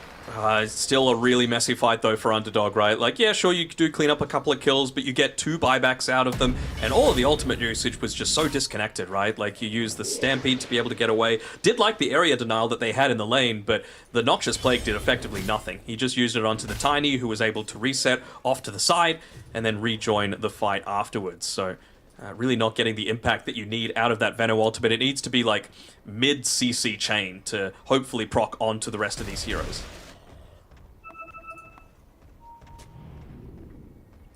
Willow's... I remember Willow bought back as well. Have to be very careful here. Really get a nice D ward for free. And now Roshan's up top, so this is going to Spiky Gaming just that little bit of an additional advantage, but they're looking to try and set up both with lane vision as well as, I'm sure, trying to take control of that high ground. Yeah, I mean, it still just feels like this game, the longer it goes, the harder it gets for underdogs, right? We've got the Darkseer pretty much ready now. He's got his kit. But Tiny is becoming absolutely monstrous. I've been wondering about this Sanj and Yasha, because usually from Tiny's that I've seen, you know, in the Eastern European qualifiers for Riyadh. Hold on. Oh, hang on. Oh, three-man stomp! Three-man. The zip in onto the Silencer, but he's healed up by the Greaves, the heals, the Silencer still dies, and Storm zips in deeper. Bedlam and BKB expended now, with the Dragon Knight skirting around the edges of the fight. Rifted in, has the BKB himself. The wall's a good one. Trapped in onto the Centaur, this reinitiation back in. They're forced to bail away. Centaur dead for 70. Nice move there. I think he dodges the Dragon Tail stun with the illusions popped out of the CK nice there. Another roll from the Earth Spirit is going to catch up to the Willow here. So the Straggler is dead, and now Roshan belongs to Spiky Gaming. Yeah, completely for free. This is 2 diebacks that they're able to claim. Who knows, maybe they'll just shove out an additional creep wave as well, considering they've got all the time in the world to make these sorts of plays. But you just see how hard it is, right? They put the right targets on the front line to be able to, you know, get that safety net coming through from the Darkseer. They've already got the Mage Slayer for the debuff coming through, 40% less spell damage. Then you add on top of that the Breathe Fire, minus 30%. Then you add on top of that all the armor that you've got to play with. Then you've got the Pipe, then you've got the Greaves, then you've got Tiny, who's just tanky as hell. Like, it is so hard for them to be able to kill anything, which is why we're really only seeing Hara and Outside die in a lot of these fights. It sounded like you were building the perfect ice cream sundae there for a second. You know, just a layer of ice cream, some hot fudge, bit of whipped cream, some marshmallows, some chocolate chips. I love it so much. There's always Danog with the monthly picture on Twitter or Facebook or whatever. It's just, you know, just out in Melbourne getting some cream, or wherever you live in Australia. One of those funny cities out there. It's a beautiful city. I love my I got it city. right. Was Melbourne? Yeah? I am in Melbourne, yes. Okay. I guessed correctly. Or I remembered correctly. Very good, very good. Well, they're just giving up a tower for free here. No, we're on ice cream topic. What's your favorite ice cream flavor? What's your go-to? I like chocolate, but I don't like just chocolate, you know? So it's got to have a mix of something in there, like some sort of nuts and vanilla. Like, I like stracciatella, I like, you know, hazelnut, pistachio, all that sort of stuff's real good. So or if it's a really nice day. No, I do love a sorbet as well, but you just got to be in the right mood for it, you know? Typically, when I've been enjoying a few beverages, a sorbet is generally a little bit nicer on the stomach compared to all of that lactose. What's your thoughts on mint chocolate chip? Hate it. I don't like mint in chocolate in general. It's why are you wanting some... I'm going to sound like the whitest person ever, but like, why do you want this spicy chocolate? See, that's one of those weird things where I dislike mint, and so I dislike several herbs in general. I don't like dill, I don't like parsley, I don't like mint, just in general. But mint is fine in toothpaste and in ice cream or chocolate. I hate it in drinks, I hate it everywhere else. I hate it when I'm like eating, Where are you know, getting like a minty drink from? Oh, You've like never had a minty drink, like fresh mint? You know, they put it into a like cocktail. A mojito? Like a mojito. Yeah, I do not like mojitos because I dislike mint that much. Yeah. But mint chocolate chip ice cream is just freaking amazing. Okay, Dark Willow disappears. Down inside the Shadow Realm. Just whacked down with a couple of hits out of this Tiny as they press forward. The global silence. Really the Storm has to BKB. They're gonna zip back into base as the Phantasm will hold back the Tiny at least for now.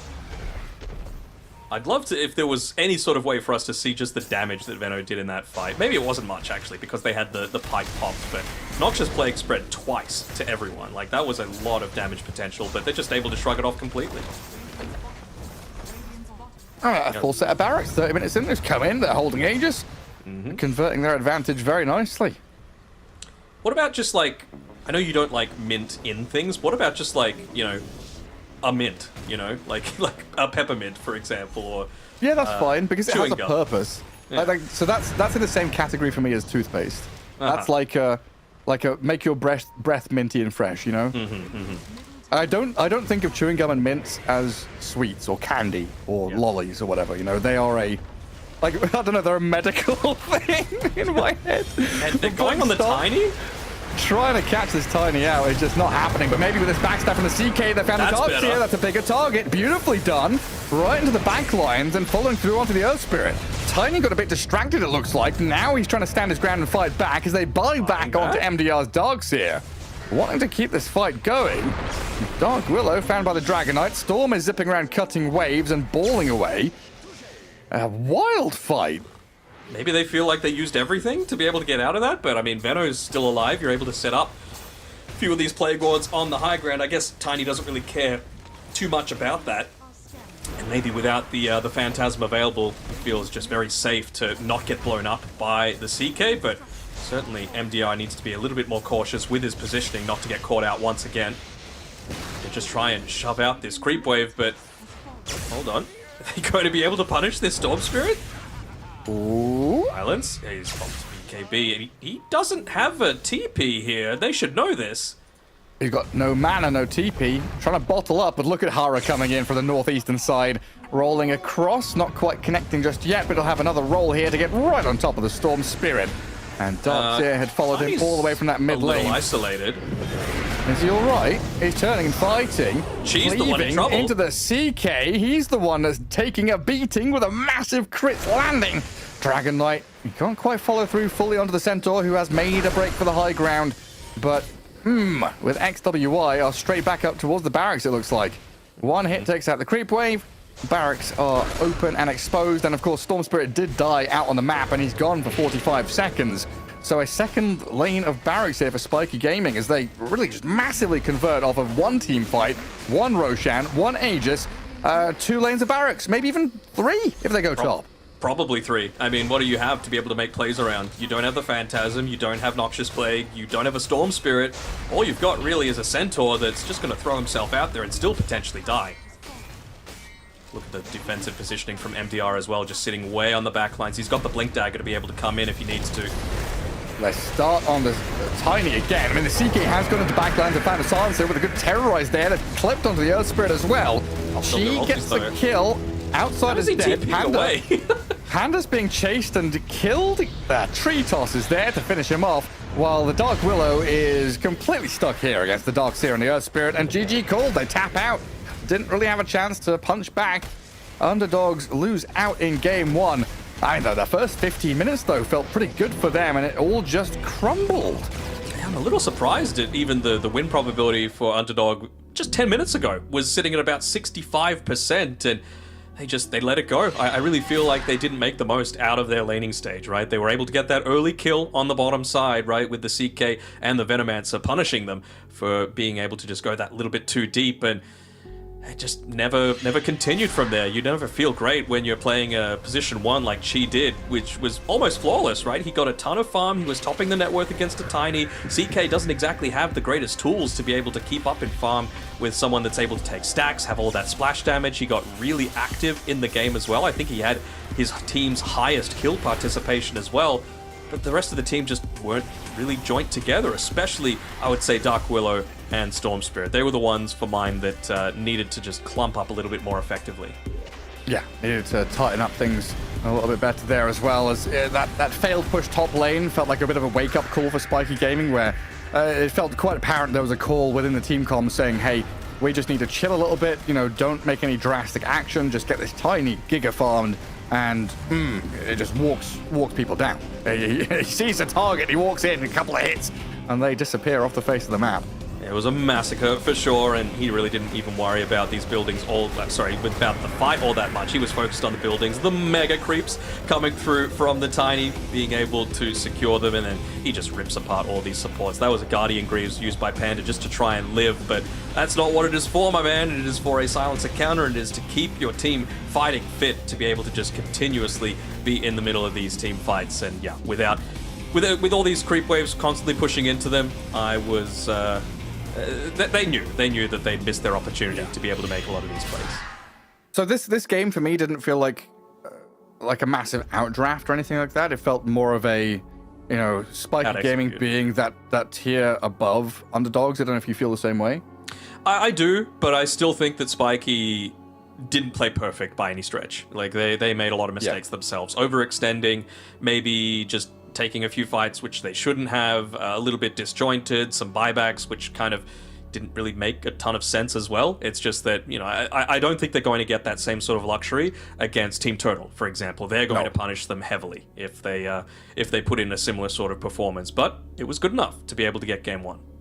Yeah, I mean, this feels like one of those series, these two teams where, maybe underdog takes the game off it, but I struggle to see a world in which they take the series. Maybe we get some cool upset or, an outdraft or a cool cheesy pick coming out from underdog to tip the scales a little bit. But yeah, it's felt like Spiky Gaming, just that a little bit more experienced, a little bit more resolute as you head into that mid to late game to be able to take those team fights. Hara on this Earth Spirit, I don't know, when it was picked, I felt like Earth Spirit, position 4, not a big fan, but paired with the Dark Seer, there's the ability to keep rolling, and I think primarily just allowing DK to have a player that, have a hero that's with him. So often we see Dragonets blink in, and it's like, his head turns around to look over his shoulder, like, where's my team?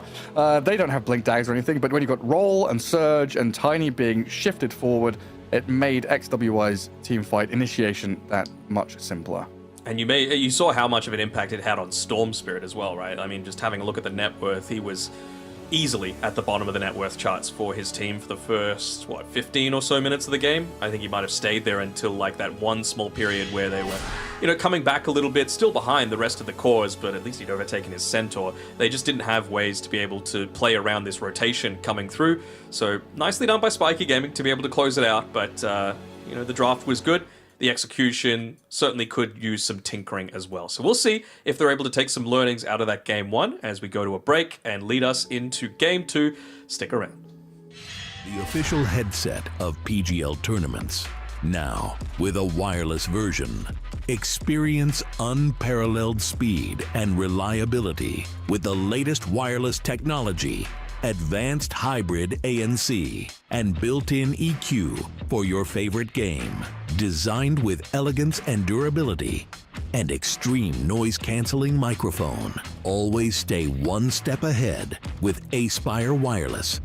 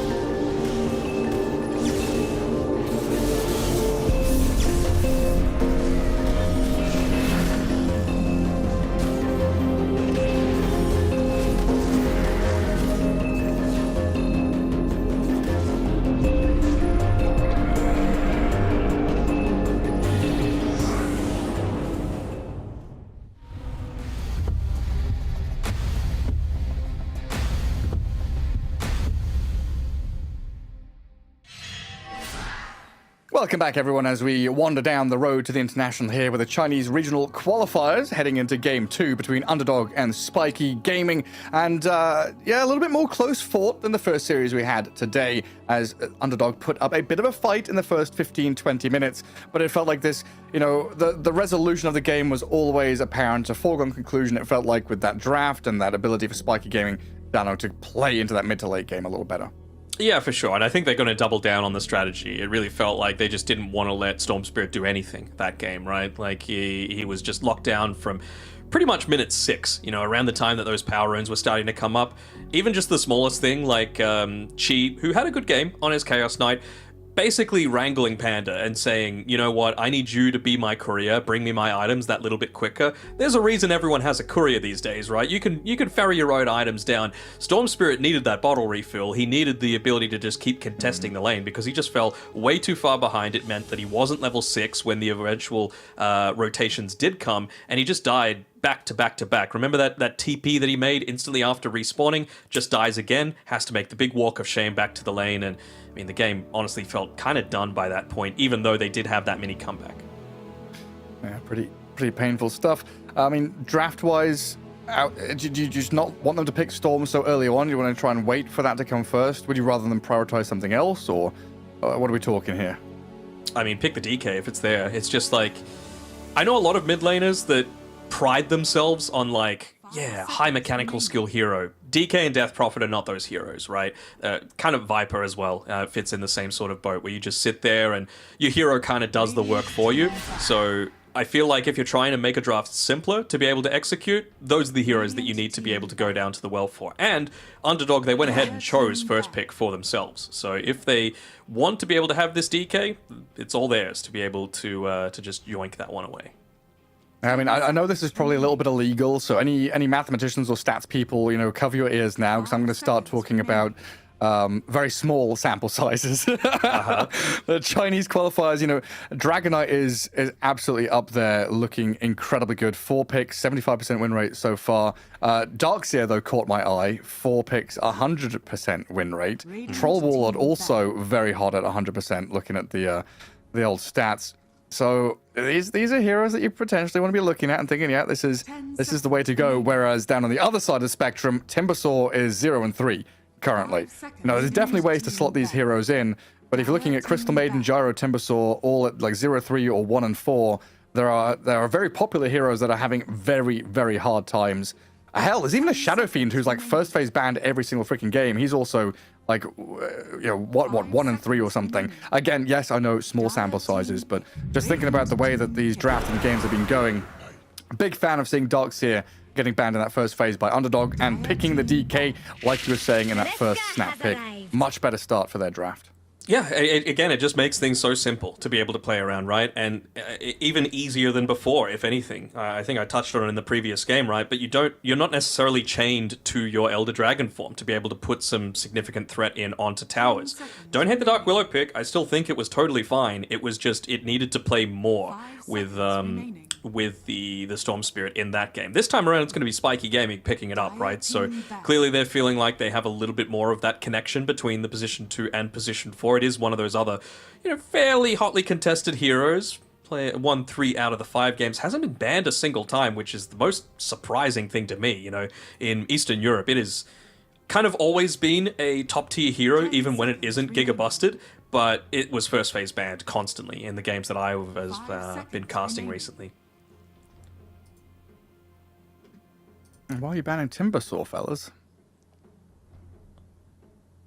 It's not a good hero. I just read the stats out.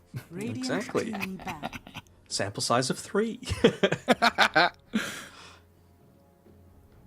What about when Clockwork is banned 9 times, you only win, what is it, 2 out of the 9 games? those stats? Is that what I'm reading correctly? If you're going off the old Dota buff? Sorry, if he's banned 9 times? So he has been banned 9 times, and if I'm reading that column correctly, it says win percentage 22%. So I'm assuming that's saying when it is banned, you lose most of the time. Is that what that's saying? I don't understand. I don't know what you're looking at. I'm sorry. I'm going to send you a screenshot, Gary, just so that we can be completely on the same page. Ah, stats coming through. That is fantastic to see. So, yeah, the win rate, obviously, very good when it's picked. I'm talking about more when it's banned, though, right? So, if it's banned 9 times, then it wins, it says 22.22% win rate. So, I'm assuming that means if you're banning it 9 times, only 2% of the time you will win as a result of that ban, if that makes sense. So, it's essentially saying, don't ban the clockwork, pick the clockwork. You know, you'd much rather have that one for yourself to be able to play around. Again, low sample size, it's probably a bunch of BS, but they had the potential to pick it with this first pick out of the phase, and I wouldn't have hated it because of the area denial also enables someone like the Razor to just be a lot more effective with the static link as well. But you know what, they're just feeling pretty confident with the Brambles and the Razor on their own to be able to, well, both deal with the DK in the game as well as be a pretty strong lane for themselves too. 5 seconds remaining. It gives them a lot of options. All right, what's next up? Dragonite, picked in the first game. Looks very successful through this qualifier so far. Pick. They're going to pair it up with an Enchantress, a hero we've not really seen too much of, but we were talking about previously, and a Vengeful Spirit. Okay. There's a little bit of new stuff coming through here from Underdog. I like it. Like, clearly what they were doing in Game 1, they feel like it didn't work out too well for them.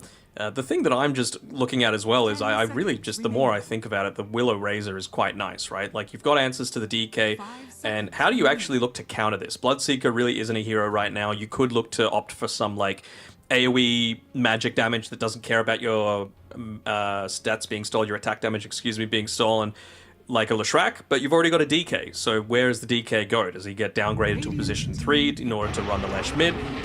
It just feels a little awkward to me. Winter Wyvern to give them some team fights, Slaughter to lane into the DK feels pretty solid as well, so yeah, I'm quite liking the Spiky Gaming lineup to be able to start off. Even just percent against the DK feels quite good too. Yeah, hell, even the Vengeful Spirit, right? If this is a core Venge, she's got tons of stat gain, gets pretty tanky. 5 seconds remaining. Can be turned on quite nicely. And yeah, having a Slaughter here to pair with a Willow as well later on in the game when you've got that Bedlam and Blink, always nice to have. And the Razor and the Wyvern not really going to get super close quarters sticking onto someone that much. Also, it gives you a tiny bit of flex as well with this Razor. Like, I've been talking about it as if it's going to be paired together with the Willow because you've got the Brambles to be able to play around with. But now that you've got the Wyvern, you've actually got a decent amount of kill threat in that lane as well, right? If the Venge is a 4, maybe the stun is going to stop that. You know, you're just going to be able to run away with a magic missile being used onto him. But, you know, just get a static link onto someone. Level 2, Arctic burn them down, slow. Plasma field, slow. And you've also got the Splinter Blast now to be able to follow it up and, you know, just basically guarantee that you're going to get a ton of those, that attack damage stolen and potentially even get kills in that lane. So, yeah, giving themselves a little bit of flex here as well, which is quite nice. So, do they now Bloodseeker, is the thing. Because, remember what I was saying before about if you've got multiple heroes that are just trying to run at you, you pick multiple? Well, they do. They have the Slaughter and the Razor to have to lane up against. And I feel like that's a little dangerous to be able to just, like, wipe out a Razor's effectiveness. I've heard good things about the Aghanim Scepter on the Bloodseeker, but looks for now like they're going to go down the Shadow Demon route. I mean, that's another way to be able to deal with these heroes that are just trying to run at you, right? You've got the Demonic Purge.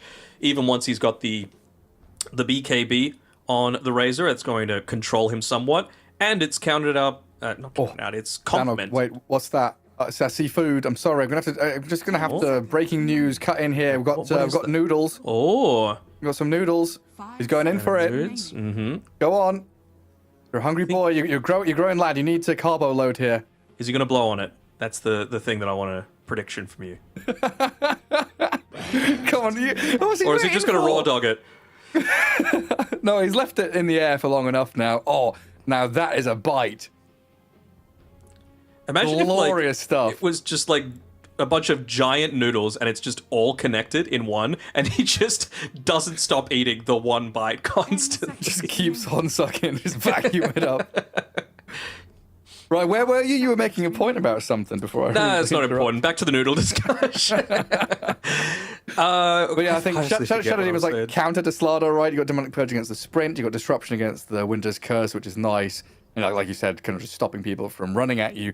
It does push this Venge into like a guaranteed core roll, right? Is this a carry Venge? Do we see pos 3? What's going on? Yeah, I could see it working. Also, just the fact that Venge in general, just having swap against the static link feels kind of nice. Demonic Purge as well for the Shadow Demon feels really good too when you consider you're going up against these brambles, right? Now suddenly the area denial isn't as big of a deal. You can just constantly run through them, basically. You don't need to, like, maneuver yourself. You don't need to slow yourself down. 3 slows as well that you're going to be able to disable. Oh, I think the point that I was mentioning is that Ench is very complementary to the Shadow Demon, right? You're much more of a proactive hero as opposed to a reactive one. So you're going to be making a lot more plays. You're going to be pushing towers alongside your Dragon Knight. You're not sitting on the back line. You're not making stacks. You're the one taking the farm. You're the one making the plays happen, which I feel like whenever you're playing with a Vengeful Spirit, as a core, especially, as all right, we talk about new heroes. Here's another one, the Arc Warden. Venge does need a little bit of time before she's able to truly impact. Right, back in the day, it used to be only through the avenue of the Aghanim Scepter. These, oh, okay, Hey! we're in for some good notes. Everyone, position yourselves. Stop slouching. Get your legs down off your chair. If you're sitting cross-legged like me, you're doing damage to your ligaments and your knees and stuff like that. Firmly plant your feet on the floor. Don't be on the edge of your seat. Shuffle back a little bit and get your butts ready, because this is a Meepo against Arc Warden. Game 2, lower bracket, best of 3. Potential elimination coming through from Underdog if Spiky Gaming can take this. Danog, what did I ask for in Game 1? Something new, something a little bit different. You know, just try. I asked for them to pick a hero that began with the letter M, and they've got a Meepo. They do indeed. And excuse me, is he going to be able to get the ball rolling is the big question that I have, because you've got good team fight, but very early on, I'm not sure you're going to be able to get the most out of this Meepo lane, right? It's really just going to come down to, again, are you going to be able to execute that level 6 timing with the Winter Wyvern for the counter initiate, for the Dark Willow to be a little bit more on the front foot, and they just want to try and find Chi. I think this game, it's a lot more important to find him and lock him down, because he was the only one keeping Underdog in the game in game number 1, whereas I feel like there's not really too much that you can do going up against a DK, right? Like, he's going to get farm. He's kind of inevitable, and he's just a little bit too hard to kill. Arc Warden, certainly on the other side. It definitely should be a spicy one. Very, very interesting draft coming in here. A little bit of a difference maker. Again, a situation where I feel like we talked about it as well, needing that little bit of surprise factor. You know, Dota being such a game of experiences and knowledge, you upset and tip the balance a little bit with an Arc Warden pick. This Vengeful Spirit, you're going into a core role as well, potentially, as we will get ourselves into game 2 and see exactly what we're dealing with here, as we'll have both teams smoke up and move out across the map to get their early vision down. Dragon Knight, smoke breaks, doesn't place the ward because he knew he was spotted, and Outsider in a good position there to see it coming. But man, this is going to be a cool one. Also, just having a think of having a look at all the facets, right? Meepo's gone for the pack rat, so not more Meepos. So I'm interested to see what item he's going to choose to put in the neutral item slot. Like, is it a diffusal blade, for example, just to have mass diffusal coming through? Is it going to be eventually, like, I don't know, a basher or something along those lines? Is he just going to use the neutral item itself? Because Vambrace, Pupil's Gift, they all both feel pretty good when you've got a Meepo just to be able to tank up the other boys. What is the best item to put in that slot? Rattle Cage. I think it just needs to be something that doesn't have a cooldown associated with it, because it's all shared cooldowns, right? You can't use like a scythe into a scythe into a scythe. That would just be way too busted. But Rattle Cage, let's say, you know, you get a big amount of AoE damage in these team fights. Every single one of those Meepos. This Arc Warden is dead. Yeah, he Caught is. up. The brambles, the stun. The Razor comes in. Now Panda's going to get harassed out of this lane as well. And already XWY drops the tip onto Chi. Oh. I did say they needed to focus him down, right? He's the one that's going to be able to keep them in this game. He's gone for the Disorder, by the way, as opposed to the Order. So that's generally what you want to do when you're playing as more of this position 1 role, all right? Just to be able to get that bonus attack range from like 1 point in the magnetic field. It also gives you a lot faster activation time for the Spark Wraith, so much more capable of securing things like the range creeps in the laning phase. Razor, no last hits yet. There's one under his tower. But Dragonite off to a good start. Yeah, as we've seen time and time again, Dragonite just doesn't lose lanes, and very often now he outright wins the lanes. As Meepo has dropped down to about half HP here, just dragging that wave a little closer to his tower. Not wanting to lane fully into double ranged lane here, especially when Wyvern is your support. And this bottom lane feels quite passive and dull from the Radiant side, right? Just getting levels up on your two heroes. Yeah, Panda. sorry, Meepo is in a tiny bit of trouble as well, but yeah, Panda is the one... Nearly dying top. Barely pops the regen to stay alive. This is the power again of like just being able to confidently run at people, right? Like the Willow just enables that so heavily that MDR should be able to, you know, focus in even onto these relatively survivable supports like the Enchantress. Oh, I was about to say slightly off the mark with the Brambles, but Panda ends up walking into it anyway. There's so many Brambles, he's just guaranteed to walk into one at this point. Yeah. Yeah, it That's why the Demonic Purge is going to be so great if Chen's able to get into it. 12 and 3 DK, doubling up on the Razor right now. Not an easy one for XWY. It's not a hard lane, for sure. You're going to get farm, you're not going to get harassed too much, but it's not an easy free lane as we used to see in the past. Again, one of these situations where, you know, if you're coming back to Dota now after a 5 or 6 year break, you're like, yeah, Timber against DK, Razor against DK. DK just gets destroyed, right? Yeah, that's not how things work anymore, I'm afraid, my friend. Things have changed. Not so sure about that one, Chief. Meepo. So just keeping my eye on XWY. He's going for a bit of a static link here in this mid lane onto the DK, so he's going to get a lot of that damage stolen, but you know, early on, the link duration, I suppose it still lasts for 10 seconds after it's done, but he was really just worried about being able to survive, and with those two braces, with the Tango, he's going to be A-okay. If he tries to get aggressive, you just breathe fire, and then, you know, of course, that has that 30% damage reduction coming through. You know, I'm surprised, honestly, that he was able to last this long. Look at that damage! It's so stupid that you're able to just turn around and do that much to it, Gary. Oh, man. The thing is, it's even funny because the Razor drains all the damage. He's got 100 bonus damage. He misses uphill like twice on the DK. The DK turns and then does what, like 600 damage in 3 hits? And he's just regenning up like a beast the entire time. Monstrous hero. 4 health regen, 4 armor. He's got an additional, what, 1.5 from his braces. This is why Dragonites don't lose. Strength. Nope. Careful there, Razor, buddy. Yeah, and he's still getting a bit of farm and, you know, experience, of course, on the Razor, but he's going to have to shift out of the lane to find any serious impact. And in these other lanes, looks like the Arc Warden is definitely struggling. Slardar is 18 and 6, along with that Willow, putting a lot of pressure on the double kind of squishy ranged lane up in this top spot. And looking very good for MDR and Hara with this duo off lane. So I haven't seen a single use out of the Arc Warden ever since the changes in 7.36. So basically the big one to me was it's taking a lot more damage as opposed to not doing as much damage. That was one of the reasons why it wasn't that great previously. They gave that badness over to Terrorblade. But the other thing was it now lasts 60 seconds, the Tempest double that you've got to be able to make plays with. But it immediately like goes on maximum cooldown as soon as it dies. So you're basically forced to respond to the Tempest double this game.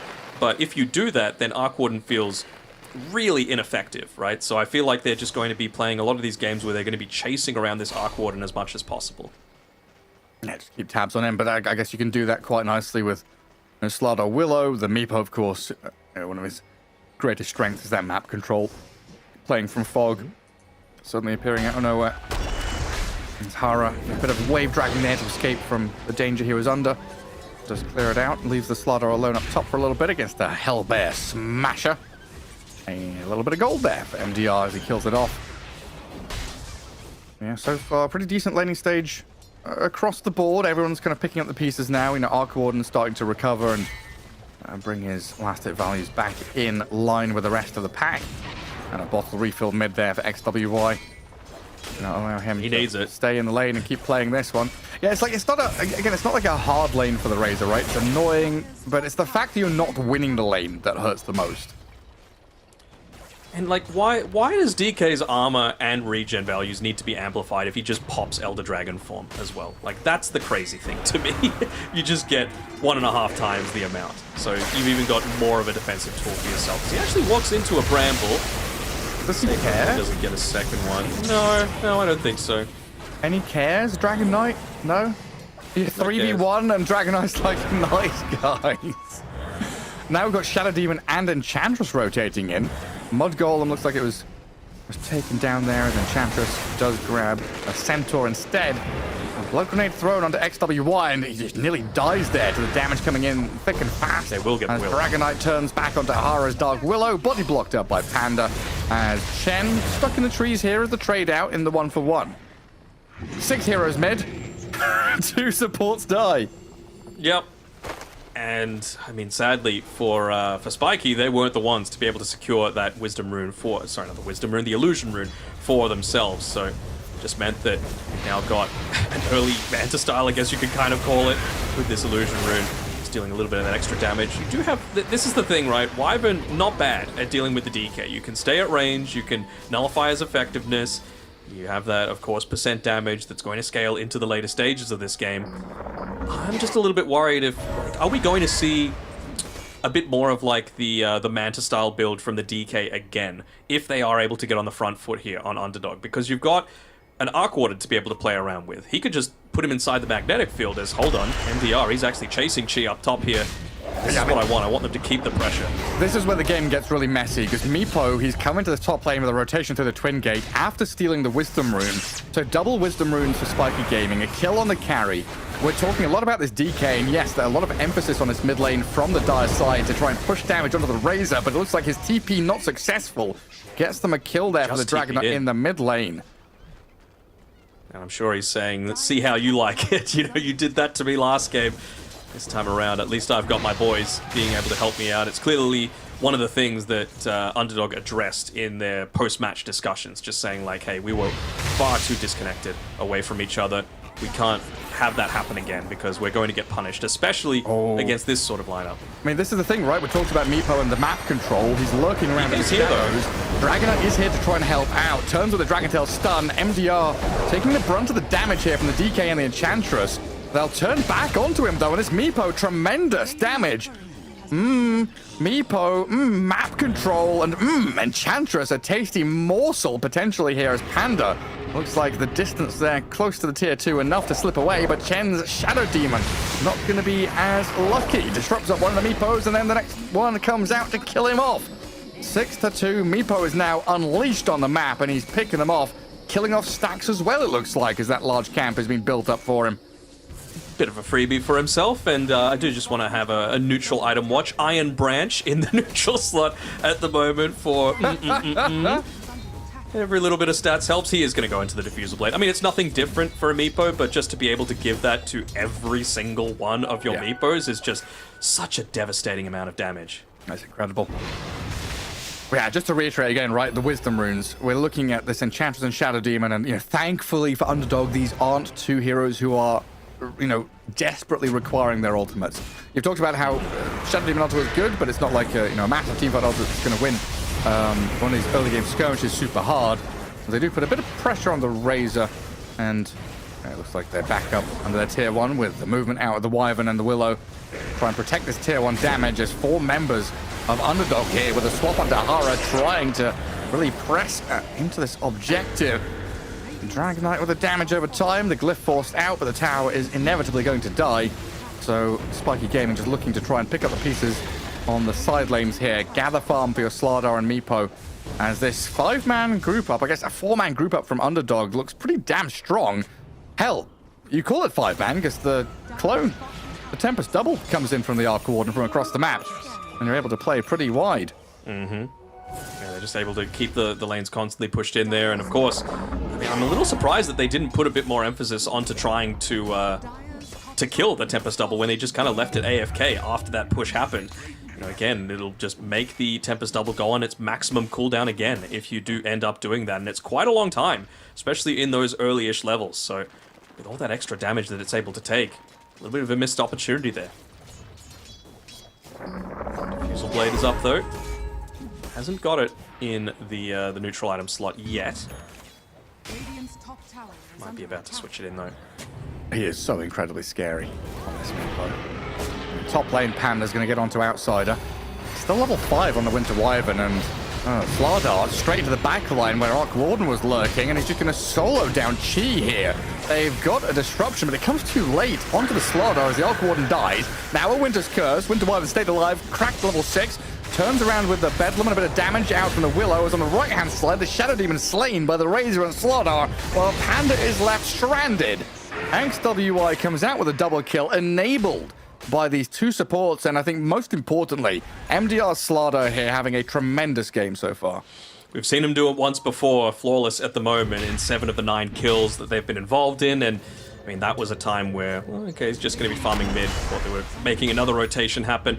They actually did focus in onto the Tempest double. I think you need to get a lot better on Chi at microing it away, because they were just feeding it to the wolves. It was 180 additional gold that Razor has been able to pick up, so even though the lane didn't go well enough for him, as long as he's just able to continuously go at this Tempest, it's going to leave Chi with far fewer options at being able to maximize, for example, his Midas efficiency even, coming from the Tempest double. You can't keep as many lanes like ratted out quite as effectively. Still only level 7 on this arc. Not what you want, and they're not going to stop with the pressure, going straight on into the Shadow Team and a really early Blink Dagger. Yeah, this is a catch and kill kind of draft now from Spiky Gaming. They see a hero on the map, they'll catch, they'll kill, they'll move on to an objective as they ping out the Arc Warden top, but down at bottom in the meantime, the Meepo is being run at by Avenge and Enchantress, but good proof off to the left side, and Razor's rotation onto the Venge. Oh, it's going to net them a kill here. The position 3 Vengeful Spirit getting drained, sapped, Top. and killed, while up at top is that the Arc Warden being Bedlam. surrounded by MDR. Bedlam on that Slardar, incredible damage output, nothing that DK could do there to save him. Chi not having a good game so far on this Arc Warden, really struggling. Bottom of the net worth of the cause, and I don't see it improving anytime soon. Like, you've bought Hand of Midas, you want to scale, but it's one of these heroes, and it feels like one of these games where the underdogs need time. They need 15, 20, 25 more minutes, and I just don't think they've got it. They're not going to be given it. That's not what a Meepo draft gives you. I'm a little surprised, honestly, that the lane didn't go better, just because, you're a Slardar, you're going up against an Arc Warden, you've got an Enchantress, one of the better laners as well, in terms of just being able to dominate it, but I mean, it feels like ever since that rotation came through from the Meepo through the Twin Gate to be able to just wipe him out, it's just, he's had nowhere to be able to play. That was your safety net, just being able to play around that tower, but not anymore. Yeah, it's kind of wild how, I guess it's the story of the game where we were talking, big ups to this Dragon Knight saying, yeah, he's doing great, having a great time, looking good, he's scaling, he's still top of the net worth of his team. But I think the fact that we haven't talked about the Vengeful Spirit, the impact she's going to have, we haven't talked about the Arc Warden, the impact he's going to have, because they are just being run at and killed over and over again. What is the Venge bringing you? Is this Aghanim Scepter going to turn the tides, do you reckon? Well, that's what I was talking about in the draft, right? When I say, when you're playing Venge as a core, I think it's a little bit less so if you're playing it as a position 1, right? You're going into the Echo Saber, you're wanting to increase your own farm quite heavily. If you're going this Ags, your team needs to make space for you before you can really be selfless and look to help out the rest of the boys. And I mean, deaths like this, potentially, aren't going to do yourself any favors. No, he tries with a swap, but dead nonetheless. And they brought heroes down here to try and defend them. That Winter's Curse is just spot on perfect. MDR's going to step up with a potential crush on the 2 or 3. The fear and the damage comes in on the DK. The Bedlam's going, and down they fall. The Cold Embrace keeps Slardar alive. This looked like it was just a Venge kill. It's like, okay, Venge is dying. That delays the Aghanim Scepter. Oh Sad no, story. she's dead. That is not just a Venge kill. That's a Venge kill into Shadow Demon, into Eng, into DK, into Chain Feed. Arc Warden feeds away, dies, and a triple kill for Outsiders Winter Wyvern. Man, Danog, this is... it's getting close to over. It is elimination time, so of course you don't want to tap out, but 17-2, 10k lead. Was Meepo even involved in that bot lane fight? No, he wasn't. He was just picking up another wisdom rune for himself and farming up his Aghanim Scepter, where now he's ready to be able to join the rest of the boys. Yeah, it's a problem. Yeah, it's a big problem. Level 13 Meepo. Absolutely monstrous. And Winter Wyvern has that thing with wisdom runes, right? Yes, where everyone gets a little bit of the knowledge coming through. So, I mean, So you're you've- going to extend the lead even further. Yes, you've stolen one, you've taken 3 other ones. You're looking pretty damn good for yourself as they just dive into mid, the self-disruption. I mean, seconds of time here for Chen to stay alive. Slardar now with an Eternal Shroud means that he has complete freedom to dive wherever he wants to. And yeah, Meepo right up to this top lane, just cutting the map in half. A 15-minute blink dagger, 16 for the Winter Wyvern. It just feels so good, right? Like you've got 3 heroes on your team that want to go in first. Like Meepo, maybe he just wants to wait for the blink dagger for himself, but MDR has been doing a fantastic job of just leading the charge almost every single time. He's going to be the first one into the Roche pit as well, realizing that, hey, we can close this game out right now. Get me an Aegis. Let's unlock this Meepo even further. Get things going. So, what I was saying before is, like, in order for you to fight and get the most out of the Aghanim Scepter, you just need to be given complete space to farm it. It's kind of like, maybe it's not the perfect analogy, but like why I don't like Earthshaker as a support, because you need so much space to really enable that hero to be impactful, right? It's kind of a similar sort of thing with Avenge 3, where at least you've now got the potential to be, a little bit more active, a little bit more of that damage deal while still having the save. She's about to die again, by the way. But if you're just going this standard build with what it was previously before 7.36, you still just are a non-factor in the early stages of the game. You're Yeah. single target, you don't farm that fast, you don't contribute a ton to a lot of these team fights, and until you've got your Ags, you're basically useless. Yeah, I'd even argue it's like worse than that Earthshaker in that situation, because it's like the difference between Earthshaker buying Blink, or we've talked about that Brewmaster buying Radiance, where you're kind of dead weight until you get to that key item. But when you get that key item, you can win a team fight or you can make waves, right? You make a big change in the dynamic of the game.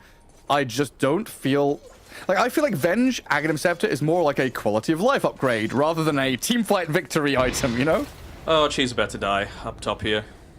Oh yeah, again, Meepo. Maybe just his Sees the Tempest clone. Double. Yeah. Tempest Double is going to drop here. They're bringing numbers. They're trying to defeat the Meepo up in this top lane, but he's quite tanky, resilient, and holding Aegis. Yeah. They'll need numbers. They'll need a lot of numbers, and he's got the Mega Meepo as well for And a blink dagger now. Yeah, good luck, buddies. Man, look at this. Storming across the map. Razor's trying to catch a glimpse of someone here with Slardar in tow. The Vengeful Spirit in the trees. They pinged him out, and the Blink Crush comes. XWI with the Static Blink, and Winter Wyvern nearly finding the TPing Arc Warden, but not quite there in time as they kill the Venge and look to transfer this into, tier 2 towers across the board. I mean, Meepo just diving into the base at this point. Why not? A single fear. Straight in behind tier 3s, crushing the Shadow Demon down. Meepo will lose his first life now, but the Razor's going to bodyguard him here. Chi and Panda trying to hold the line as Meepo will get back away from the tier 3 and survive quite easily. I think they're just having a good time right now. The chat wheel is not exactly something that is synonymous with the Chinese region, but certainly, they just feel like they've got the complete freedom to be able to move wherever they want on the map, do whatever the hell they like, and he's even nearly got he does have the dig shard coming out to him as well. So where's the reason to go back? You've got heals from the Wyvern, you've got heals for yourself, you've got a Razor who's closing in on his own BKB as well on top of everything else, and yeah, you can see they're not in a mood to be able to stop this ball rolling. They're just going to go in for more.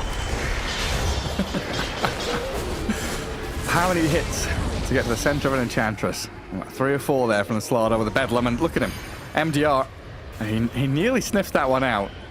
Chi going to try and hold his ground there, but the bright contrasted colors of the Radiant team, the yellow, the purple, the orange, swarming across that enemy ancient spot, and Meepo straight in with a ensnare on the root of the 3 of them there, catching them all up. Swap comes out, the Meepo, he is dropping lower, but he's got the damage with the Mega Meepo up. He's going to charge up to high ground. 3 heroes dead, a buyback from Shadow Demon, Dragon Eyes falling, and this might be it. GG called, they tap out, and they are eliminated from the Chinese regionals as Spiky Gaming, they move on forward, marching down this lower bracket. The power of second pick, Gary, is all I gotta say. Yeah. Being able to come back with the Meepo at the very end there. 2 MDRs there.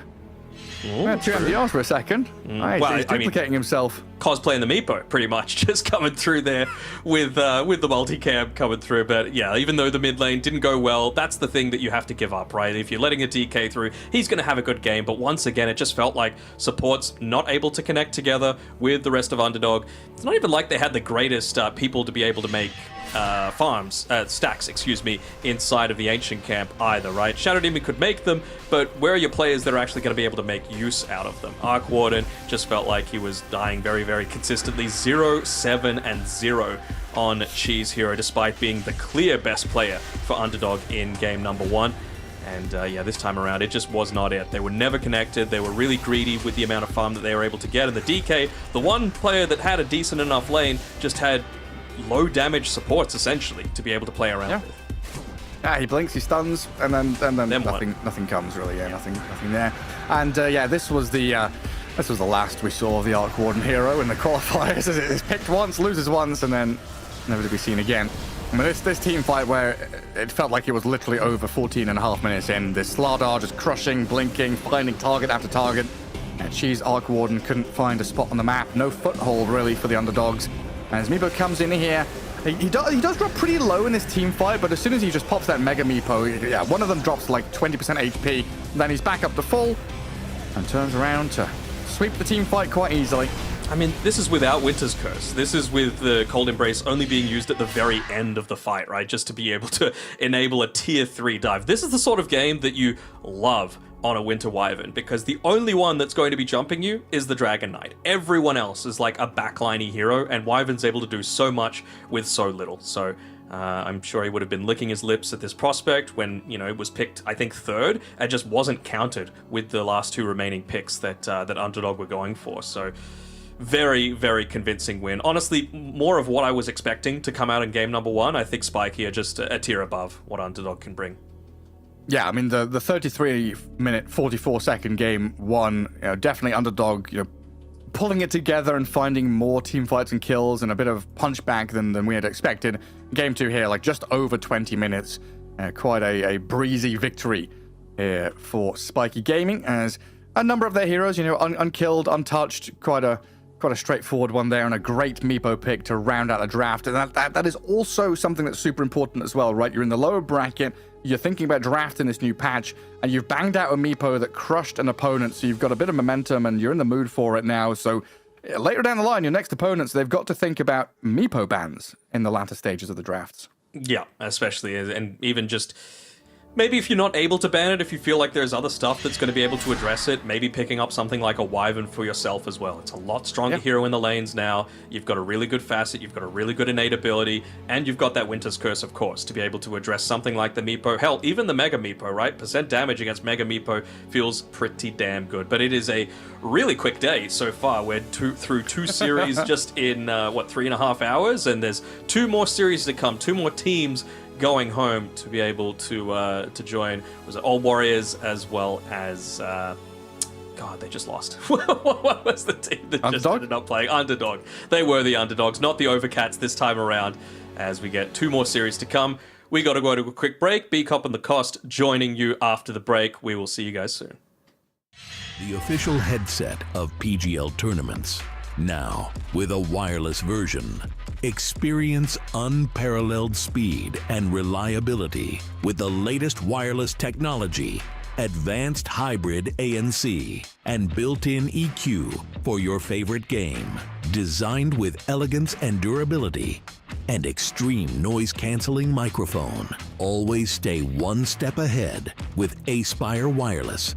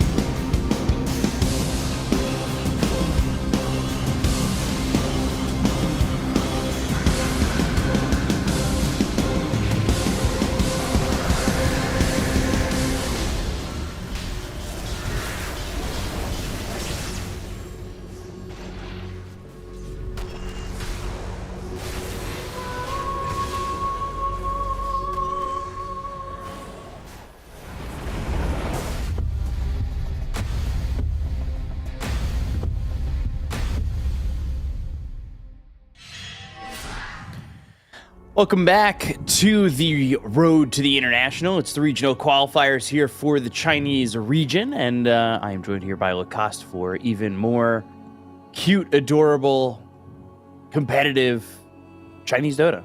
Those are the adjectives that I chose. I was very happy with those. I don't know if you feel the same about Dota, if it's cute and adorable at times, but also fierce and competitive to you, but I'll let you choose your own. It depends which teams are playing. We had a lot of one-sided series yesterday, especially the one with LGD against Dark Horse. So looking forward to see what the Dark Horse is going to be able to do today, because they are going to be playing against Team Bright, and Team Bright being an open qualifier team, having some, I would say, relatively big names. I would say these are like tier 2 players that we've seen. Imitator, TK, Zhang Yu as well, who played for LGD. It was a short time, didn't really fit the team, didn't really fit what they were trying to do. But we've seen a lot of experimenting when it comes down to the hero picks. Like we've seen some Meepos, we've seen Carry Darkseer and stuff like that, which I'm really glad. And China has always had their own meta when it comes down to, like, there was inter-regional meta, and they also were not too afraid to experiment. If they thought something is good, other teams would copy, and then you would have like Western Europe, you would have other regions doing their own thing. And when you have these like clashes, then this is when Dota becomes the most interesting. But also the inter-regional matchups, it has its own spice because they know each other inside out. They know all these like cheesy picks that they could potentially go for because they are playing scrims. And we can look at the draft. Templar Assassin, of course, being banned. This hero, I believe, is still 100% banned because nobody wants to play against the hero. It's just too good of a hero right now. Oh, never mind. It is 92% ban rate, so not at 100 anymore. Almost. One game off. Radiant team pick. TA, somebody was out there willing to risk it, and now Witch Doctor, a hero we're seeing a good amount of. I don't know if it's just the two of us that when we're together, we see a lot of Witch Doctor, but I'll tell you what, Gree, this is the item that you have in your inventory by default. This is innate ability, and you basically never use it. It's never a good time to use it. You want more gold. That's how it works. But Witch Doctor is super powerful. I would say that his AoE is slightly too big, but that's why teams are using it right now. On his Luduf Restoration, it does heal Witch Doctor and also deals damage to the enemies. All you have to do is use Maledict and just run them down, throw in a Blood Grenade. Very interactive gameplay from Witch Doctors. And then Centaur, the Dark Horse, picking pretty much their logo immediately. that is definitely what they're doing here. And the Centaur, I don't know if you unlocked it yet, but he's gotten some new cosmetics in the Crownfall Act 2. Very important, especially for the Chinese qualifiers.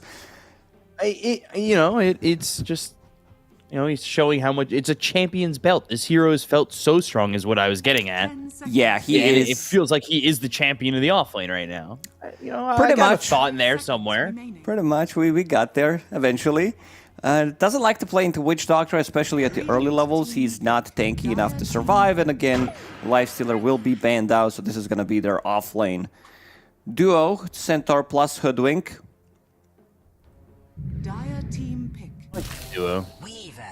Bushwhack into a couple double edges with a hoof stomp feels strong every time, and we have definitely seen some strong Weaver games, that's for sure. Yeah, it's most likely going to be played from carrier role. This is a strong safe lane duo, Witch Doctor plus Weaver, where you have Bug on you plus Maledict, the overtime damage. You can't just stand there and try to kill the bug. You will need to run away. Something that Centaur is always lacking, that's definitely armor. So Weaver being relying heavily on physical damage early on, and also reducing the armor feels really nice. And also you can easily dodge the Bushwhack Acorn shot with your invis, so most likely this is going to be lane against lane for heroes that have been picked so far. And OD getting banned too, and we saw how devastating that hero can be. We've also seen how not devastating that hero can be yesterday. We saw both sides of the coin on that one. It always been like that, pretty much. on the OD where you... I think there's a lot of heroes in Dota that are like that, and this is the Bugs draft from Team Bright. Nyx Assassin, great against Hoodwink. You can easily, get it off on the Acorn shot. It's going to bounce. And most importantly, great against the Centaur. Against Retaliate, you can go with Vendetta Invis, pop the Carapace, and get that Retaliate, proc your Carapace immediately. So very easy to execute. We've seen, I'd say, 2, maybe this is the second or maybe third Nyx Assassins that we've seen, and he did look good. His Mind Flare does kill creep instantly. That does have mana, so you can one-shot the range creep. And it's not as bad as it was before. His biggest struggle was always trying to find his place in the lane. So there's going to still need to be a lot of lane shenanigans, pulling and stuff, because he just doesn't bring enough. We saw Nyx Assassin a couple times cut the creep wave yesterday when we were watching that game. Steal that range creep like you were talking about. Now we've got Zeus. Zeus, a hero that I thought wasn't really as strong anymore, but still seeing some of it. Got there. Zeus was way too strong for a really long time. I mean, he's been pretty much in every single game, every single pub. Relatively easy to play, very difficult to gank. And also, Manta style doesn't work on his Lightning Hands, or Lightning Hands doesn't work with Manta or any illusions anymore, so that's a big nerf. So he will not be getting the same amount of farm. Will need to adjust his item build. But overall, it's a great Zeus game. The vision that he does provide, also having Centaur Stampede to bail you out of trouble. Strong draft from Dark Horse already. And then into the Brewmaster. So the control, not a huge issue here for Bright.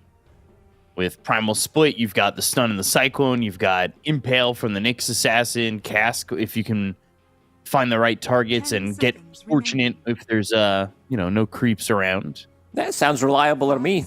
If you can, and maybe if you get lucky. Well, it wasn't... all right, fair enough. Witch Doctor, like, he definitely needs luck to be able to, or bad opponents so that he can land those big casks. Can be very devastating in a team fight. I think every Dota player experienced it at one point. What, the cask somehow bouncing to you and only you? And then you're getting close to each other, and then it bounces like 6 more times. You're like, okay, we're just dead. So Ursa gone. I think this could also be... I would love to see some more tower damage. I don't know if they would go for Ursa on the side of Dark Horse. I would prefer...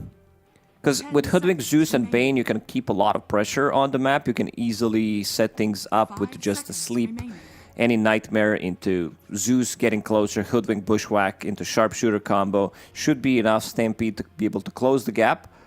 So I want to see some tower damage that potentially comes out. The Void Spirit is a good ban. Like, these heroes really dislike to play because you have a jump on Zeus and you also build into relatively fast Aghanim Scepter. So these supports would definitely suffer dealing with the Aghanim Scepter Void Spirit. Could be the one that kind of owns the game solo. So that's a really good ban. I would love to see... Oh, Slark. Okay. They really want this Brewmaster to have a laning stage. Yeah, we've seen brews without it where they just don't feel like they're anything more than a Primal Split, especially when you've gotten it in the off lane. You kind of need it to be more than that, right? Yeah. If they want a slightly more control, I think I'm fine with Faceless Void. I know that right now might not be the most popular hero because it takes a little bit of time, but against Weaver, against Nyx Assassin, Brewmaster, they have no saves whatsoever for the chrono, and you have time dilation, which destroys Weaver completely. Same goes for Brewmaster. I think you could pull it off. The other one that I'm looking for, because Nyx Assassin Brewmaster is pretty weak lane. It's dual melee lane into Bane +1. I also wouldn't mind seeing something like a Troll that could come out. Yeah, we've seen a Troll a couple times, right? Yeah, the final pick. I know God King played it. The reason why I like it here is because you can push the tempo and with the BKB SNY build, Battle Fury, of course, as your first item, plus the laning stage against 2 melee heroes, it feels really nice. Against Brewmaster, it really depends in the mid game who's getting the first jump, if he's getting the split off and then using the Wind Panda on you, so you're going to be thrown into the air. It's not as good as it was before. It did get nerfed before. It was the same on all levels. Now it does scale with the levels. So we'll see what this final pick is here. From the side of Dark Horse. The carry for Dark Horse. Well, looking a little tired. Might be early in the day for him. But I have faith. You know, they had a tough matchup going up against LGD, but it's a new day, right? New bracket. Still qualify from the lower bracket. Things are always possible. This is just the second beginning of their journey. Yeah, might also be the end, so Oh, no. quite a lot of pressure on you, especially after what happened yesterday. So they're going to use all the time to think about this last pick. It's going to be You may Tiny. now select your heroes. Okay. I mean, it's good because it lanes really well into, again, 2 melee heroes. Right. And you have this Nightmare into toss setup, something that has been done throughout Dota history. You sleep somebody, and you can also, I believe Dreamstalker is the one that actually pulls you in. It's the vector-targeted Nightmare. Still have to get used to, yeah, Nightmare units walk in Bane's chosen direction. So you can actually pull them in and then run back to the tower, and then Tiny gets the toss back.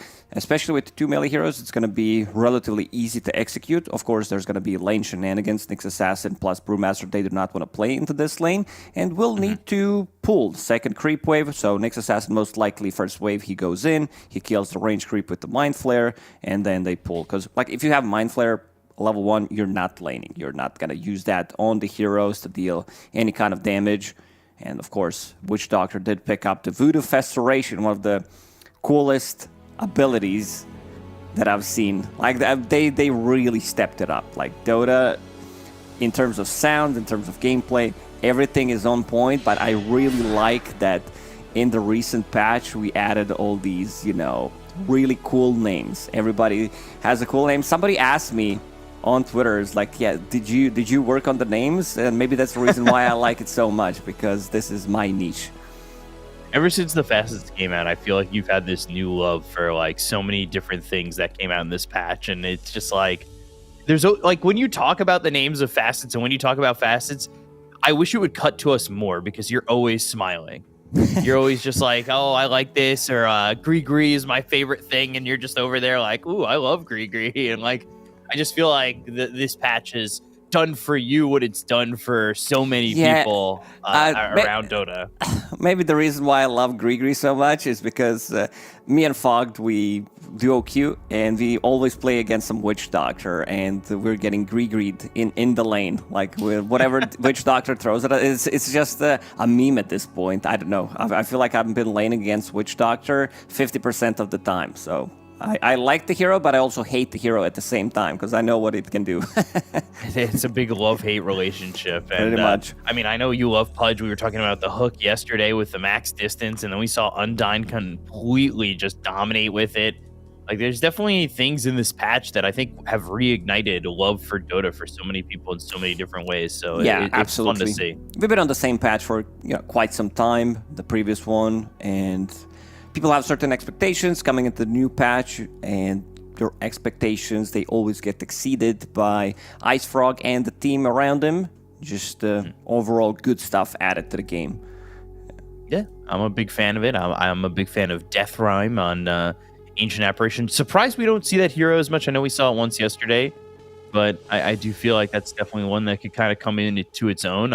I love what they did with the OD facet that changes names, and it has like 12 different names for it. But I think we've really, we even talked about it yesterday. This feels like a bigger change than talents, and it really is something that has made just Dota overall so much better, in my opinion. So it's fun to watch. We thought every Dota game was different before.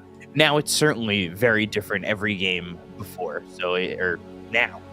So we'll see. As we're just quickly paused. We're waiting on 2 players from Dark Horse to get reconnected. And what are your thoughts on this too? I'm worried about Zeus in this game.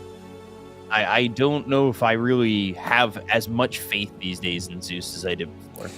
If you look at the recent changes to Zeus, every single number on every single ability has been nerfed to the ground pretty much. Lightning Bolt doesn't deal bonus damage to Arc Lightning cast range has been decreased. Live Wire is now tied to, so it's not as good. Damage has been rescaled. Cooldown on Thunder God's Wrath. Lightning Hands no longer applied by illusions. His talents got nerfed on top of that. So every single patch note is just because he's been so strong for such a long time. So we needed to tone down the numbers. Also want to see what the build is going to be now that he does not have Lightning Hands with the illusions. So no more Manta style. Most likely going to opt to go for more Aghanim Scepter oriented builds. Some of the like earlier Ags feels still really nice, you know. And we can go through some of the other faucets that have been picked up, some other innate abilities that are pretty cool. Centaur, he's been pretty much always taking the horsepower, I would say.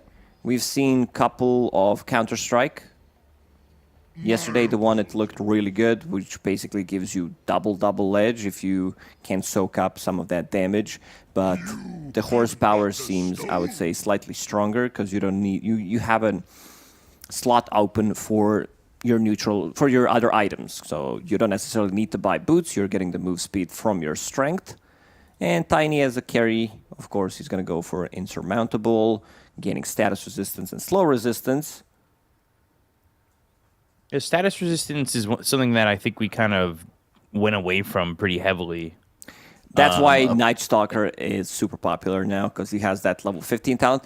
He has one downside, getting to that 15 talent. A lot of the times he does struggle getting between, like, if things are not going well for him, level 11, level 12, and then reaching that 15 talent can be quite difficult for the Night Stalker sometimes, but 35% status resistance during nighttime.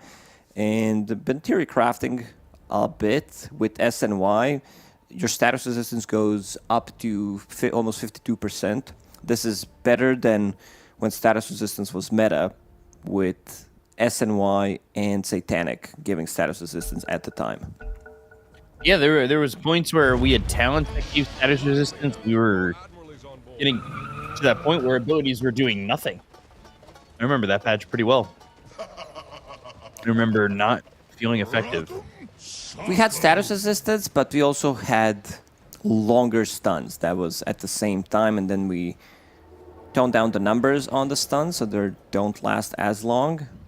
Right. And let's check this one. What's gonna happen? Seems like Smoke.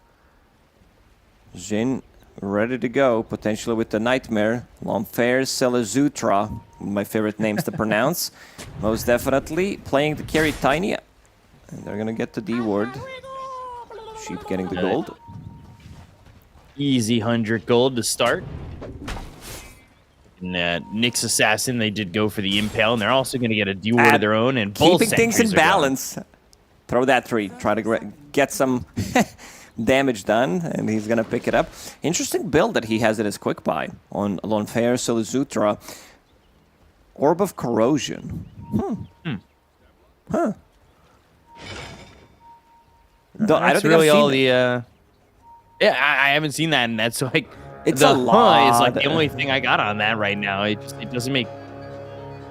It's not the standard, right? No, definitely not. I've not seen it before. And I play a lot of Dota, and I watch a lot of pubs. I watch a lot of professional Dota. Maybe the thinking is it's a cheap item. It works with your 3 grab, it works with your 3 throw, so that's nice. But it is a lot. It's a costly item. Like this costs almost 900 gold, 875. It's a lot of commitment. It's one of those things that it was an item when we used to see PA a lot more that people would be pretty conflicted on when you'd see PAs go for it or skip it. I would be okay with that if there's something to reduce the lifesteal, spell lifesteal, health regen. Oh, get his ass. Get him. You have a real hate for this Witch Doctor. Yeah, you see why. Look, this guy's not dying. It's going to bounce. Okay, the acorn shot, the 3-bounce trick shot. It's the one that you don't have the extra cast range, so she will get the first blood, but really happy that Witch Doctor died there. 10 out of 10. I couldn't tell how happy you were, honestly. I just... it was not something I understood. I'm not But a yeah, team. TK I'm not team biased, but I am hero biased. You're pretty happy about the Pudge. Now you're happy about this Witch Doctor dying. And if you want Lacoste's beneficiary words or beneficial words, you need to not pick Witch Doctor. That's for sure. It's gonna the time's gonna come. I can feel it when Grigri is gonna be used to purchase a Hand of Midas. So you invest gold to get more gold. We'll need to do the math on that when it's the best time to actually do it. It's a meme build, but look at him. Figure it out. He's zoning 2 heroes with his ability. What is this? Well, when I first played against it, I thought it was because the Witch Doctor that I played against got the first blood, and he had Null Talisman for extra mana regen, but he was zoning 2 of us, and I'm like, this is not okay. Like, it just doesn't feel right. With the Voodoo Festoration. Yes, it's so powerful. Level 1 might be the best faucet on top of what it does with the skill.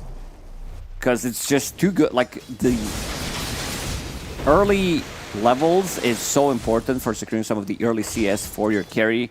Kyo, he does have now level 2 on Weaver, basically level 3, what it was before, and feels really strong, but So much damage, almost quickly, dying. almost dying. That bracer, yeah. He's trying for it. I think Aiden knows he's dead, so he was really trying to get that kill.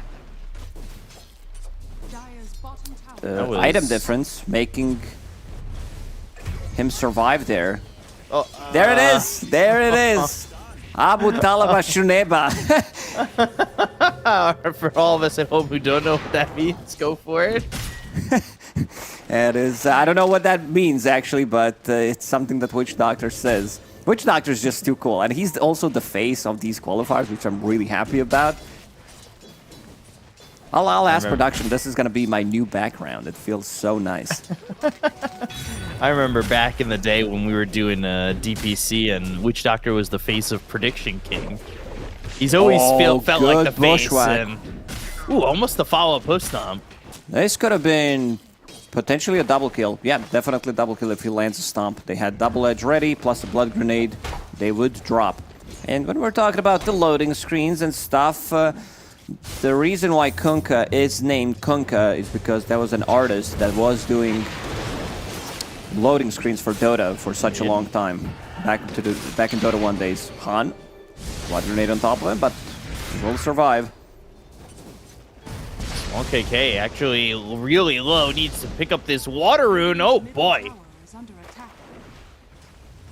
Man, was that close. Oh, it definitely was. Changes to Arc Lightning in the 7.36. I got dyslexic there for a second. It no longer deals damage based on the enemy current HP, so Kunkka would definitely die there, would be much lower HP overall. And we were dying. Let's see Witch Doctor. TK might be next, and is. They're playing trade. a bit too aggressive, and this Maledict gets him. Because it wasn't a lot of damage on that Maledict, but it was enough. That's At least all that Akio matters. picked up the experience from that. He TP'd, used Shikuchi to try to get close and pick it up, and Lonfair Selezutra with Orb of Corrosion. The reason why we're saying it like that, we watched some of the YouTube videos how to pronounce it and what it means, because when I first saw the name, I'm like, okay, I'm getting flashbacks from the DPC, but I have no clue how to pronounce that. I love your French attempt voice. Yeah, 2 out of 10. The ratings are on point. Yeah, he's having a good time. He's 30-2, not taking too much damage. Meanwhile, you know, elsewhere it's been a lot of a bloodbath, especially in this top lane. So I'm thinking, hold that thought. Yeah, hold A on. lot of damage. Another blood grenade. Another double edge incoming. Double edge. TK is going to be dead again. Aena's going to try and survive after the Maledict, but I don't think that's likely. As, yep, that will be a kill there for Yukio. Yukio, quite a lot of XP. Second time he's getting solo XP from a kill, farming the wave until Witch Doctor comes back, and also farming the camp on the side. Being pretty much a bloodbath up top, and do you think Yukio's getting the better of it with the Centaur constantly dying? Centaur is sitting at 23 CS. There's 12 denies, 31 CS, level 6 now in Weaver, so I don't think with the itemization, especially when he brings power treads, they don't bring him down from 100 to 0 anymore. Just not enough damage, which means time-lapse is going to be used on Zutra, and they will get the kill. Getting that kill bottom on the Nyx Assassin, who we really haven't felt much of a presence from. He's only level 3. Yeah, I wonder why. You know why? Because he's Nyx Assassin. So he doesn't really do much, but he gets pretty obnoxious. It's all about the levels, getting the levels. Oh my god, and speaking of levels, Zen... Okay, he's level 3, so the good thing is if he was level 4 there, he would not be able to TP, so... Oh. He would not respawn as quickly. So if his XP rune got stolen, his game would be... I'm not going to say completely ruined, but he would need a lane for himself. Might need to soak up the mid XP while his mid laner goes and does something around the map. So Zen looking to get those early boots. Well, fair. Zutra, he's level 6. As he's got that Orb of Corrosion, but now the Primal Split is used. Dang you, trying to get this kill. Avalanche coming through on him a couple. TK is also here. Cyclone onto the Bane. And the Bushwhack for a turnaround attempt. Thunder God's Wrath gets the kill on a TK. They'll trade for 999. And they get 2 out of that. And not too bad of a trade. First usage of the split, they get 2 support kills. First Zeus ulti, but yeah, definitely didn't want Tiny to die. Tiny has a lot of attack speed. Maybe I'm just thinking about this Orb of Corrosion, like, because it gives you 25 attack speed. Power treads, it gives you 25 attack speed, so it's quite a lot. Small KK. This time Just that extra bit that you need, right? Yeah, might be a cool item to bring in between.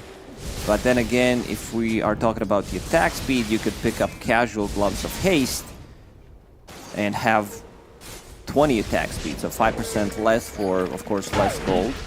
Small KK didn't charge up that sharpshooter that long, and now they've got the ghost ship, but it won't matter. And he's going to get that kill, and he'll take out the Kunkka. There are things that I like that Bright are doing, but it feels as though Dark Horse are making the countermeasures much more palpable for their game. They also had Stampede available, so even if they didn't get that kill immediately, they would still run him down with the Stampede.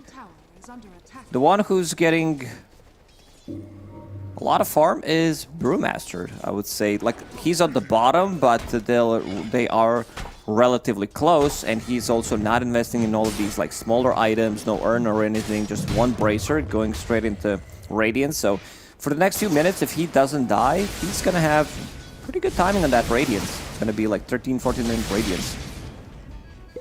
Yeah, he's got to get there without, like you said, having any fallbacks, and it does feel as though that there isn't really much to go after the Brew unless they catch him out again. There's Sharpshooter being charged up. The damage not going to be enough. Able to time-lapse just in time. Oof. If that was a point in the Hoof Stomp or point in Double Edge instead of Retaliate, would definitely be a kill. Sometimes you need that little bit of oomph. They got this kill easily on the Bane. I'll tell you what, you know the Witch Doctor song? Mm-mm. You don't? Oh, no, yeah. I do. Oh, you do? I do, okay. I do. So roll out the barrel or feel it in your bones, he says. And he's also playing with the Brewmaster, who has roll out the barrel faucet. So that's pretty cool. All right. You know, we're making some connections. That song, what was that? That video got released in like 2013? Probably. Maybe 2014? I definitely had that on repeat for a little bit. It's surprised you like a song so much for a hero that you hate. No, this is one of the best songs, best Dota songs. Just brings out so much memories. So many memories. And Brewmaster getting the tower in the bottom. Radiant are Getting that standing. tower. Anid's actually sitting here pretty low. But he's gone to an early blade mail on this Centaur. So we'll see how that goes for him. And I've been curious about Han, and does look as though he's just straight up going for that Axe on Zeus. Which Or no, is... Phylactery, sorry. Yeah, that's his first item still. Just too good of an item, good stats, good mana that he needs, and of course the extra damage. Fairness on the Zutra continues to farm up in the bottom lane. I was thinking to myself, I'm like, there's something missing here. And then it was the Phylactery. But now he's got that extra oomph into his shots, right? So he's going to be able to join his team and honestly, with Phylactery, start to make moves, right? Yeah, he's ready to go. Does have Thunder God's Wrath available, so... And something we didn't talk about is Small KK. His Kunkka going for more right-click oriented build. Going for maybe another death here. Potentially. Good bushwhack. Nice Thunder jump God's Wrath over the with impale. damage. Not looking like it's going to be enough. They've got the Avalanche coming in, though, from this Tiny onto 3. They still lose that Zeus. They'll look over at 999. Fiend's Group going to be used on that Witch Doctor, and they've got Brewmaster coming from around the back. TK is just overwhelmingly healing, and he'll die eventually, but it does take a lot out of them. Oof. A little surprised the Bride decided to take that fight. If they waited another minute or so, Brewmaster would have Radiance with the split available, and then the fight is different. Or just having a Brewmaster in that fight would make a lot of difference. Zeus did jump over the Impale and managed to survive slightly longer. Not really feeling the impact of the Kunkka so far. No, not really. So he's going for Armlet build, which is an old school build on Kunkka, and then into SNY. SNY now feels much better, having, of course, being the only item that gives status resistance, and it also provides you with slow resistance, which is a big upgrade. Yeah. Plus also having that high tide. Oof. Tidebringer cooldown is reduced per enemy hero that it hits, 0.8 seconds. So Nyx is doing Nyx things, getting that solo kill. Still doesn't have any big items, of course, going for Dagon. And that was also a big chunk of solo XP for him. Might stick around to see what's happening and maybe try to steal the enemy XP rune here. So now, after this Phylactery, it's Kaya Ags for Han. Yeah, because I've been thinking, is there another item that you can get in before your Aghanim Scepter? Right. Xin is going to TP. He does have Dust available, so 999 will need to run away. He was trying to be sneaky, but the whole squad knows the importance of these XP rune. They're starting to trend their way towards top. Maybe they find Yukio, but we saw how hard that kill is already, where they were able to get that time-lapse off on the Weaver, who's looking to get into the Desolator. But they don't have a Blink Dagger just yet.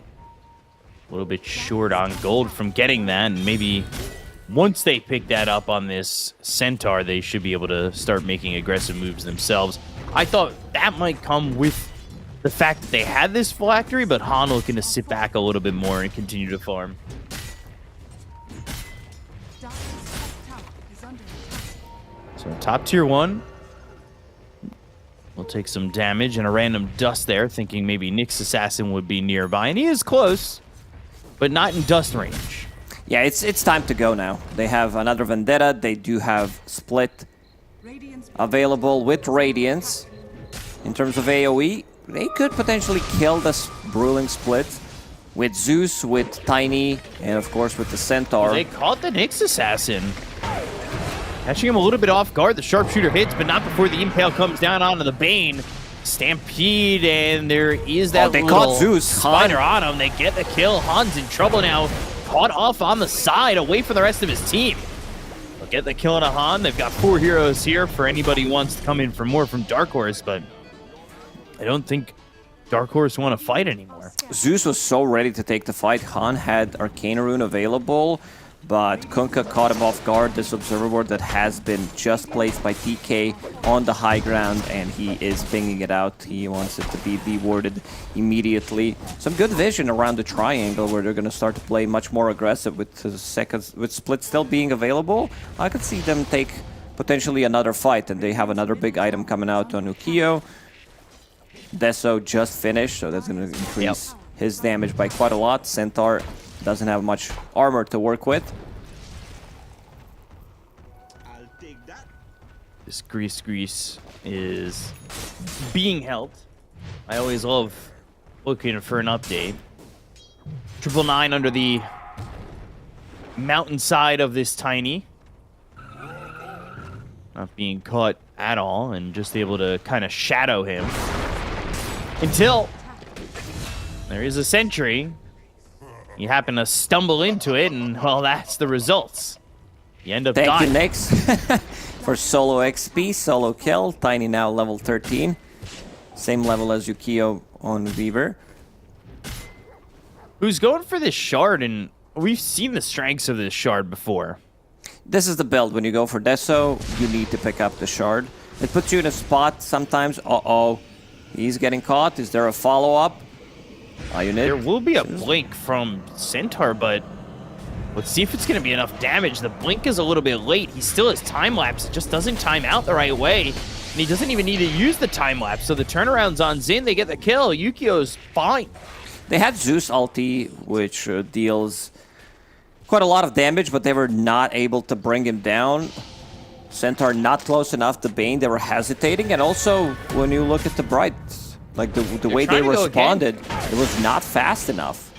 Should be able to get the kill. Can't kill Yukio, and now they're going to get a kill on a sheep. They'll look over at A, they've got TK coming around. This is not the symphony of skills that they were hoping it would be. Oh, And that now the ward is still there. Still there. You think that somebody would take care of it. Now the Zeus is dead. They're looking for A unit. They go to the ult from TK. One after the next after the next. I mean, they know the ward is there. They knew it was placed, and they finally deward it, but that's going to cost them the Bane. Well, they got that ward. They're losing 4 members to get the D ward. That observer ward gave them so many kills and so much XP going their way. And also 4 Deso stacks now for Ukiyo. Level 15 now, finds a Grobo. That was also a fight without Brewmaster, without a split, without Radiance. Things are looking rough for Dark Horse right now. I don't know, I feel Tiny in most of these games, if he's not popping off. Let's see if he can get a kill here. Oh, bye. Zeus had ulti available, but again, thinking that it's not going to be enough. Making him super tanky with all these small items. Bracer, Null Talisman, Dragon Lance, Magic Wand, Power Treads on strength.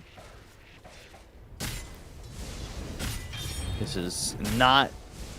I want to say the start because we're 19 minutes in, but this is not the game that Dark Horse were looking for. And I want to say all the while, we were talking about it earlier. Well, Nix is hunting. Han. You were talking about it earlier. Is the fact that Brewmaster is just being kept quiet and now has this Radiance. He's ready to fight. Ooh, another hop over an Impel. Dagon ready already.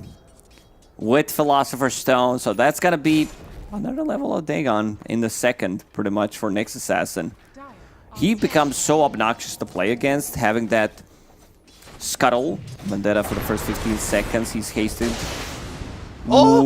Ooh, they go for him. He gets it off. Oh my. What? Fiend's Grip has been used on this dude. Thunder God's Wrath, Avalanche Toss. They want to try and kill this Weaver, but it's like when you swatted a bug and you think you killed him because you hit it as hard as you could, and clearly you made contact with the bug, but it scuttles away. I don't know if that's ever happened to you. Yep. You had a cockroach in your apartment and all of a sudden no. Whoosh, you hit it real hard. No, I'm keeping my apartment clean. Well, we have problems in New York with some cockroaches sometimes. But yeah, it's a pesky bug right now. Yukio is not dying. Dodging all of these ganks. Only one death to his name. That was during the laning phase. Might have been like first, second blood. I don't know if dodging's really the right word, though, right? He's surviving all these ganks. Yeah, also the execution from Dark Horse wasn't really there. Like, what do you expect to happen? Bane sleeps him for like 5 seconds, and then they're like, okay, let's use a Fiend's Grip for another 4 seconds. Of course, there's going to be some kind of rotation, some kind of a help coming out. Right. And then there was that help, and they ended up getting a couple of kills with it. So Yukio able to continue to farm the top end of the map. And I was saying, you know, Brew's got a lot going on already. Well, almost has that Manta finished off. They find Nyx Assassin. Spike Carapace.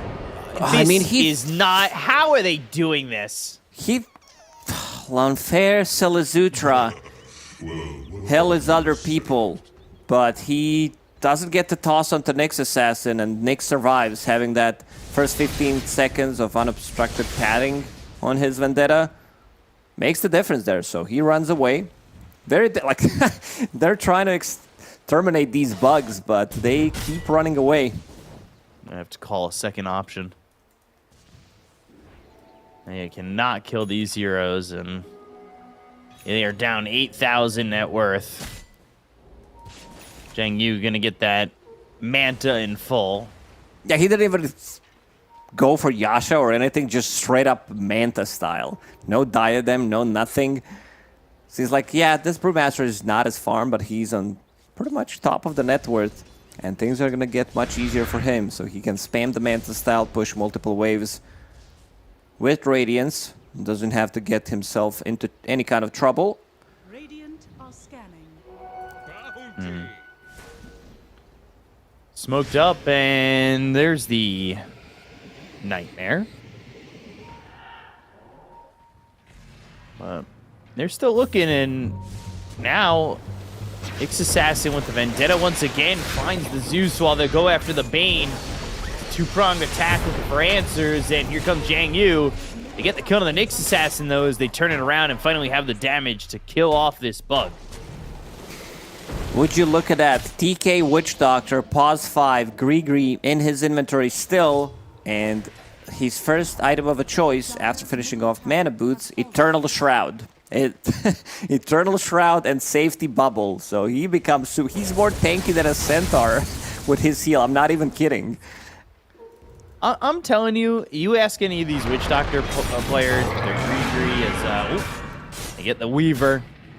This time, they again. bring the numbers. 2 stuns, Zeus ulti, and he's gonna drop. They'd have the BKB available, but no time to cast it. I'm wondering if these Witch Doctor players know that Grigri is activatable. Or if they think the number in their passive bar is just there for laughs. Yeah, they're clicking it, but left, but you need to right-click this item. Telling you. It's They're never a good treating it time like to a use stock. it. Don't use this. Save it for the later stages when it really matters. So far, so good. 8k gold lead for Team Bright. He continues to farm up. Now, he's way too farmed. He just brought another Wraith Band. Bracer, Wraith Band, Eternal Shroud. And he was thinking about getting Guardian Grease. This guy's gonna be a menace. We've seen them having trouble killing these bugs, but Witch Doctor's gonna be the difficult one to try to kill. Like, if you're playing some core Witch Doctor, if you're having a lot of farm, feel free to test it out. Witch Doctor with the Bloodstone and this Voodoo Restoration, so the AoE gets even bigger. And of course, having the spell Lifesteal feels really nice. So that was my question, actually, with... I was just watching the damage coming out from the Voodoo Restoration, and I was just like, well, what if you just did that old Witch Doctor offlane Radiance build as Nyx Assassin, looking like they're caught again. Stampede even committed on this one. Impale is used, but eventually They will kill the Nyx once more. You have Radiance. You don't need to buy a second Radiance. By that Well, I mean Voodoo Festoration. It deals 60 damage. Same goes for Radiance when it's maxed Yeah, out. there's never enough damage over time. Radiant's middle tower. You fester with the restoration, and you pester with the Radiance burn. It's the way to get it done. Unfair. Avalanche. Toss up. And, oh. Avoiding the initial kill with the Voodoo switcheroo, but Dark Horse are starting to find these pickoffs pretty consistently. I think Team Bright are staying a little bit too spread out for too long. Dark Haven't Horse? really retaliated yet. Yeah, they did manage to stabilize the game a little bit. They are waiting for the next set of items. Ionid wants his heart. Small KK getting jumped. And they've got the Fiend's Grip, the Bushwhack, the Sharpshooter, and another Avalanche Toss combo. And another pickoff for the side of Dark Horse. It's starting to be constant. And they'll start to put some pressure on the tier 2 over mid. This is the power of Tiny. You lose one hero, maybe two heroes, suddenly you're gonna lose the tower because he does have more than enough damage. Bruce just running forward. Spike Carapace going to the back lines looking for the Hoodwink. They at least get Sheep, but they want more. BKB was popped for the TP out. They get themselves in. They'll at least take out a second, but it's both supports. And they lose the tower. Is under attack. So not the best defense they probably could have made. They did get something out of it for the side of Team Bright. Next assassin is gonna hunt. He's also very good at jungling with Nyx. You can use Mind Flare to insta-kill creeps with mana, and you can also insta-kill creeps with Dagon. Pretty cool. Yeah. So he goes and uses that Vendetta again. They haven't taken this tier 1 top. A little bit surprising with how much aggression was there from Team Bright. Finding the Centaur now and waiting for somebody to come over. Looking for a high five as he blocks that camp. I don't even think anyone noticed that camp got blocked from him standing in it. And he will now, but yeah, nobody's coming over. I thought Nyx Assassin would get some help, but nobody's there. He's scouting for now. Make that dive. He wants to make the steal of the enemy XP rune. The next 20 seconds, he just got scouted. Going in, having that Fiend's Grip. They have the damage. Is the Radiance keeping him alive long enough? Sharpshooter on the edge. Thought maybe he'd get that Primal Split off, but again, another pick off for Dark Horse. He was not in Void Brawler stance. If he had that status resistance, it does make a difference. The Fiend Grip doesn't last as long. He gets the split off. Nyx Assassin on the other side of the map. Again, thinking about stealing the XP rune, but two supports from Dark Horse immediately TPing in, ready. They know the importance of it. 999, hunting. This is a solo kill if he gets the Vendetta hit. This is the Impale, the turnaround with the Gleipnir Bushwhack, and this is looking like it's going to be another pick-off for Dark Horse. That it seems like 10 in a row. And now Roshan time for them. No Nyx for 40, no Brewmaster for 20. They definitely have the damage. They also have some like really good scaling. Centaur in the mid-late game is really difficult hero to kill, especially with the overtime damage that they have. Like, they have some burst damage coming out from Nyx Assassin, but with Eternal Shroud, he doesn't care about that damage. And also Hoodwink. We've seen so many times Hoodwink from position 4 carrying the games. He does have Grobo. Gleipnir already finished. Fight this. They've got the Nimbus down, and they've got Tiny in the back lines. They're trying to do the damage. The cask is bouncing. They go to the ult from TK. They'll get the kill to the Tiny. They follow it up with a second kill. BKB damage isn't going to be enough. Oh, but is it going to be long enough? No. Thought the axe might be. Zin ends up dead to 999. Now they've got the Cyclone on the Sheep, and finally a fight where Bright are going to come out with 3 kills technically, but I say that. Just use Sheep running in the trees, and he comes back in only to die? Oh, no! I think we all experience that when you're like clicking and you feel your hero goes back for no particular reason. You're like, what happened? Like you have auto attack on, the hero stops to attack the Brewlings, and you were right. They did get 2 kills plus Aegis, so that's technically 3 kills overall, and they are getting tankier and tankier on side of Bright. Kunkka, I don't know if Kunkka, in terms of his damage with this item build, I haven't really felt it compared to his Bloodstone Aghanim Scepter Shard build. I feel like the damage numbers should be pretty low for Kunkka in this game in terms of how much damage he was able to get onto the heroes. And speaking of damage... Toss, Hoof Stomp. KK, dead.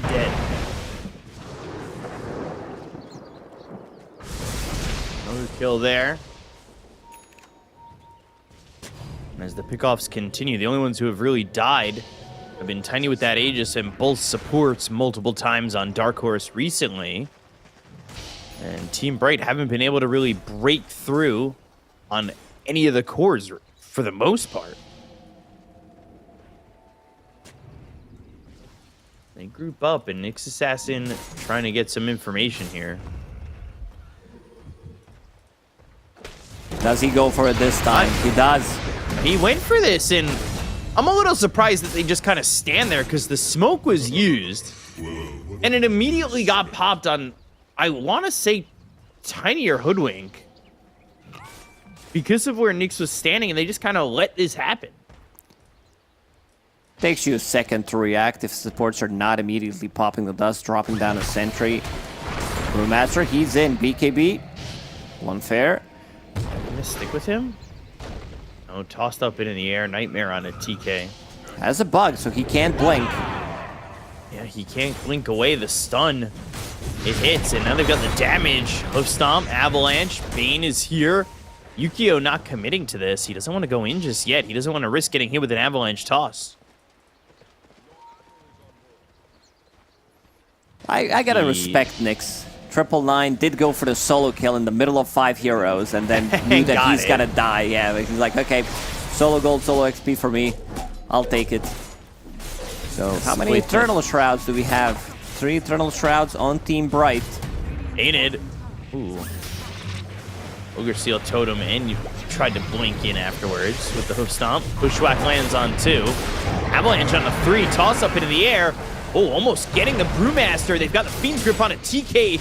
He's pretty tanky, though. Goes into the Voodoo Switcheroo. They've got the damage to get the kill on Aeonid, who's going to buy back immediately. They go for the Tiny. They've got themselves a second. Han in trouble. 3 dead. He doesn't have buyback. That means there's no Thunder God's Wrath. TK still alive as they take out Sheep.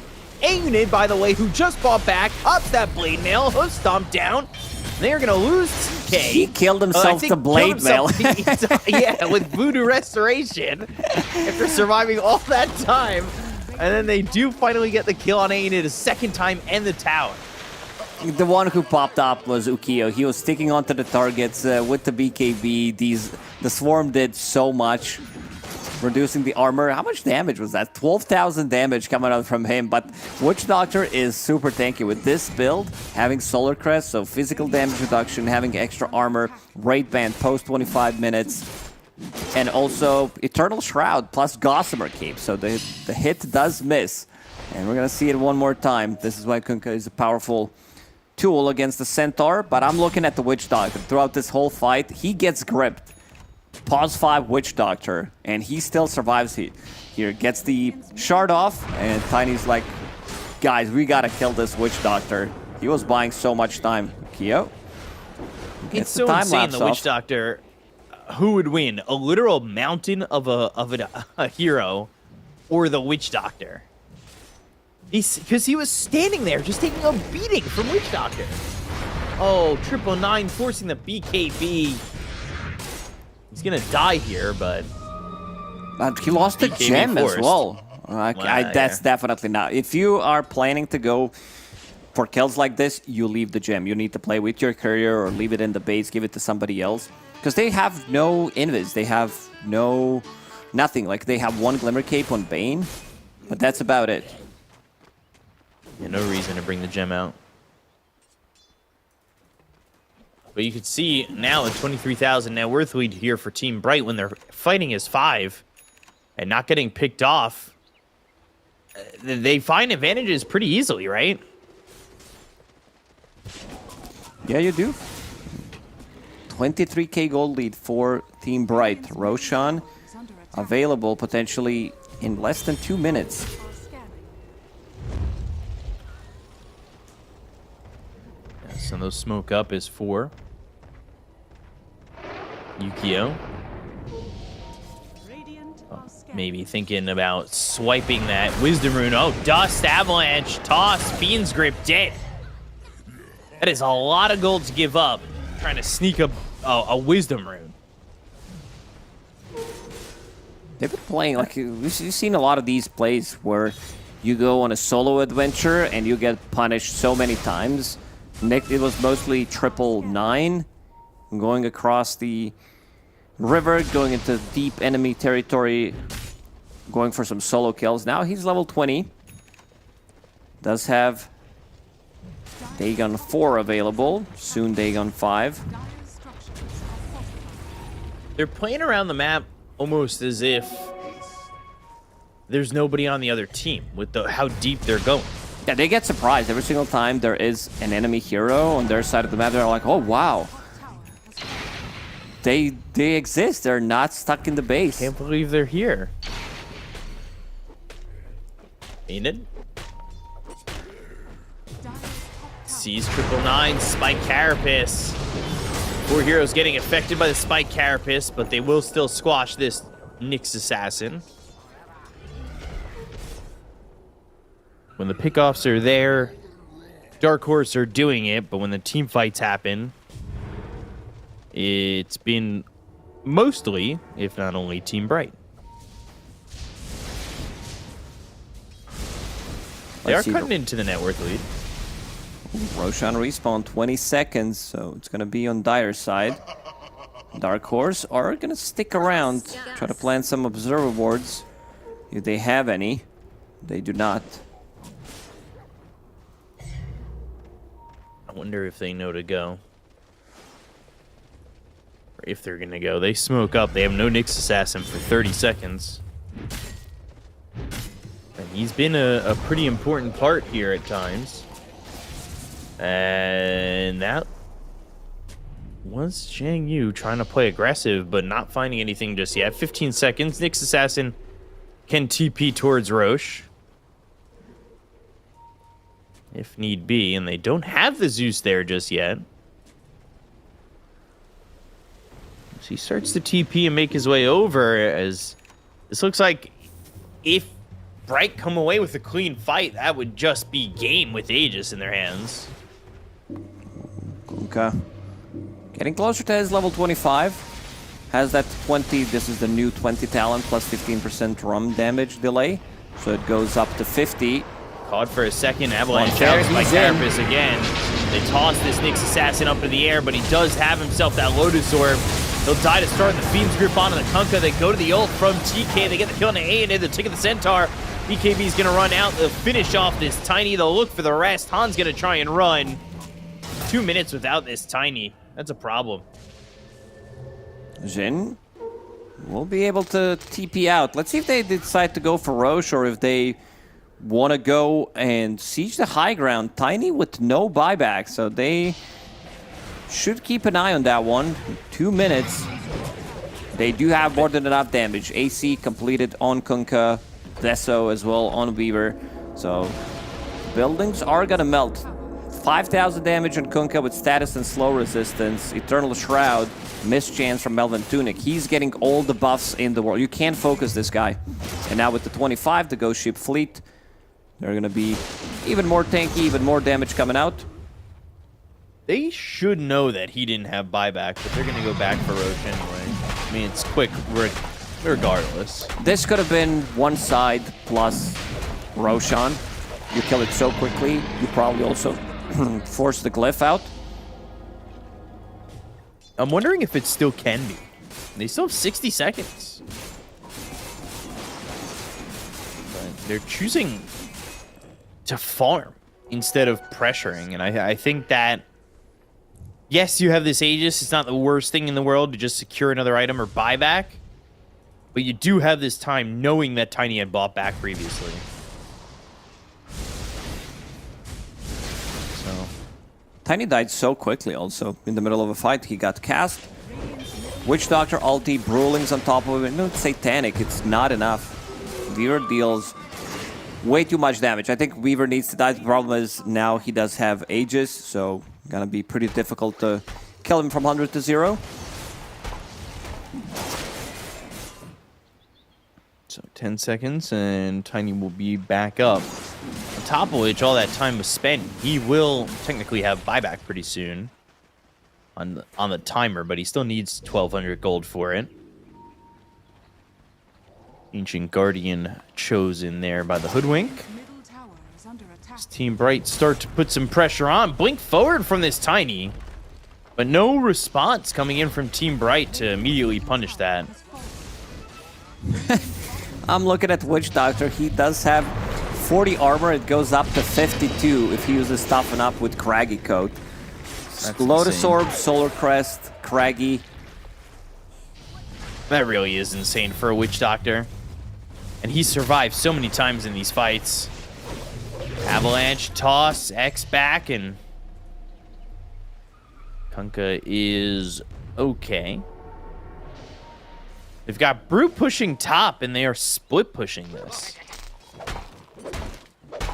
And by split pushing it, I mean Brew's still farming camps as he goes down this lane. Not exactly putting the full force into it just yet. Tiny spotted. Avalanche, Tiny's alone toss. Yeah, he is, but he's got multiple tosses to just solo kill a Brewmaster. He's now dead for 100 seconds. There's a gem on the deck. They find themselves the Nyx Assassin, and again, Team Bright just out of position. The Gleipnir is in. The Refresher is used by Han. The time-lapse already comes out from Yukio. They will get this kill. They'll take away this Aegis. The BKB is popped by the Tiny. They'll have another life on the Weaver. But it feels like Team Bright have kind of let their advantage go away pretty easily.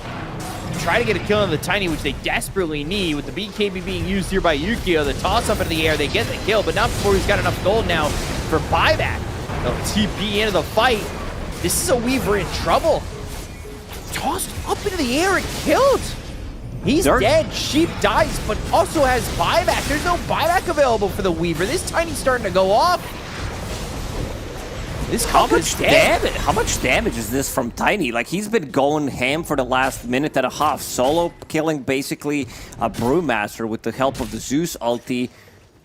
I don't think the numbers are gonna. Yeah, it's been lasting for not long enough. 9,000. I think it's actually more with the because he bought back, probably did reset, and now this Tiny is a huge problem. Like, he did use the buyback, so they could play off of that. Buyback available for Kunkka if necessary, but very sloppy execution from Team Bright. Just feeding away the kills. They're We've just seen so it so willing many to be alone. times. Dire's middle tower is under attack. Doesn't make sense to me that they're so willing to be alone. It starts with the Brew. He ends up dying. I don't know. You're gonna lose buildings pretty quickly. This is a Tiny, right? Gone already. 40 seconds without Kunkka. Buildings are dying. They could go to the top lane afterwards, but Lanfair needs to be careful.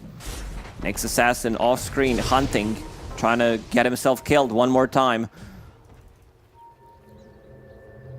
TP back, but if you had told me up 30,000 net worth that team would be the one to lose their racks first, I wouldn't have believed you. You had told me they were the first ones to lose a tier 3, I wouldn't have believed you. But both those things have happened in I think Bright is just being too loose with how they're going and using their advantage. Yeah, they need Zhang Yu to get the split off, to control the fight after BKB. Like, they have window of opportunity now to just close out the game. If Tiny dies, they still have damage. You have Zeus, you have Hoodwink with Crystallis, Gleipnir, Ancient Guardian, so there's going to be a lot of bounces from Acorn Shot. And of course, Centaur with his shard. He becomes super tanky. Eternal Shroud, this is where Centaur starts to really shine. 6,000 HP already on him. Only 6,000?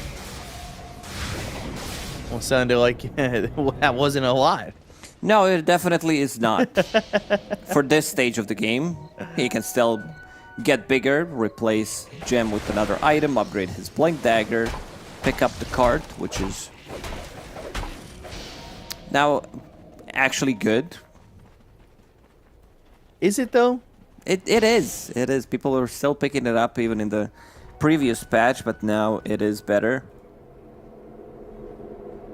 I feel like I'm yet to be heavily convinced from the games we saw together. But I don't know. If I get convinced, I'll probably be on the cart train forever. 21,000 net worth lead. Roche potentially up in another minute and a half. That's Ninja Gear getting used by Tiny, looking potentially for a pickoff again. I think this Bright team just has to stay as 5.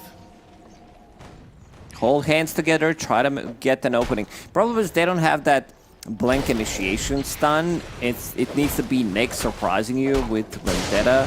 And at this stage of the game, it gets pretty difficult, especially if Dark Horse are going to be inside the base, so you don't get that Blink stun initiation. So you need to start fights differently. Zhang Yu does have Blink Dagger on Brewmaster, but that's also not the tool. That's not how you jump in. Also, if you use X Mark, it gives them opportunity to use a Glimmer Cape or whatever is necessary, a BKB, depending which hero we're talking about.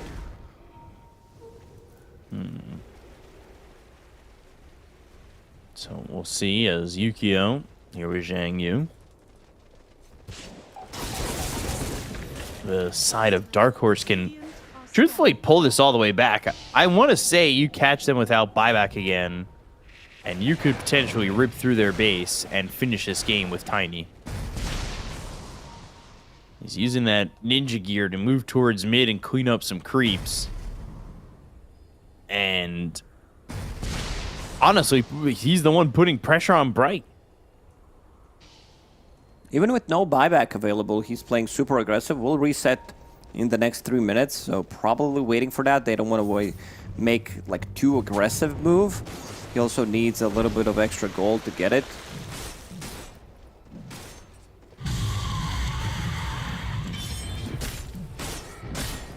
They're playing across the river, something they haven't really done all game. Crazy to think that they have been consistently up about 20,000 net worth for the last 20 minutes. Yeah, but I've almost felt like they're on their heels. Did they just glyph tier 2 tower in the top lane? Dire's bottom tower is under attack. Yeah, the glyph's down for Dire side for another 5 minutes. That's basically your last glyph. Interesting. They'll come in, look some. They've got the primal split. They look off to the side, the bushwhack thrown out, not going to connect with anybody, but Tiny looking for an opportunity in, and the side of Team Bright have already retreated. They will have a hard time pushing the high ground. They're waiting for the next row, so Kyo can get the Aegis on Weaver. Buyback on Tiny will reset. I believe it'll also be Ag's Blessing, right? On Dire side, yes. Yeah, it's because it's the third Roche, yeah. Dire are scanning. 30 seconds to go. Little vision obtained, information obtained there with Thunder God's Wrath.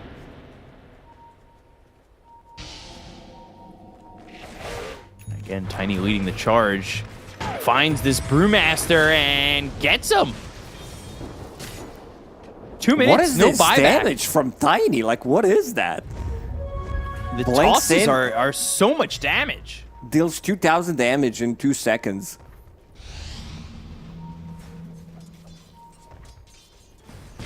And Jin can get a forces you grip off back. just for a second or two. They're going in. Yeah, they're gonna go for this. They've got the torrent, the tidal wave pulling back to Tiny. Lotus Orb on small KK. Yukio trying to put that damage out. Uses an early time lapse. Ghost ship comes through but doesn't land. And they stampede away. They bought back on Brew. There's a lot of weird decisions in this game with the buybacks and everything. Jin is gonna be the one that drops. He buys back, has TP available. There is a creep wave, but they need to catch more. They need to be able to get something done. Okay, Yukio. The damage is there. Mindbreaker, Swift Blink, Daedalus, and now they're not done. Let's see if small KK can catch a Centaur, but that's the most difficult target to kill. I don't know, Unid, they've been able to rip through. I feel like it's the Tiny that's the hardest to kill for them in the moment. He's using that ninja gear and going for the Wisdom Rune. He wants to be level 30. They buy back on the Bane. They've got the Gleipnir on a 999. Small KK TP's in, but he's going to be nightmared up immediately. Brewmaster is the one who bought back, and now he's playing the bottom part of the map. Didn't get any he's not value here. whatsoever from his buyback. And now Roche is bottom, so it's going to be Refresher Shard instead. And Roche's banner. Tiny trying to get 30. Or even, honestly, the level 29. The toss requires no target. You need to be careful. This Tiny will blow you up in a heartbeat. Radiant are As 999 is the one just kind of scouting around here. Has to be careful. He's been caught within sentry wards before, so they stampede. They throw the Gleipnir out. They've got the Nightmare, the Dust. Like I said, they'll find him. And this is a Bane that's got an axe, so there's no way of stopping that. They also kill off his courier that had a Blink Dagger.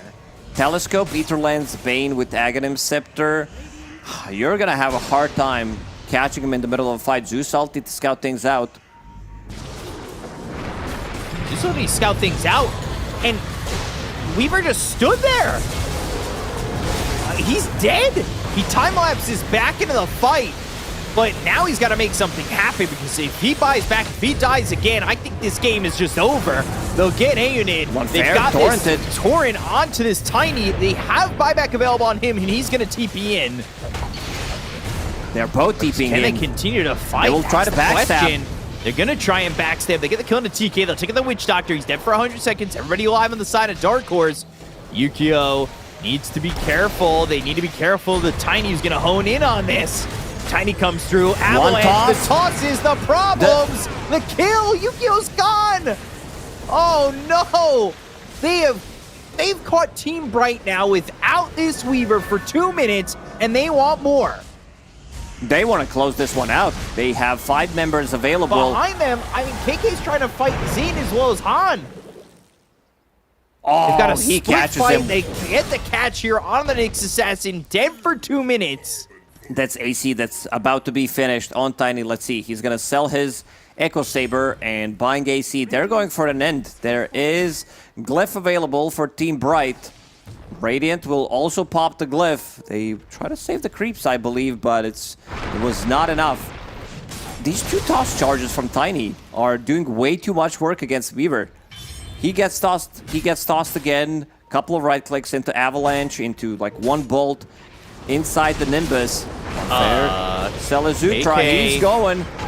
KK, oh boy. 2, dead. He's dead. He's got buyback, but you're just standing there to get tossed into the air. You're getting juggled. Centaur in the middle of a tier 4 tower's not caring. He has 160 HP regen, so basically full There's HP all the Fiend time. script. They need Maledict on him, and he missed. Uh-oh. They've got the Glyph. They have 1 more tier 4 remaining. Here comes the Tiny with a BKB ghost ship flying in. It's a fleet of boats, but it is sinking like their hopes in this game. Bushwhack again. Tiny focusing the towers, going for the throne, looking to finish it off. The Dire's Ancient down to about 2,500 health as they get the kill on a TK. Tiny's They'll going lose for it. this Kunkka. This is going to be the game stolen away from Team Bright. They still have a net worth lead, but they lost. Insane. What a comeback. And the game ends. Team Bright having 10k gold lead. They had, what, like 25k gold lead pretty much in the last 15, even 20 minutes. But the Dark Horse making a comeback. This Tiny. A lot of weird decisions. Like a lot of mistakes coming out. Not just from Team Bright, but also Team Dark Horse. But they made less mistakes than Team Bright. They fed away so many kills. They were not 5. Some of the like weirdest buybacks I've seen in quite some time. Like not getting anything out of it. Popping the glyph on your tier 2 tower. And just way too many mistakes. This is the fight where it looked good for Bright, where Witch Doctor went ham. In the last couple of fights, you didn't really feel like Witch Doctor was doing much. Yeah, Witch Doctor felt pretty unkillable, but there were times where it fell apart for Team Bright, and this is obviously not one of those fights, but I thought they had forced back enough. They had buybacks coming out all over, where Dark Horse felt like they were on their last legs so many times, but they just never took advantage. This Tiny was a menace. He was the one killing Brewmaster solo 2 times, killing Nyx Assassin multiple times, and then most importantly Weaver in the last fight after he used the buyback. Coming with the backstab, both him and Centaur, and getting the big kills and just ending the game from there. And these tosses doing so much damage, and this is just Tiny, like you said, being a menace, and that was the hold, which looked like the beginning of the end there. And this is the ending, as Tiny just in their face and no fear. No fear at all, and then figures just finish it off. The rest of the team will handle it. And they certainly did. It just was shocking what they were able to accomplish. They're down so much net worth the entire time. It didn't really feel like the difference in terms of the net worth, because they've been taking these fights and it looked pretty good for them. It comes down to Lonfair Selezutra being super aggressive, and I think they had the window of opportunity to try to close the game when his buyback. Also the Roche, when they went for Roche instead of taking one side and then maybe even try to see what happens if they can get another pick off. Team Bright decided to go for Roche instead, than not taking even one side, and the standout player definitely is Hell Is Other People, aka Lonfair Selezutra, with 14, 5, and 19, and dealing almost 60,000 damage on this Tiny.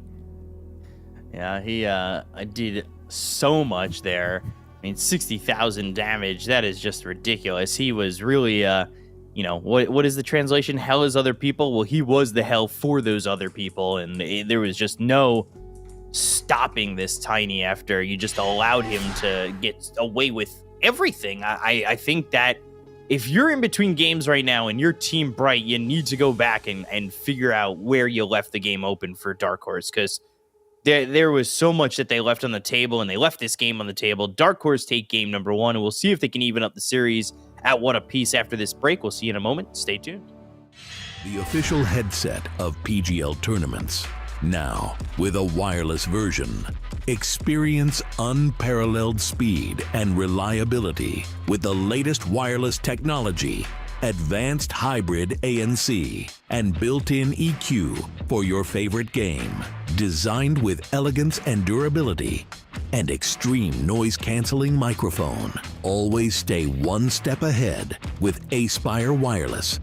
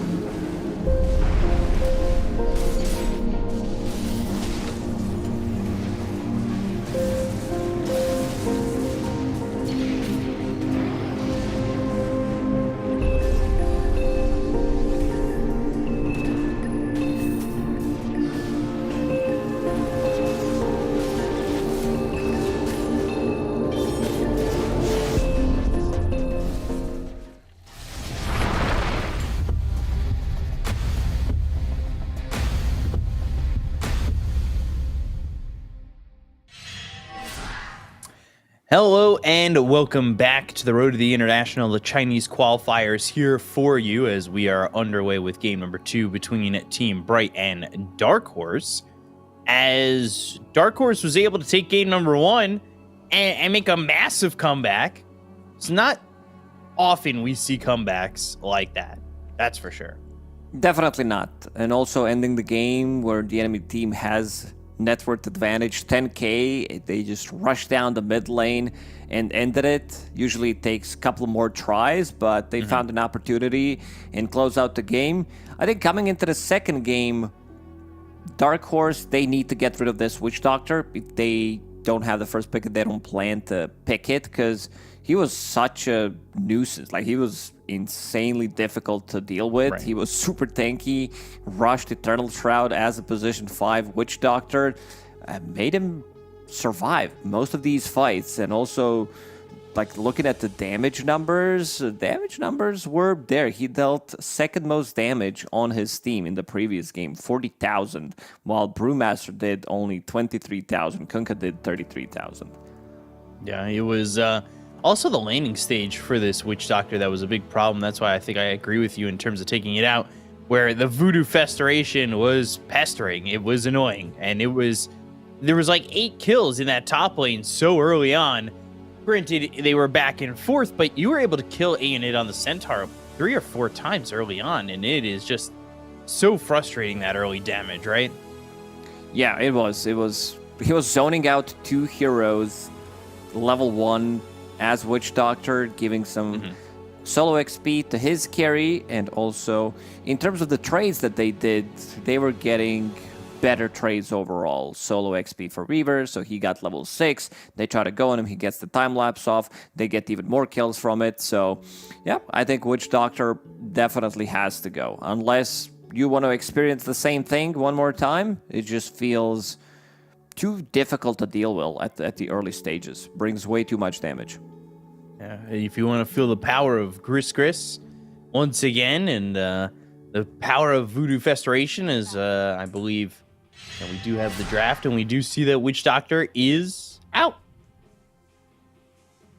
So no Witch Doctor, no Voodoo Festeration, or yeah, Team Bright was the one who banned it, because, as I said, Dark Horse having the first pick, you need to get rid of that hero. It just feels too strong right now. I think everybody who watched the previous game understands why. Don't need to be an expert. Or you just have to play against Witch Doctor and feel something is off. When you are laning against him, you're like, okay, it just feels it's too much damage coming out from the hero. yeah, zoning out 2 heroes basically in that lane, and an early Storm pick from Dark Horse. I mean, that is just a straight up pick on Storm 1, which I feel like is pretty rare.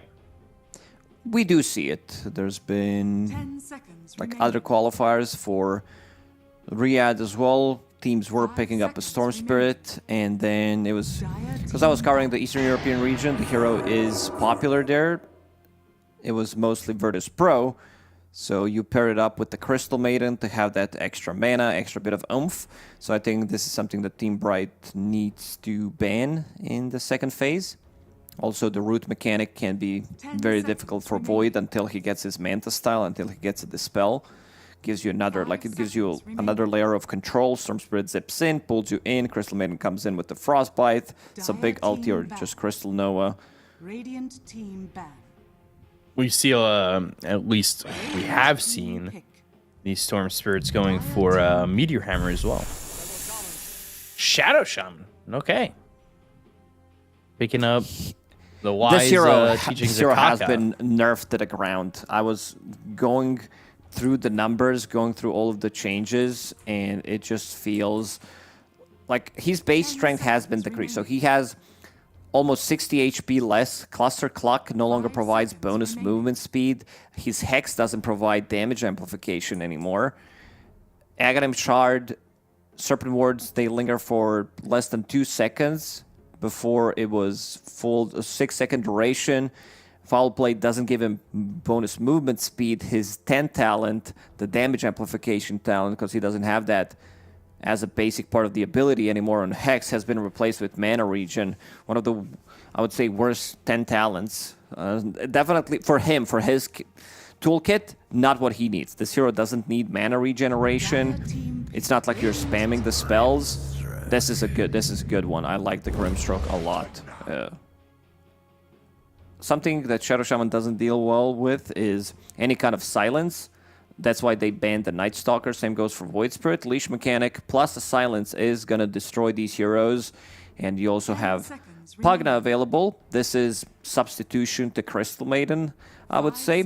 Pugna super strong in the lane, gives mana to Storm Spirit. Storm Spirit nowadays, they also build into like very tanky items. You don't go for a BKB. You're mostly buying, this Kaya, Eternal Shroud, pick up some Meteor Hammer later down the line. Shiva's Guard, Aghanim Scepter, whatever is necessary for the game. We still don't see what he's going to be playing into, but yeah, Storm with this kind of a setup and also having Grimstroke with the Shard, so hard dispel on top of you, plus some extra HP, extra mana coming out from Pugna, Glimmer Cape on top of that. You can definitely skip a BKB in this one. Ooh.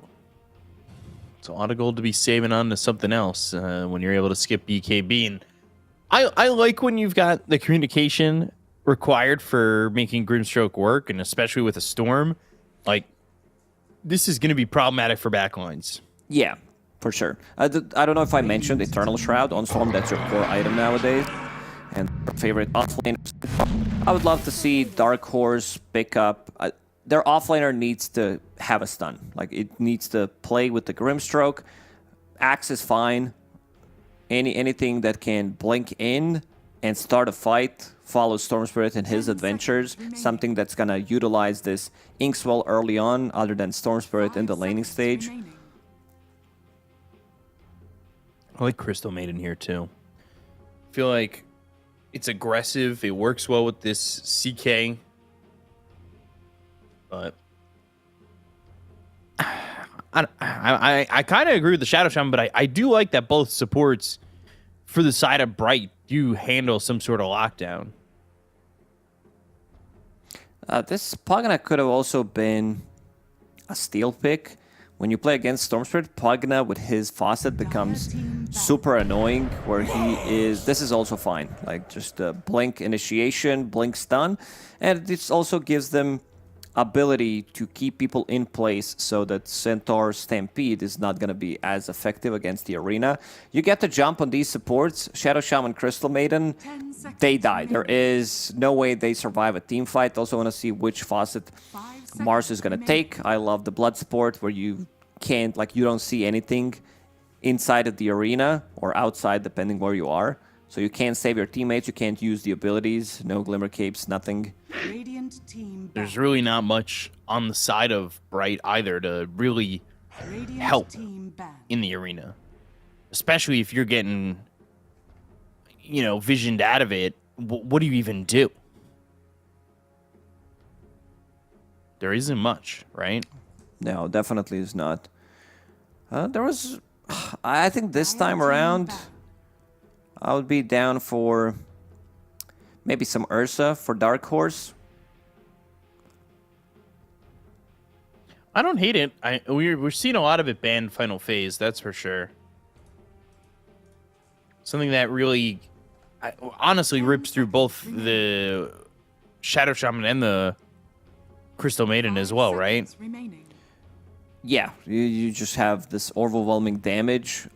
You buy a BKB. They have no abilities that go through BKB. Once you pick up your Battle Fury, Blink Dagger, BKB, Basher, later down the line, you pick up your Shard, you pick up your Octarine Core, and playing off of that, Aghanim Scepter. Really depends if you want to pick it up yourself or if you're getting it from Roshan, but it's one of those heroes that can become unkillable. It's also... you said Blink Dagger. It's something that works with Grim. It's something that really does take advantage of that, in my opinion. Where you've got Inkswell, you throw silence on somebody, and you just blow them up with this Ursa, if that's what they pick. 5 seconds remaining. So, I like the pick. We'll see if they go that direction. I'm not sure what else you have in mind. Would you even think Jug? Jug. Depending if they want to lane Grimstroke with Jug, if they want to lane Pugna.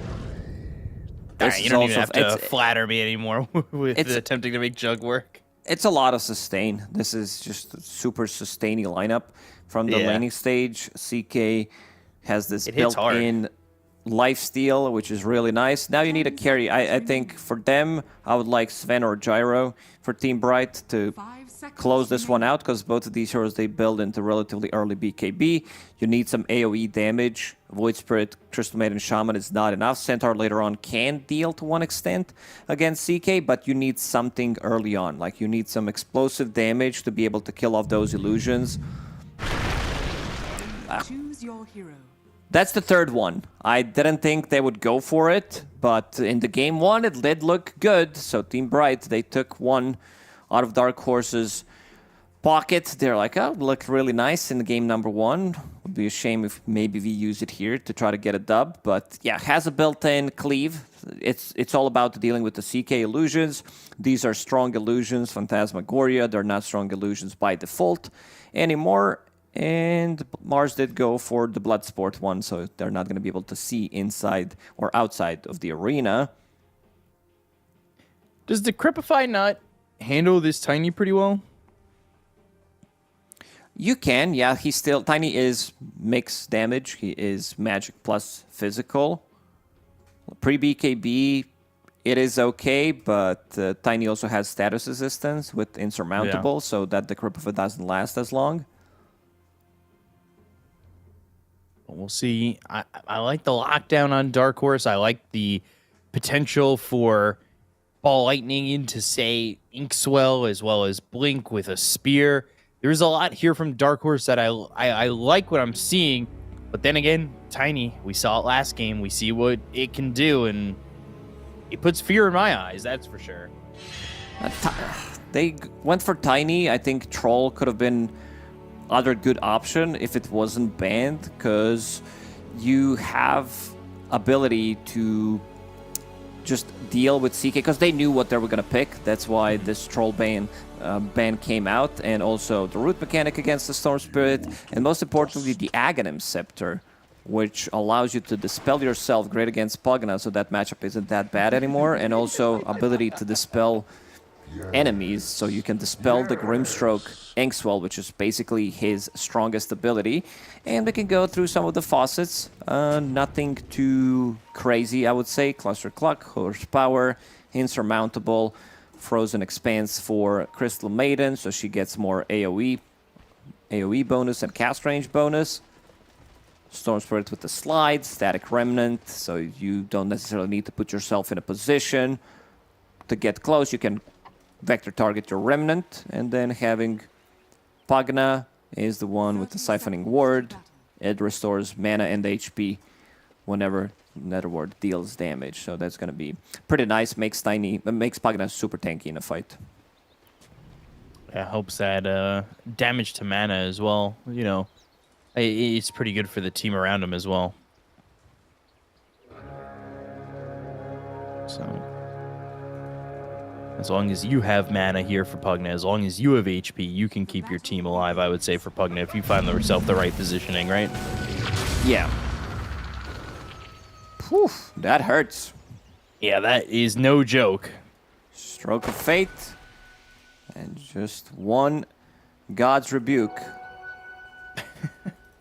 I'm ready to see how 999 plays now that he's not on this Nyx Assassin, right? Like, he felt very Playmaker to me on the Nyx Assassin, but I don't know if he's going to be finding the same looks as a Shadow Shaman. Definitely not. Completely different hero. This hero needs to keep the distance, needs to have good timing, great positioning in a team fight, and things are not going to be as easy. You're playing against the arena, as we said. At this one, I am heavily favoring Dark Horse's draft, but we also seen a lot of mistakes being made by both of the teams, so kind of hard to tell who's going to execute better. In the first game, Bright did make more mistakes. Definitely more costly mistakes, that's for sure. And wondering how quickly we might see maybe the CK go off, or if Han wants to get involved early. You were talking about Eternal Shroud for the Storm Spirit. Do we see still the Meteor Hammer early on? No, not early on, but potentially an item coming out, because you want that Kaya upgrade. Kaya Sanj doesn't feel as good anymore ever since we removed the status resistance from it. So you can, like, the timing that you're looking for with your Meteor Hammer is level 20, because Electric Vortex duration 0.3 seconds, Meteor Hammer channel time is 2 seconds, so you need that extra bit of duration. Sheep in trouble. Yeah, might drop for first blood, and will. TK gets the kill there. Canadian at least get a trade, not looking likely with the Frostbite on him. Level 2 for TK, so no trade, and first blood for Team Bright. Kind of catching this Grimstroke a little bit too far out, and level 2 should take that Inkswell and will, so now they've got that combination potentially working for them for the side of Dark Horse. Tiny might be a too difficult hero to kill, especially if he's sitting at full HP, 8 magic stick charges. The hero gains quite a lot of strength for level 4. Look at the damage here onto this CK. They just need a sliver of health more to kill him off, and they got the right one. But Zin dies for that, and it leaves the CK with not a lot of health. Cluster Cluck is such a powerful tool, the foul play, and then having Cluster Cluck on top of it, it feels really nice. If you have any kind of AoE damage, or I think the issue in this one is going to be, even if you survive, if there's a healing ward, you're still going to kill yourself to it if you use any of the abilities. Sheep again, bottom. This time he's going to be fine. Shadow Shaman getting that Lotus as well. So healing Lotus for the side of Radiant, and things looking pretty good overall. We'll say the one lane that's looking good for the side of Dark Horse is mid. Han, net worth-wise, is 600 gold ahead. Radiant structures are fortified. Quite a lot. Small KK. Trying to play aggressive. Han is about to crack level 5. Tiny going for the same item. Same item build. Orb of Corrosion being delivered on the courier. Maybe the reasoning is early on you want to have Ring of Protection because you have 0 armor on the hero, and then you want to upgrade that, have a slot. All you need is attack speed, and then a little bit of extra move speed slow could make a difference. So I'll pay attention to what other regions are doing when it comes down to Tiny's first starting item. Might be interesting to see if we start seeing this be the norm, right? Because we've kind of talked about this item before, where it just feels like it's a big expense early on. It really is. It's almost 900 gold. In this game, it feels much better, I would say, playing into CK so that he doesn't get that extra lifesteal, reducing it by 20%. Same goes for Pugna when he's trying to use his life drain. So, definitely an interesting topic to kind of keep an eye on, especially right now. I would say 2 very opposite regions going on for TI qualifiers at the moment, NA and China. So, definitely the mindsets of both those regions in terms of item builds can be very different. So it would be interesting to see if NA builds it. NA is on a different level. Oh, they always have been. Always will be. 999 gonna be pulled back. Blood Grenade, and Blood Grenade missed, well, actually. He pulled him in really with Reality Rift, and it did miss. I don't think it would make a difference. Also, pretty difficult to bring him down with the foul play. TK's here. Does reset. He's ready to go. 999. Early stun. Not sure that's gonna help, but here comes this Han Storm Spirit, trying to at least get a kill here onto this Shadow Shaman. Uh-oh. He gets away. Courier has been killed. That Han has is some mana. Let's see. Oh boy, they got him. All right. It's such a powerful innate ability on Shaman. Running around and making confusion. You need to waste more time. You need to waste extra mana to try to get a kill. Unit is being pinged bottom lane. They know that there has been a rotation, and small KK making his first move. Should be an easy kill here. Has Astral Step. Oh. All right. Astral Step again, and Aeonid will die. That looked really weird. I don't know if it was the same on your screen, but when he Astral Stepped and got tossed, it looked like he got tossed into oblivion. Astral Step and Assimilate. Now creep skipping. This is the catapult wave. 7 minutes also approaching. Small KK doesn't have a remnant, so can't really pull him in. Inkswell, Avalanche, who's gonna get it? Oh, the Wisdom Rune by Small KK. He doesn't have any mana to really work with now, but he's got that bottle to sip on because he picked up that Wisdom Rune. They're gonna need more help to clean up on these kills. If they can kill off Yukio, that would be big for them. They'll at least get that. They look for a second. Stampede's not gonna help out. Han with the double kill. You lose that Wisdom Rune, which is terrible for your supports, but Han getting the benefits of it. Supports were there, so I don't think losing that Wisdom Rune for Dark Horse doesn't really matter that much. Sure, you would want to pick it up, but collecting XP from those 2 kills, look at the levels. Pugna has been in the mid lane, level 5.5 already, and Grimstroke just got his level 4, so in terms of the numbers, there hasn't been much loss for Dark Horse with this XP rune steal. Looking mid. 3 heroes here for the side of Team Bright. But nothing doing. They're going to smoke, actually, and go towards top. All right. Small KK will be almost impossible to kill in this engagement if he pops the bottle. Shield Rune, Resonant Pulse, all damage barrier. Lanfair, Silazutra. Hell is other people, and they are really trying to beat Dante's Inferno at the moment.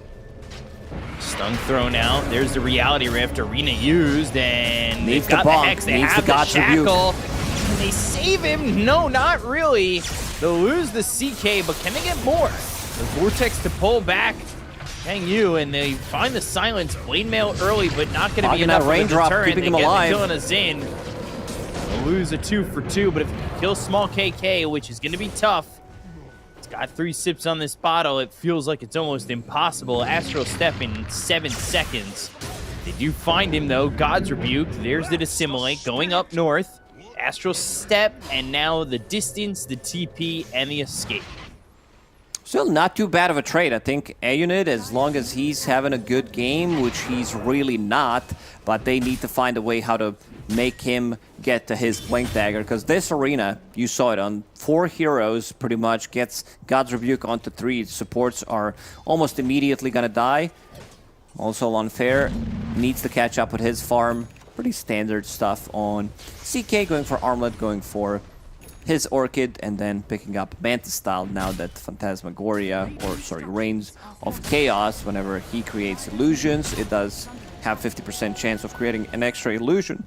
It does work with his ulti, it does work with items, it does work with him picking up the illusion rune. Anything that is illusion based does work with it. Even enemies, even Shadow Demon, for example, using Disruption can get, he does have 50% chance of creating enemy CK illusion.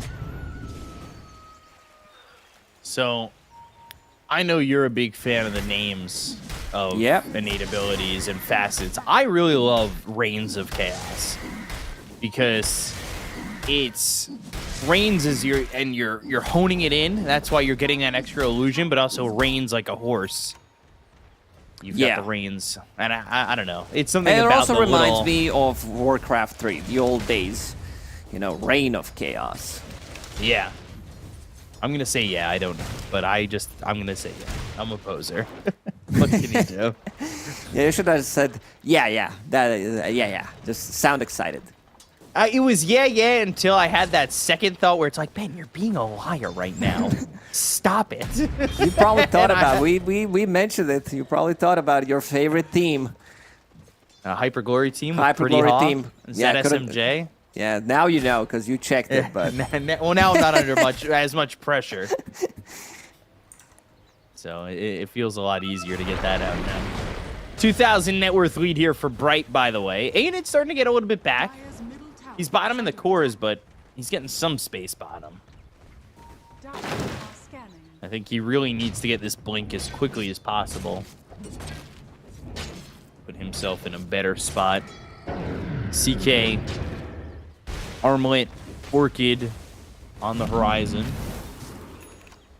very fast farming hero, especially now that you get that extra 50% chance, because Phantasm is used every single time it's off cooldown. You want to push the lanes, you want to get that extra gold out of the map. So with extra illusion, you can push out the extra creep wave. On. Ooh, Aether Remnant. They've got the silence. There's the Hex, Serpent Wards, and On should be able to get out of that. They drop down the arena. They get a kill on a TK. And should be able to finish off all of these Serpent Wards. Bright did not want to commit. I think once Tiny picks up his item, Echo Saber, he's going to be ready to join.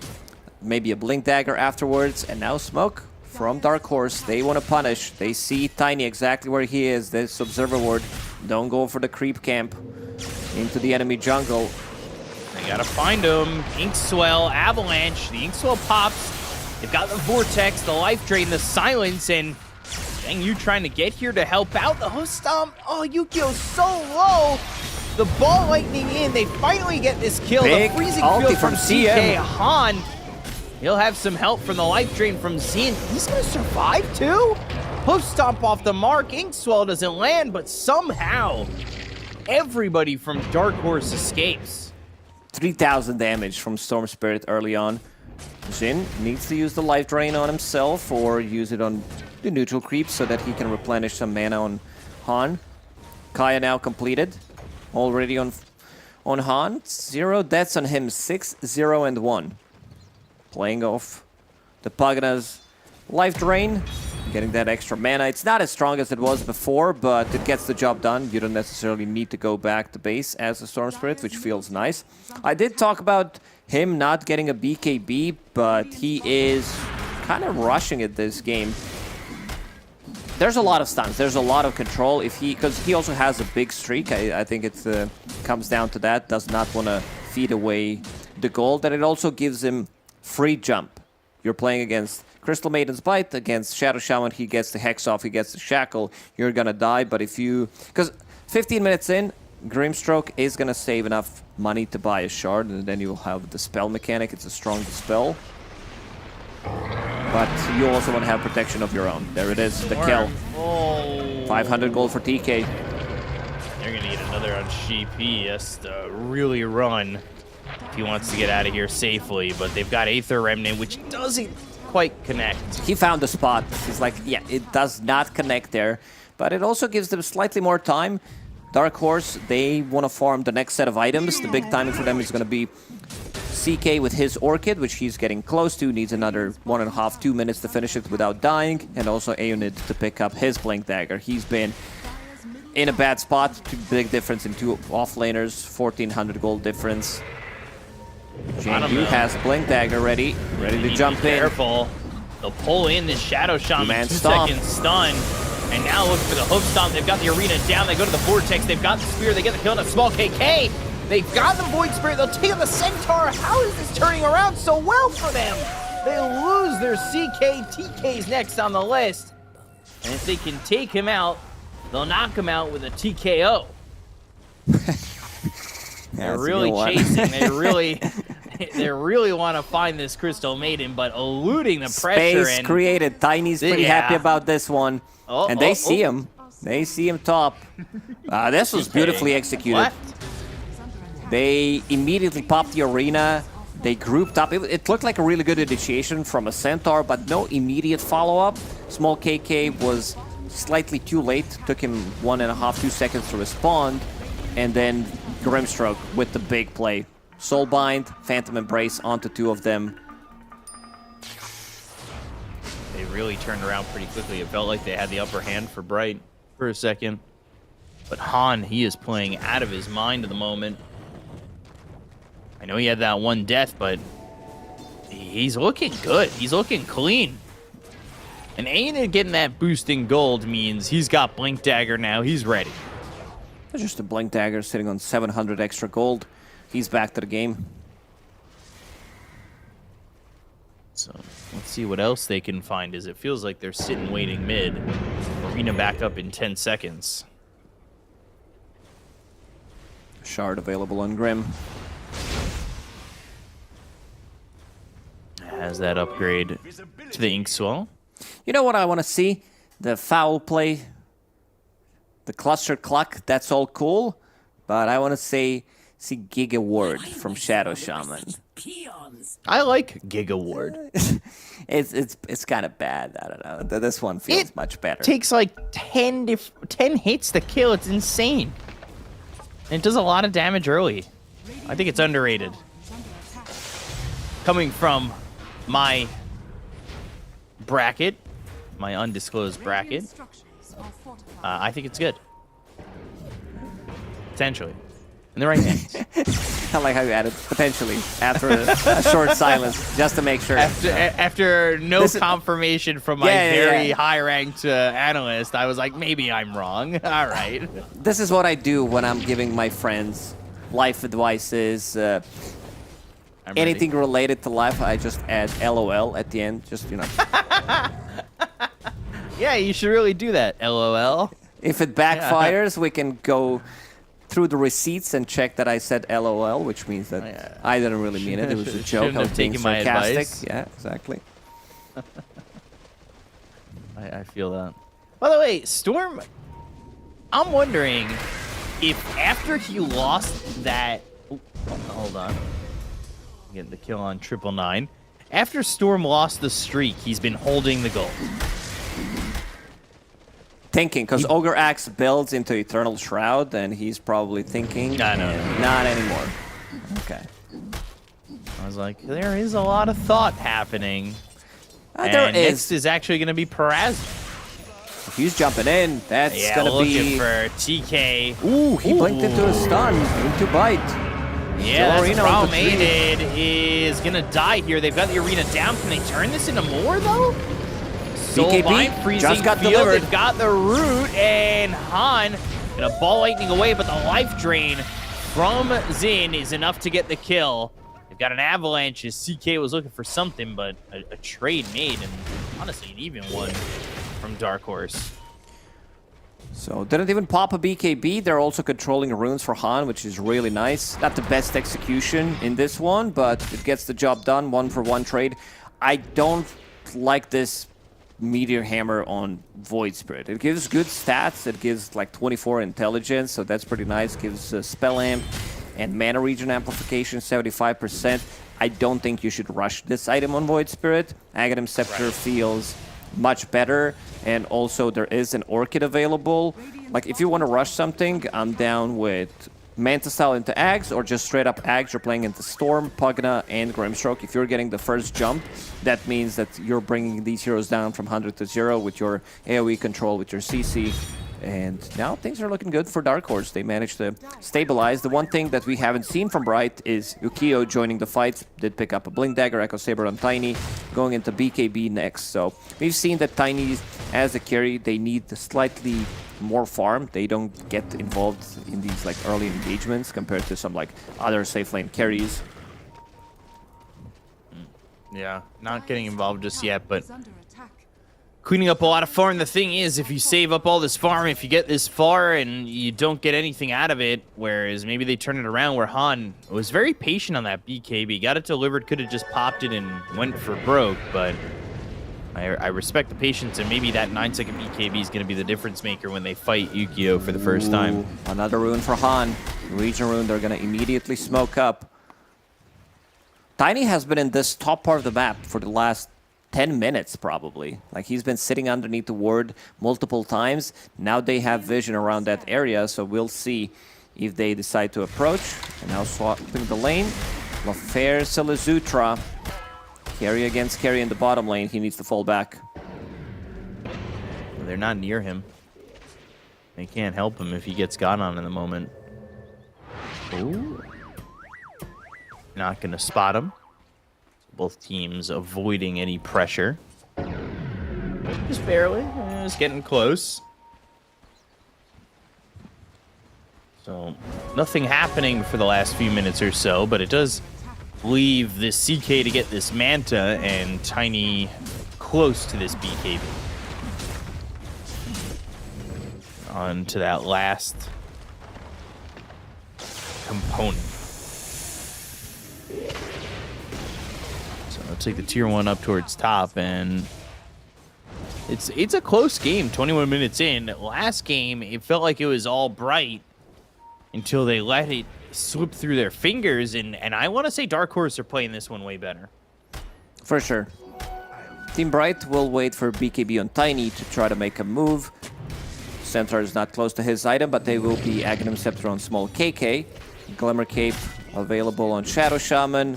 Crystal Maiden has Solar Crest, so a lot of defensive tools, a lot of ways to amplify damage on their side, and a lot of survivability.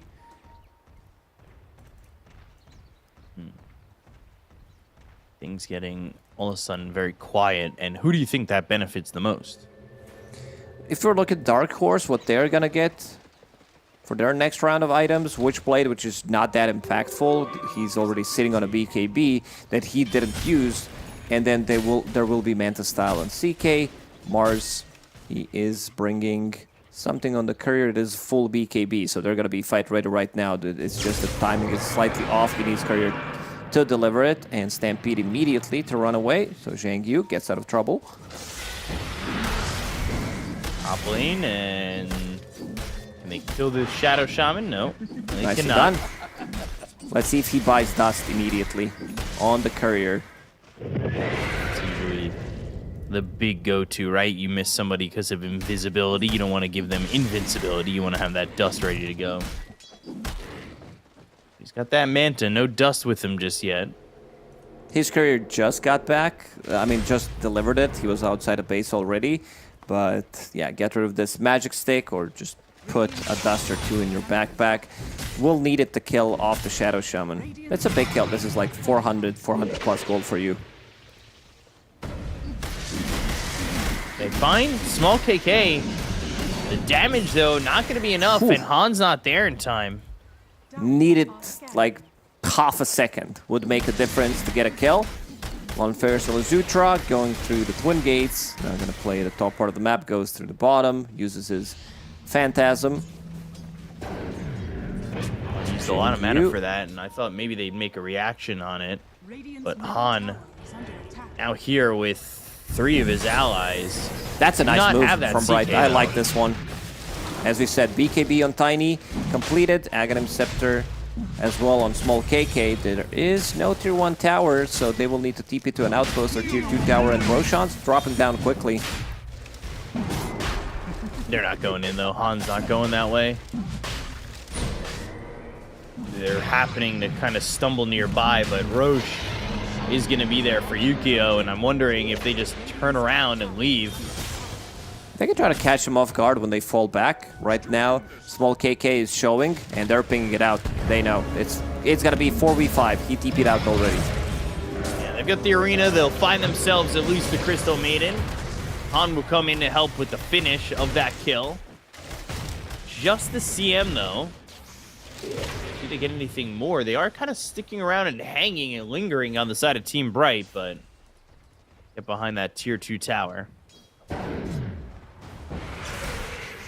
that is all A-okay.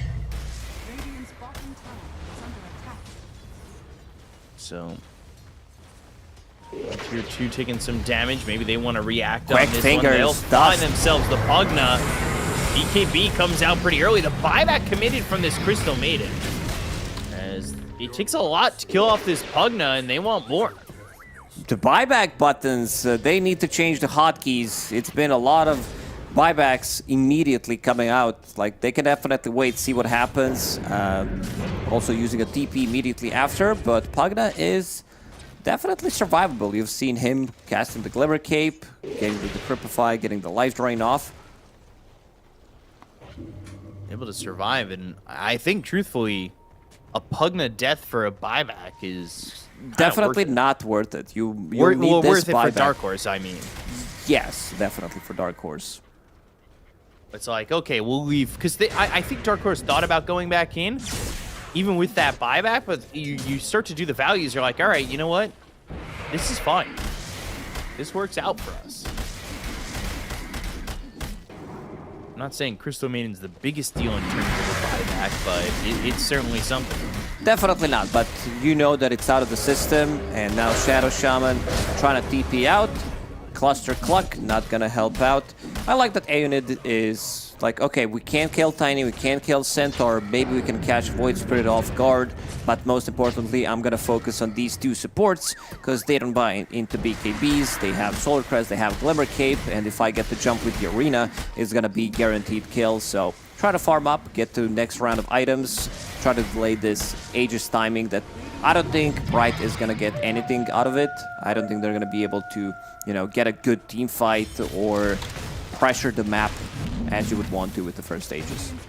Right. And that was Freezing Field used, by the way. Dire structures are fortified. It looks like they're going to trade towers. Potentially, if this is taken quick enough, they might all go towards top.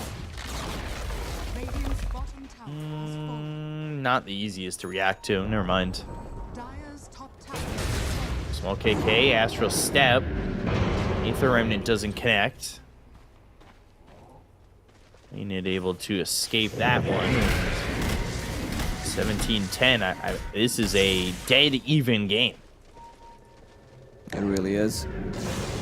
Han still holding his 9-second BKB. That's why I said that he doesn't need an early BKB as much. He did die once, but that was his first item. After finishing off Kaya, BKB immediately, and hasn't used it for the last 10 minutes. There it is now. KB Gets the usage. as the Ink Swallow. Now the Soulbind gonna go back in. They've got the Vortex. That pulls in 2 heroes, but will elect to TP out. Not what they were looking for, Radiant's bottom tower is under attack. but it's really... that first BKB usage after holding it so long doesn't get them anything. They're gonna grab this Tormentor, and that will be Shard for Pugna. Starting to feel kind of the pressure being put on Dark Horse right now without that BKB and everything. Dark Horse, they have 4 shards already. The only one who's missing is Storm Spirit. Everybody else purchased it. Compared to Dire's middle tower has Team Bright, only Tiny buys this one. That's carried Tiny, so no real surprise there. Aegis about to expire in 25 seconds. I think they can go. I think they should try to look for a fight. CK. Okay, he doesn't have his BKB, so might need to wait for that one. No need to rush it then. Doesn't have that BKB, has 4,000 gold, just on the edge of having it. He's sitting top of the net worth, though. There's that BKB purchase. There's the Aegis expiring. So, can Dark Horse take advantage? They didn't lose too much during that Aegis time. Lost a couple towers, but they can make that back up pretty quickly, if need be. Small KK. Looting the presence of Dark Horse as they're starting to come through this jungle area. Not spotting anybody just yet, but they are grouped up, and it looks as though this is leading to be a smoke from Bright, with Dark Horse pretty close by. Storm did pick up the Meteor Hammer. It's relatively cheap upgrade to what you get from your Kaya. Like the numbers, you get extra 25 mana regen amplification, you get extra strength, extra agility, extra intelligence. I don't know if I said that one. Here. Oh, Glimmer Cape again. CK was looking to go in and make a move, but that was BKB used, and they didn't get anything out of that CK BKB. But on the other side, they were able to get kills there, and that's small KK going down. CK looking like they're next. Freezing Field's not going to last long. Han, BKB is going to run out in just a moment. With the Serpent Ward's committed, Freezing Field down, and Stampede used. There isn't a lot left in the tank for Team Bright initially. I didn't even notice immediately that small KK is in. He jumped him and just died. I guess he got silenced or got stunned by a CK and brought down from 100 to 0. I'm pretty sure The rest of the team wasn't even there. Like, they were so far away, 1,000+ range away.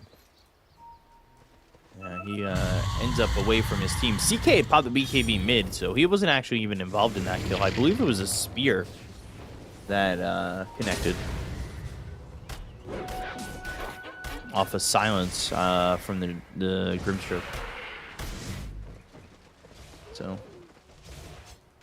Dark Horse get themselves a 4,000 net worth lead, and Tiny's got Daedalus going into the Shadow Blade. Tiny wants to play the kind of assassin type of a game. Wants to jump in the back lines, bring the hero down from 100 to 0. He can solo kill Storm Spirit. He can, I don't know if he can solo kill Mars. CK definitely not, because he's sitting at 4,000 HP, but Storm plus 2 supports, they can be killed from 100 to 0 once he picks up the Shadow Blade. Double hit, one of those being crit. Radiant are scanning. Could be disgusting, that's for sure. Dire Putting, are scanning. Taking out Knobs, and they are sitting across the river. They've got another rune here for the Storm, picking up that shield rune. Roche back up in 10 seconds. It's a quick one.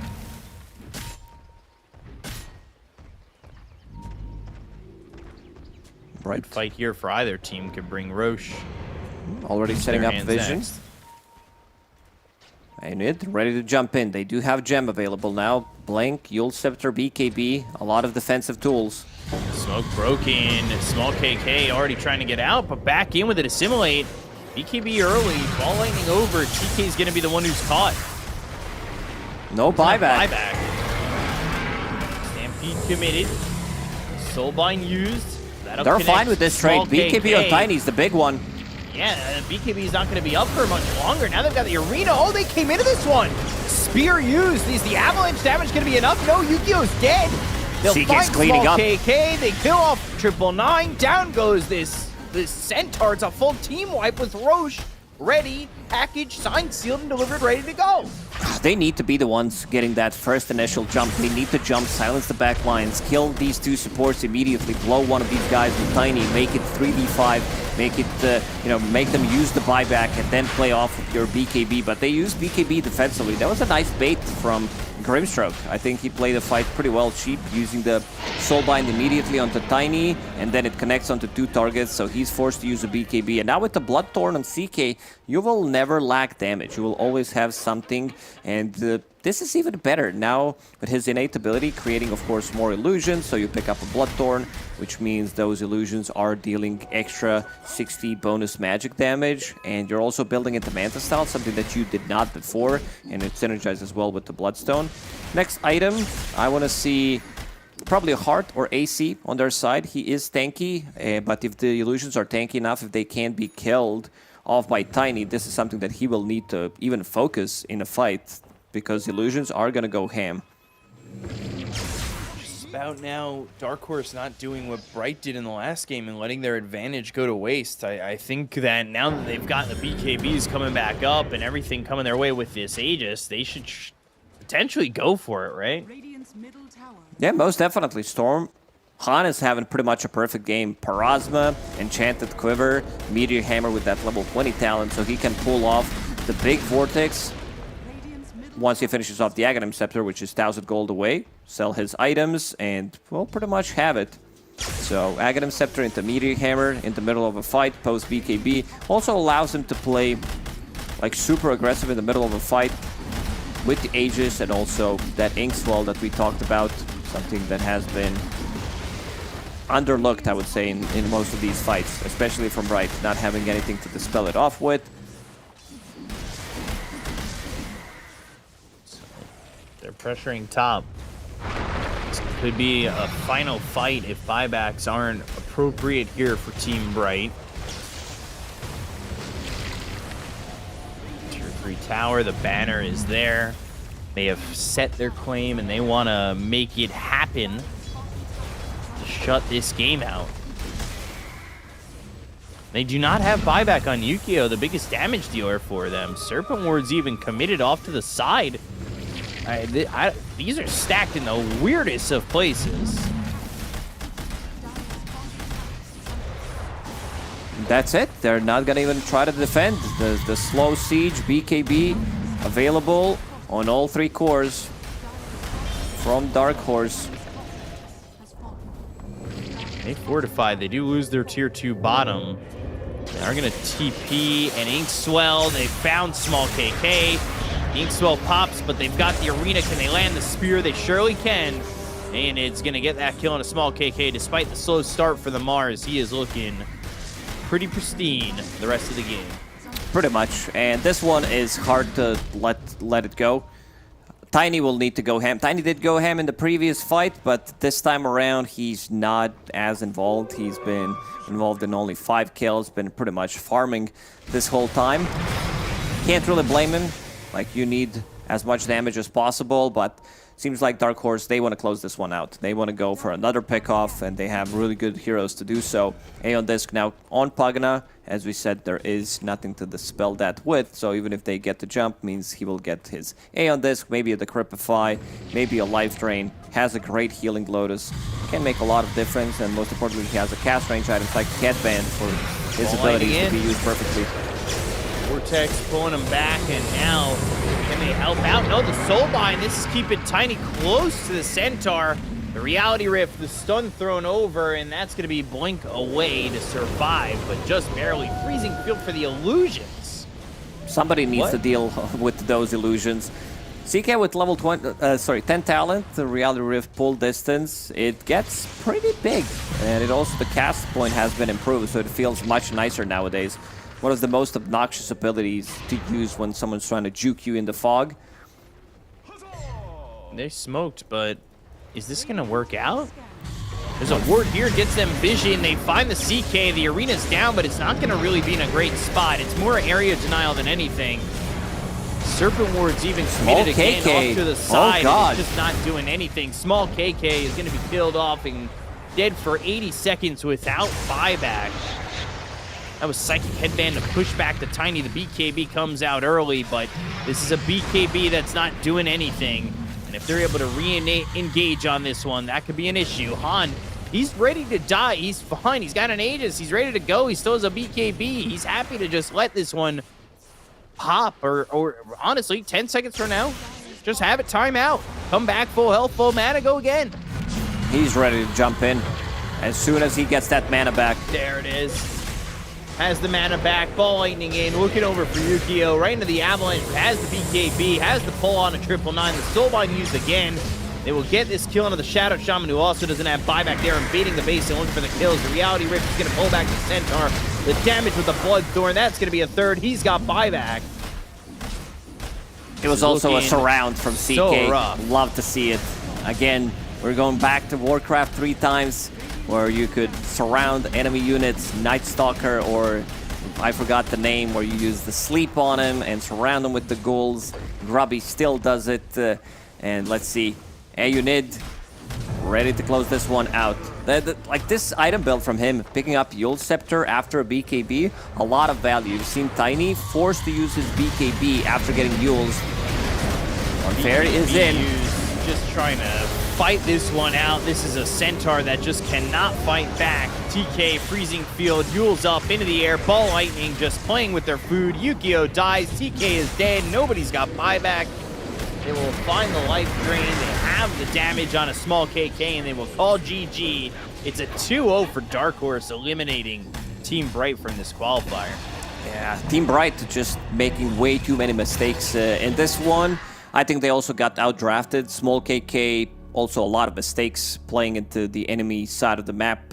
Like not seeing where the rest of the team is. Getting caught off guard so many times. Getting the jump, rest of the team, they don't have the jump. Maybe he was relying on the rest of the team coming in with the Stampede. But pretty much, I would say a perfect execution from Dark Horse in this one. They kept farming. They understood their timings really well. having Han go pretty ham, 11, 1, and 17. Everybody did their job pretty much. Like, I think they got counterpicked a lot. This Mars caused a lot of issues for both supports. You get caught inside of the arena. That also means you're dead. Great against the Stampede. One of the reasons why we haven't even heard Stampede so many times in this game. It just was not as effective. Yeah, it wasn't really that effective. They had the Soulbind, and in this fight specifically, they had that Soulbind leash him up and make sure that this Tiny's not able to run away. And this gets them Roche, and this is really the beginning of the end, right? Pretty much. The game looked pretty over here already. Even coming into this fight, maybe if they wanted, they could have taken Roshan. But Team Bright, even though they were the first team to kill Roshan, they didn't get anything out of it. The trades that Dark Horse did get from it was too good. The tower, the mid lane trades, and overall just waited until the Aegis ran out. So, yeah. Dark Horse, definitely a deserved victory. And even what happened in Game 1, making a really big comeback. So, definitely want to see more from this team. And this also means that they're going to be advancing forward in the lower bracket round 3. And we can see some of the scoreboard. Lonfair Selazutra, also, I kind of like this guy. No, not just because of the name, because I like to pronounce it, but also has some really nice moves. Yeah, he played really well in the CK. I think, his farming patterns were pretty perfect, and he knew what to go for. And in terms of who to really single out in these fights, but Han, definitely the standout for me. He had a perfect game. He had that one death right up on the top rune. One time later in the game after he had already gotten 5 kills. Doesn't die again. Does so much for the side of Dark Horse, and they ultimately end up taking the 2-0 and looking real clean on it, right? For sure. This is a team that definitely deserves to be where they are. I think with the play like this, they can definitely... Because when they played against LGD Gaming yesterday, their drafts didn't look as good, I would say, especially because they focused on the position 5 last pick in both of these games. You're also playing against the higher caliber teams, so you're not going to look as good. But if they play like this, like instead of playing yesterday, like I would say headless chickens running around, getting caught off guard multiple times, things are going to look much better for them, because this has been their best showing so far. Yeah, now they wait to see who they're going to be playing against in the next round. The winner of Kev against Two Light Team. This is God King Stack against Kev, which is that Ulu Butterfly Effect roster with Shang-Chi and the rest. So we'll see who takes that series coming up next. We're going to take a small break. We'll see you soon. Stay there. The official headset of PGL tournaments. Now, with a wireless version. Experience unparalleled speed and reliability with the latest wireless technology, advanced hybrid ANC, and built-in EQ for your favorite game. Designed with elegance and durability, and extreme noise-canceling microphone. Always stay one step ahead with Aspire Wireless.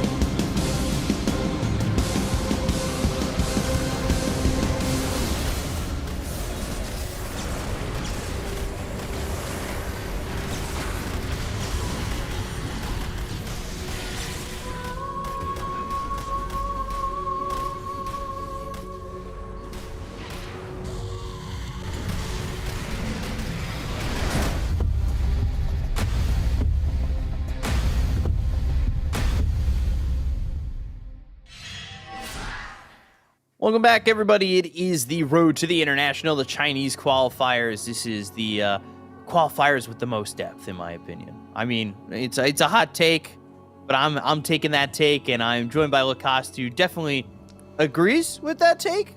Maybe it could be Western Europe. I'll be honest. I don't know. I want to say anything. Just Just stay quiet long enough, and I'll bail on all my points.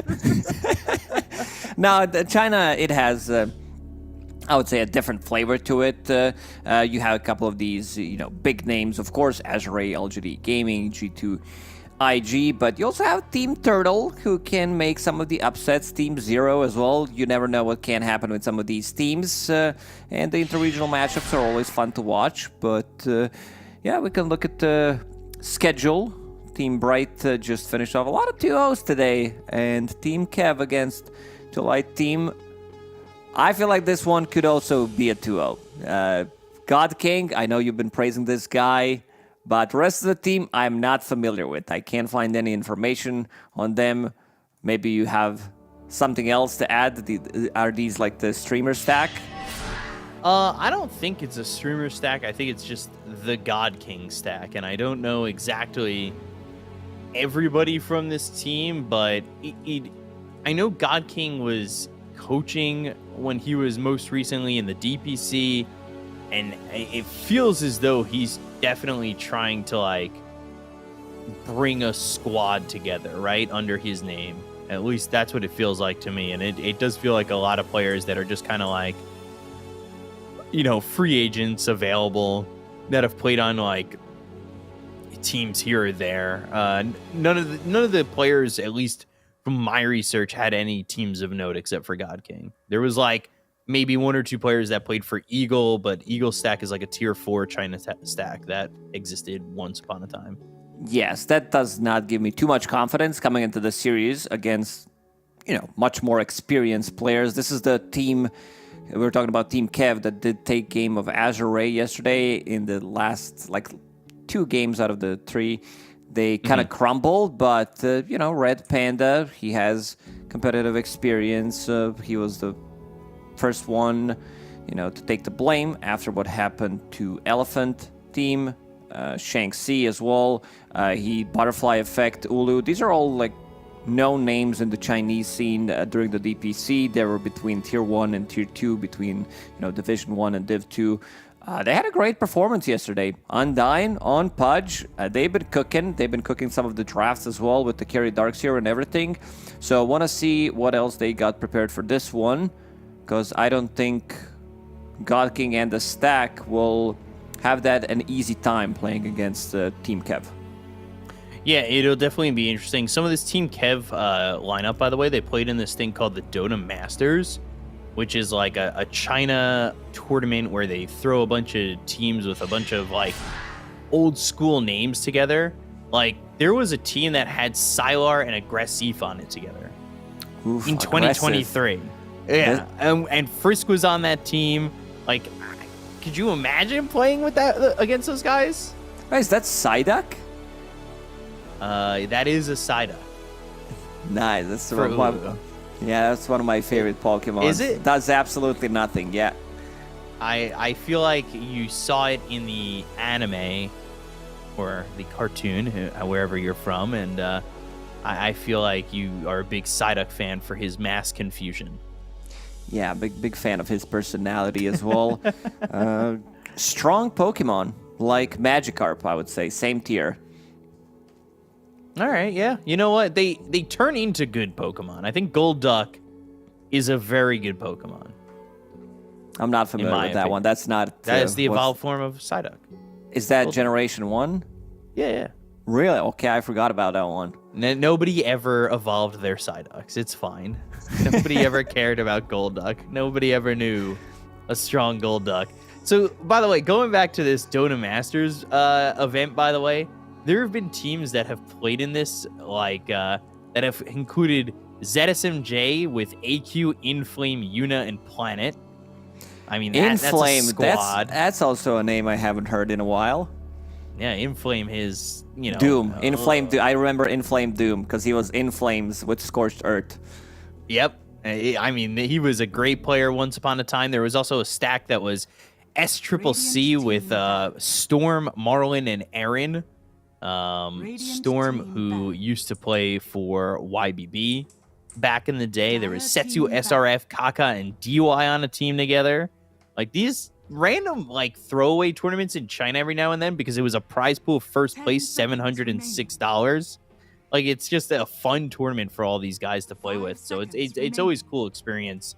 And I think that's kind of where, not exactly where this Kev lineup has kind of come from, but they definitely got experience playing in events like this. 10 seconds. It looks like a relatively strong team, a team that can cause some upsets.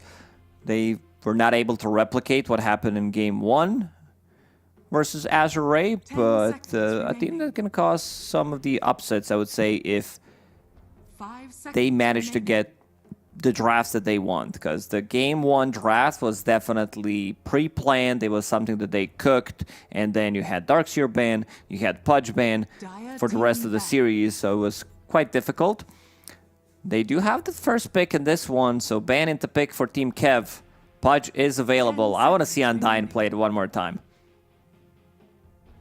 5 seconds remaining. We'll see if he gets a chance to play it here. And I do, every time we talk about Kev, it does feel like that hive mind. Because I'm pretty sure it's not, I mean, it says Team Kev, but I'm pretty sure it's just Kev. Hey, it's just Kev. Team pick. So we'll see what they pick here. Is it going to be the Pudge? It'll be the Clockwork. I mean, it's also another hero with the hook, so good replacement. They could still go for it. Clock 4, Clock 5 feels fine. Gyrocopter as a response immediately. We've seen some gyrocopters, like, it is a flex, of course, but I would maybe love to see this Gyrocopter being played as a carry. Not really convinced by Gyro 5. I think there are much better heroes out there, but for now, it's going to be used as a potential bait. I wonder what we'll see from God King. I always tell this story when I cast with you with God King, but back in the day... Let's hear it one more time. One more time. You've heard the story. You can almost probably tell it yourself. But there was a random player carrying for a newbie as they were trialing players. And if I remember correctly, he played 13 games trialing for newbie. 80% of them he played Terrorblade. 100% of those games that he played Terrorblade, he went first item Midas. And I want to say 100% of those games he lost. I wonder that was why my they first did not, introduction into God King. I wonder why they did not pick him up. Innovation. He was too innovative at the time. Yeah, he needed to have bots. Bots Midas. Instead, he only had Midas. Didn't fulfill the most useless item build of all time. The combination of two items. The absolutely does nothing type of an item build.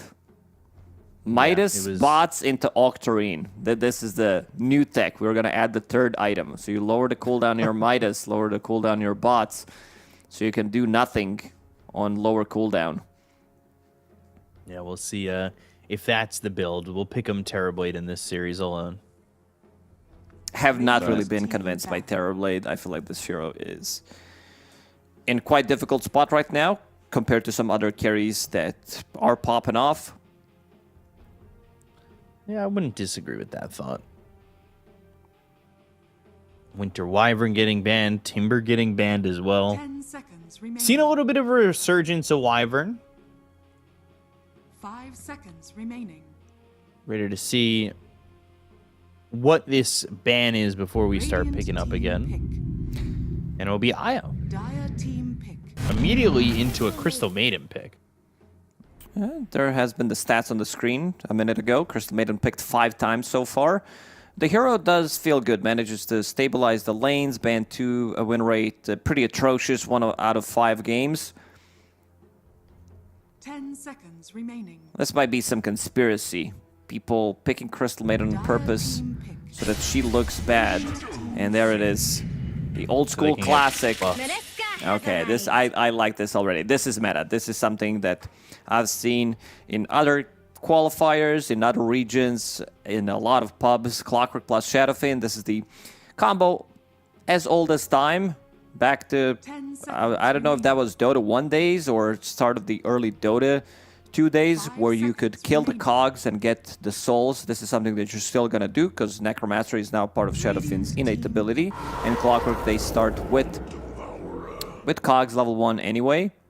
So you're gonna show up in the lane with 8, 9, maybe 10 damage, depending how many cogs you're gonna be able to kill.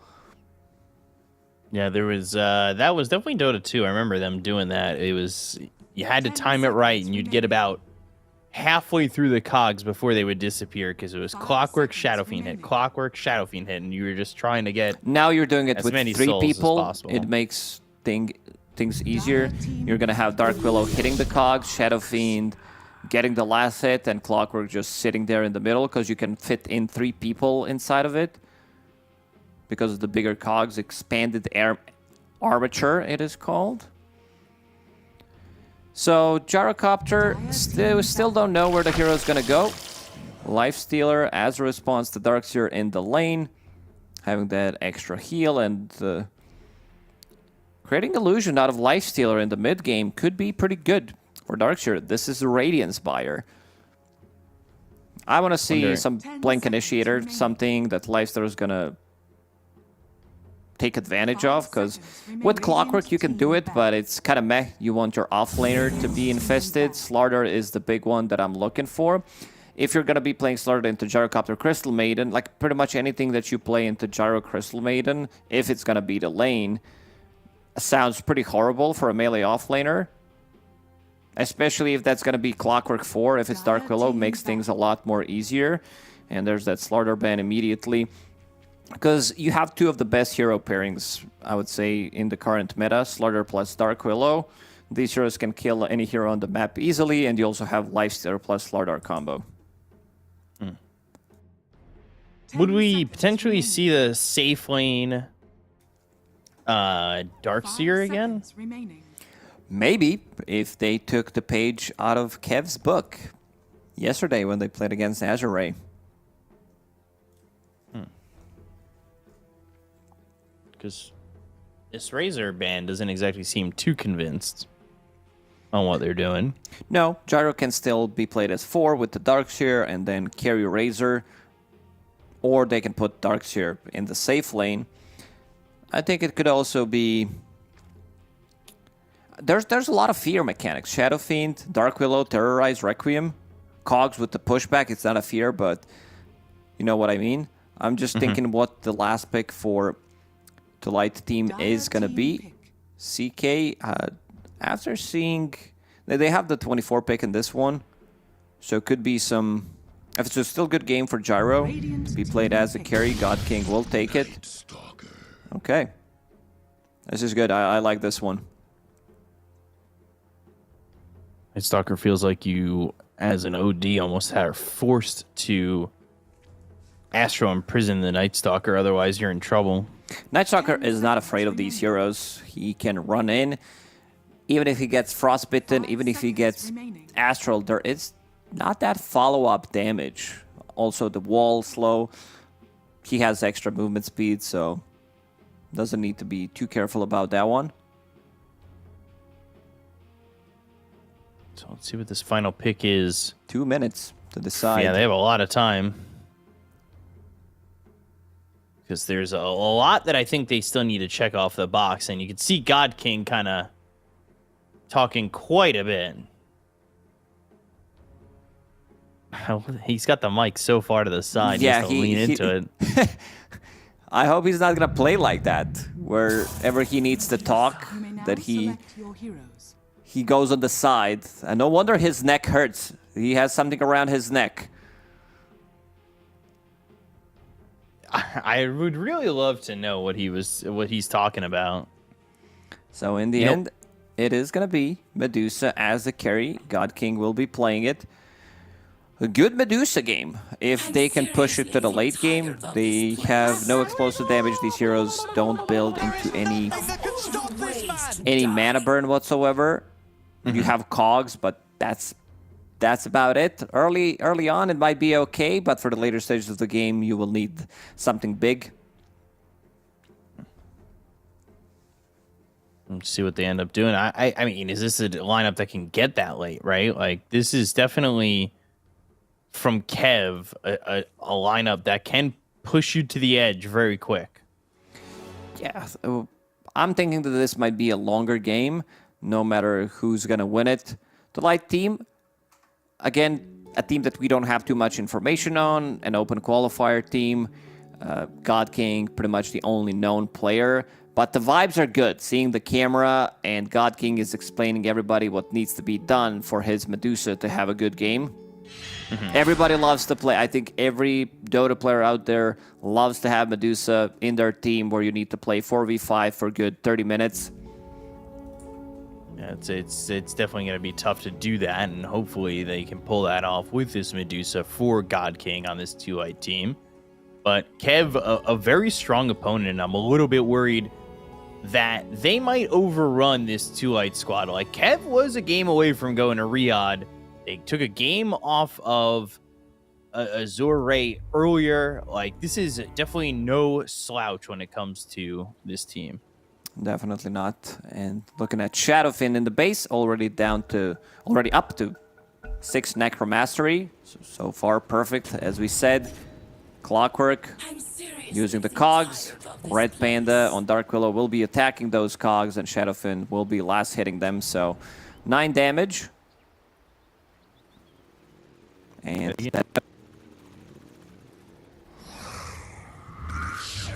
Will they do it one more time? Right no, for the tier 3? That's it, I think. Okay, they're pinging it out. Doing it one more time. Usually you keep it at 9, 10, depending how many you can get. So 12, that's going to be extra bit of a boost coming into the lane against OD, which he definitely needs to help. Just keep doing it. Okay, let's go. That's why Clockwork bought the extra mango. So up to 15. What do you say, B-Cup? Do it one more time?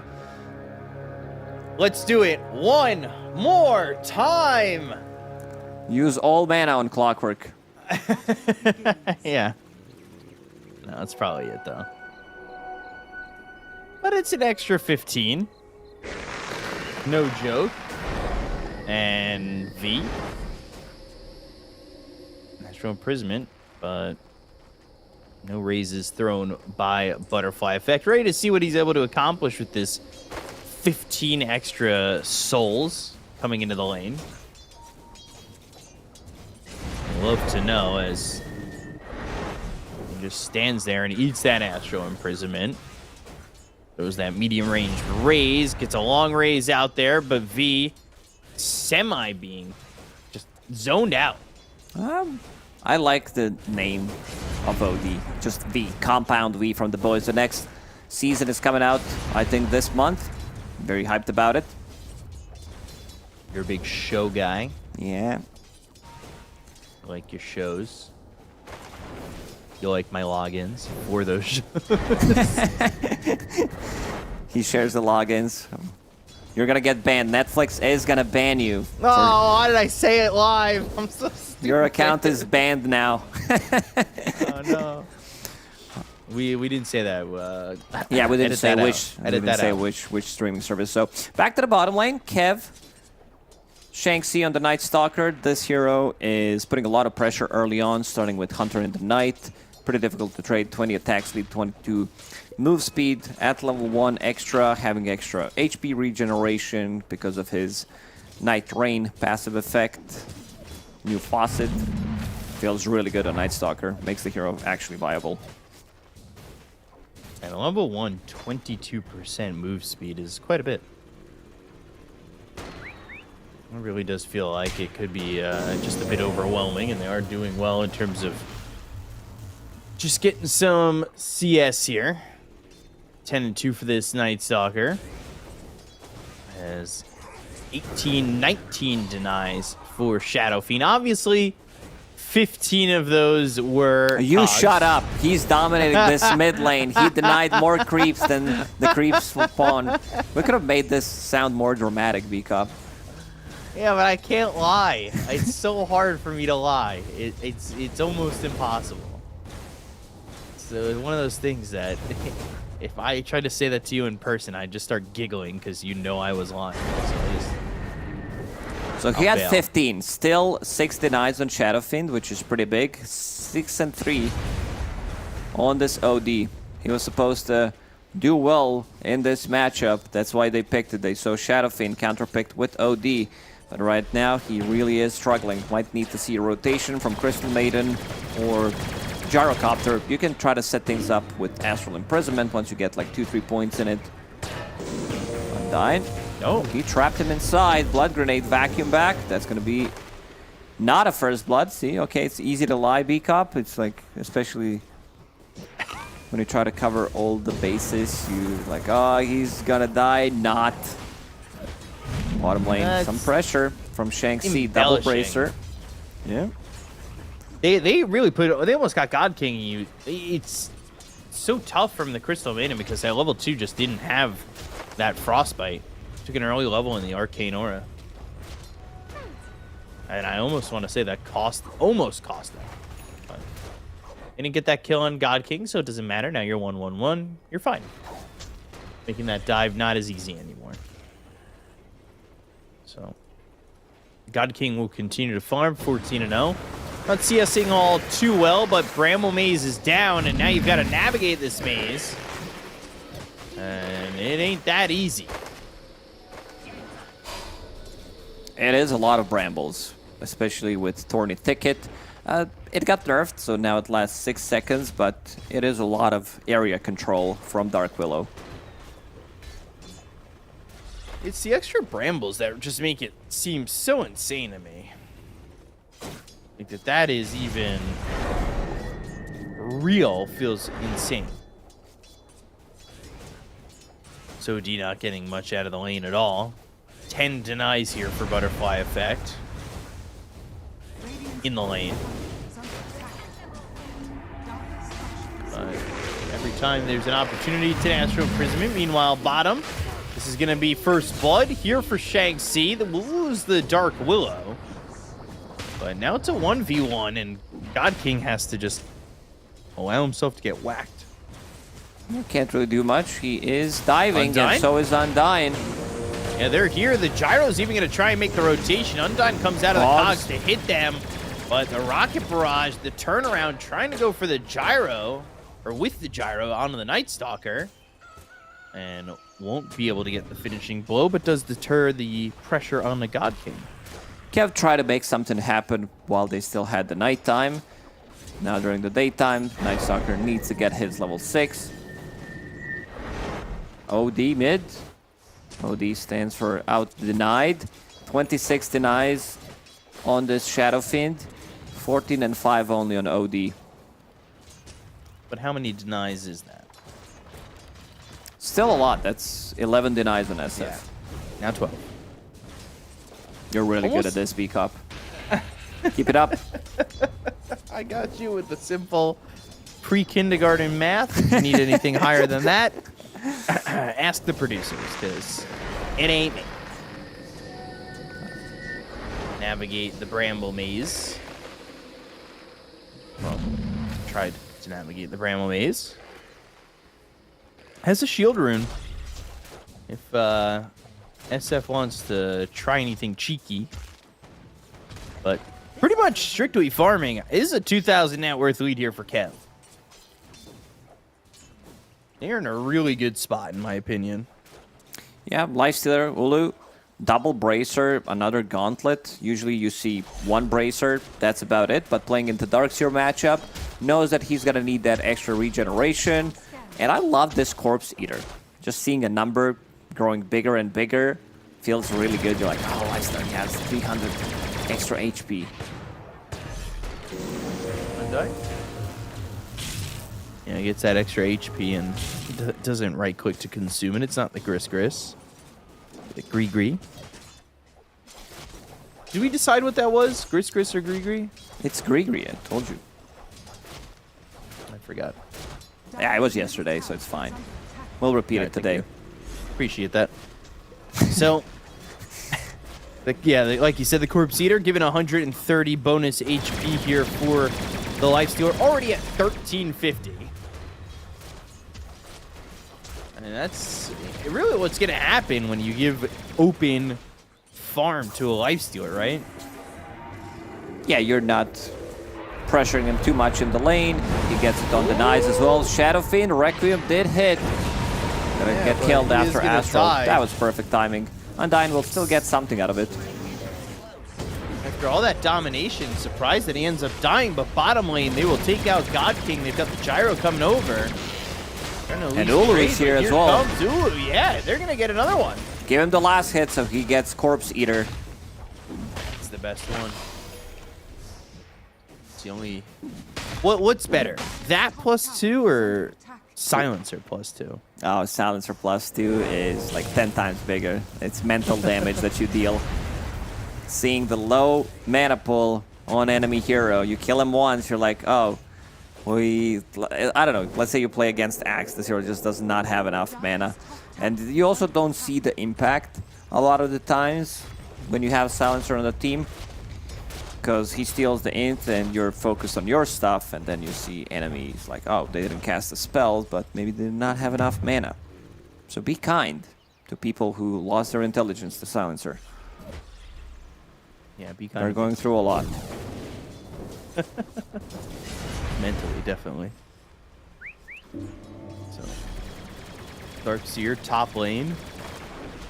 Top of the CS now. So big stacks being made.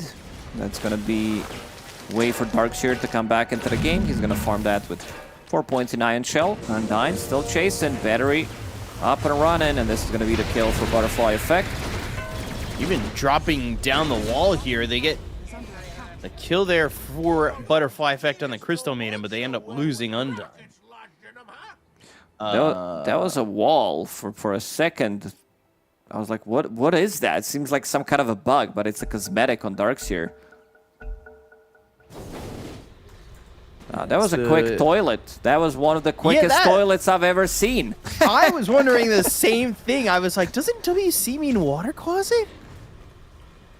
It does. You know, the gamers, you know, Cartman from South Park. Can be done quickly. All right, I won't do it, but that is a great episode. So now it's time to farm these stacks. Yeah, it is time to farm the stacks, time to get back into it. V. Undyne. He's going to be the one who grabs that regen rune, and V is in a lot of trouble. The Brambles are down. They'll get the kill on a V. Hookshot got 6 off that.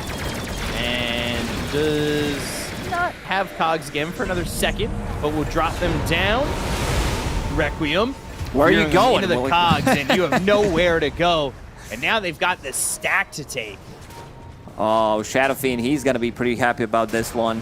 4 points in Shadow Rays, level 9.5 on SF. God King TP'd in. They want to protect the stacks. Can't really blame them. Infest ready. I was gonna say, he's just walking into that, and now when Fest in a Butterfly Effect, they don't even get the kill on a Red Panda. They're trying to chase him back. Here comes V, but the silence now. Here comes the daddy. Night Stalker is in. Uh-oh, Night Stalker is in. Triple kill for Ulu. This might be, if they can chase them all down, one of the earliest rampages if they could get it here for this Lifestealer. He's calling for it for sure. He's like, kill someone. Guys. I got this, but now they're going to focus on the stacks. Can't really blame them. Getting the neutral items. Ulu getting 4 kills and getting extra 8 HP from Corpse Eater. Very important. Wow. So this is going to be like 13-minute radiance. They're in a lot of trouble. In this game, he lives with 8 HP. Just know, it was that moment. Oh, the perfect camp for him. Killing the Skelly Bros from the troll camp. This number getting higher and higher. I could watch this all day. +2. Mid. Radiant's bottom tower Maybe I is can. under attack. V. He is OD. level 8 to butterfly effects.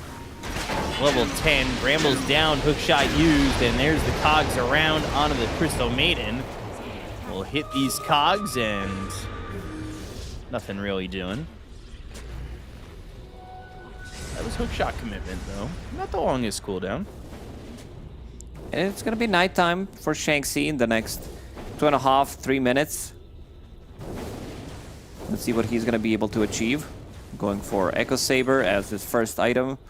Gives you a lot of damage. There are like 2 routes, maybe even 3 routes that you could go for with the offlane Night Stalker, Armlet, Echo Saber, or Phylactery, whatever you prefer, whatever it's a good game for it. Right. Radiant's almost finished here for Ulu. Just 150 gold away as that courier going over to the secret shop already. They were unable to kill him in that fight before where he picked up 4 kills. Getting a little bit worried about how much he's getting out of this early game, and a lot of stack gold here available for this SF while Terrorize was used, and they will get this kill on to the Darkseer. Want even more? It's Ulu off screen who's getting a kill into the gyrocopter while That's the a Crystal solo. Maiden dies. Yeah, just ran him straight down. Shanxi on Night Stalker. This hero is just so good right now. You can tell that I'm biased towards the hero. Having ability, so Dark Ascension resets your cooldown, so you can get like double Void, double Crippling Fear during nighttime. Even with 1 point in Crippling Fear, it's still 9 seconds silence. It's quite a lot, and you're also building into all of these small items. Magic Wand, Double Bracer, has infused Raindrop, so you have the mana sustain to cast your abilities. 7,000 net worth lead already. Kev is just dominating this game so far. Dire's top tower is under Butterfly effect. When that 1 death, only 22 souls. So. See, as time goes by, what his build will be, because he's going Yule's Blink. Going Spellcaster route. Kaya, Yasha Kaya is the new tech on Shadowfiend, providing with the cast point reduction and also having that, or cast speed, something that he does have on level 25. We removed that from the Arcane Blink a long time ago, but it is coming back. We are focusing on less on status resistance, more on slow resistance, and seems like cast speed is going to be added to the game for certain heroes. Smoke up by Too Light. Who did they go for? Clockwork's not exactly the best target to try and get. Brambles is down, call down used, Undyne in trouble, but there's the Yules and the... He got vacuumed for a second. Vacuum? The vacuum stopped it. They still get the kill there on a V. They'll drop down that wall. Butterfly effect not really feeling the effects of this damage, and they will get the kill on the 2, losing that Clockwork. There was also a fight without Night Stalker. Shanxi now has a Blink Dagger ready. Dark Ascension available. This should be a pretty freebie tier 1 tower for them, which does open up the map. Map is getting smaller and smaller. 2 supports, they can't really go for any kind of ganks. Also Gyrocopter, Rushing Shard. This is good for the pubs most of the time. In professional Dota, just doesn't feel as good. You want to pick up the mech, wait for 20 minutes. It can be very lackluster. It can also deal a lot of damage. Really depends how it's going to be used. And Darkseer going to drop one more time. Yeah, just can't stay alive, and they're trying to make this time for Medusa, but Medusa only has Maelstrom. And this is going to be looking like another solo kill with the Infest pop there. Ooh, getting another solo kill on the Gyrocopter, even looking over at V, chasing them all the way back. Butterfly effect is here, but don't quite get that kill. I don't know how long God King can continue to stay like this. Guys, keep it up. You're doing a great job. I need another 15 minutes. I'll be ready. Post 30. Maelstrom finished. It's a new tech on Medusa. Yeah, it is new tech on Medusa. Getting involved twice. But Blink Dagger next. I don't know if that's the item that you really want to be waiting on. Probably not. I guess he wants to jump in the middle of a fight, stop Shadow Fiend from getting the ulti off.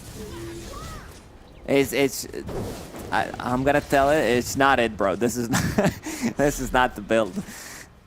Yeah, it's not cooking, it's cooked. But we'll see. Maybe we get proven wrong. I'm always happy to be proven wrong. I love being proven wrong. However, Is under attack. it would take a lot to see from this Medusa to do so. For Ulu, by the way, 354 more health than V is dead. Hook shot comes in from downtown. They get that kill there on the OD again. And it is just been all Kev. Under attack. They just have to start breaking through these tier 2 towers, and I think they could start to think about finishing the game, truthfully. Maybe Roche and push. In terms of They tower are way damage, far ahead. they don't have as much yet. I don't think they feel too comfortable just rushing the high ground. Could be too difficult. Halberd has been delivered, and then his courier died, so not too much of a value has been lost. Gossamer Cape, Heaven's Halberd, so you have a guaranteed dodge on one attack. Oh, look at that combo. Surge onto OD. But Into an Astro. Rocket with the shard on a different target. Not really working for them. Yeah. They don't have that blank stun. The off lane, like your two supports, good shot, Undyne yeah, is hook in. shot, giving away your positioning, call down, freezing field, Bramble Maze, Sanity's, Undyne's dead, Terrorize thrown out. They get the kill on a V. They'll look over the Crystal Maiden. And God King also used Stone Gaze, so they're willing to chase on this. They look over the Dark Seer, vacuum wall onto 3. They've got this Night Stalker on the high ground. Red Panda ends up dead to the Dark Seer, but will trade. Now they're infested, trying to chase for more. They will void, they will pop, they will go, and they look over at God King behind a tier 3 that they can't even get access to because there's a tier 2 standing in every single lane, but they don't care. Yeah, Ultra kill again for Ulu. they're not good at just going high ground and killing buildings, but these heroes are really good at killing other heroes. Undying paying the price multiple times going in, but as a position 5, doesn't care too much about it. Also, the siege is not going to be as strong. Shadowfiend doesn't have presence or affect buildings, playing the magic build Shadowfiend, so opting to go for the Shadow Raise damage on 15. God King did pick up his Blink Dagger. This is it. This is the timing. Blink in with the Stone Gaze. Gleiton, you're next. Radiant's bottom tower is under attack. All right, I mean, I'll let him cook. We'll see what he makes, but...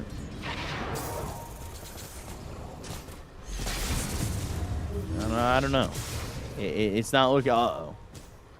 That was a blink forward from God King and a blink away from the Night Stalker. He got scared. He thought that they have a Blink Initiator and then realized that it was a Medusa, so we'll probably come back. A little shocked God King's so willing to leave like that. Meanwhile, here with Undyne top, he's just taking the tower. All that's going on. He doesn't really care about anything else except taking these buildings. Radiant's top tower is under attack. It's going to be another tier 2. No real contest from them. Has fallen. They don't have enough damage. They can't really fight back. Their team fight is also non-existent. You have Wall plus Guardian Greaves. That's about it. Shard for all Undyne's troubles, so gets that jetpack.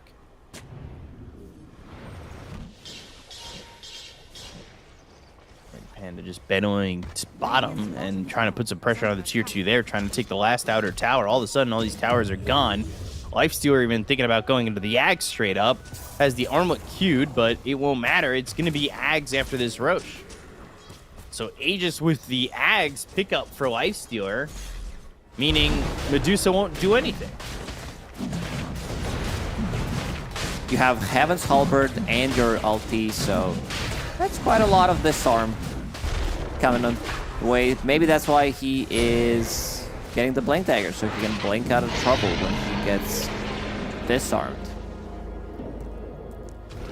Maybe, but immediately through the Twin Gate and finding the OD. They've got the Silence with the Void. They've got the Requiem right on top of the Dark Seer. They get the kill on a V. They'll lose themselves. This Dark Seer, that's 2 heroes dead, beyond godlike for Ulu. I don't want to be a downer, but it might be a time to call this one. You are not achieving any of the kills. You managed to kill Clockwork a few times. We've seen a lot of early GGs in the Chinese qualifiers. That's why I'm saying it. They don't even care about these towers. This is really insane. I think it comes down to if they just kill God King one more time, and he's going to try and get back to base. But there's that blink there. They've got the Silence. The Brambles are there. The Terrorize is used. Feared, killed, gone. GG called. Game 1 goes to Kev. Yeah, not really a surprise. This one, you can feel the skill difference, but also the draft difference is pretty massive. You have OD, who has lost his lane to Shadow Fiend. Pretty much all 3 lanes have been lost. You have Crystal Maid and Jaro as your 2 supports, plus the Darkseer. These heroes, they don't play well off each other. You don't have a single hero that Darkseer can use Ion Shell on. It's not a must. There's been a lot of times, especially in the past year or so, where you have position 4 who utilizes this Ion Shell, but this is just not it. Like, they can't get out of the laning stage strong with the draft like this, so I want to see some changes coming up from the Light team in the next one. Team Kev, however, pretty perfect game from them. Ulu on the Lifestealer, understanding the matchup, getting multiple bracers so that he can sustain through the damage from the Darkseer, and also Shanxi on the Night Stalker, getting some of these early kills, and continues to dominate. Super farm throughout the whole game. Yeah, very farm the entire time. Just no real stopping from the side of Team 2 Light. It was just one-way traffic the entire time. There was almost an early rampage there for Ulu. Ulu godlike 19 minutes into the game. They chased down these heroes past the towers. Like you said, the building damage may not be there, but the hero damage is. That's really all that matters, to just shut these heroes out. Just a very simple game. 27-9, 12-0-4 for Ulu, 7-0-8 for Shanxi. Undyne fed a little bit, but whatever. You know, that's did the job. That's what matters. Yeah, you did the job. You only killed 1 core, Butterfly Effect in that mid lane with the CM rotation, but that's about it. Other cores did farm up. Ulu on the Lifestealer, standout player, did his job. 0 deaths. I don't think you can ask for anything better. 12-0-4 in a game like this. Great optimization. What was that? 12-minute Radiance on him as well, and then into Heaven's Halberd, into Aghanim Scepter. Just not enough damage on 2 Light, not enough team fight, not enough ganking potential. So one thing to work on for the next game, definitely pick the heroes that can play Dota. These heroes are good at farming, maybe, 15-20 minutes in, but you're going to have a huge deficit coming into the game if you lose all 3 lanes. Yeah, so we'll see if Kev can take the series 2-0 or if it's going to be a 1-1. We'll be back with our final series of the day after a short break. Stay tuned. The official headset of PGL tournaments. Now, with a wireless version. Experience unparalleled speed and reliability with the latest wireless technology, advanced hybrid ANC, and built-in EQ for your favorite game. Designed with elegance and durability, and extreme noise-canceling microphone. Always stay 1 step ahead with Aspire Wireless.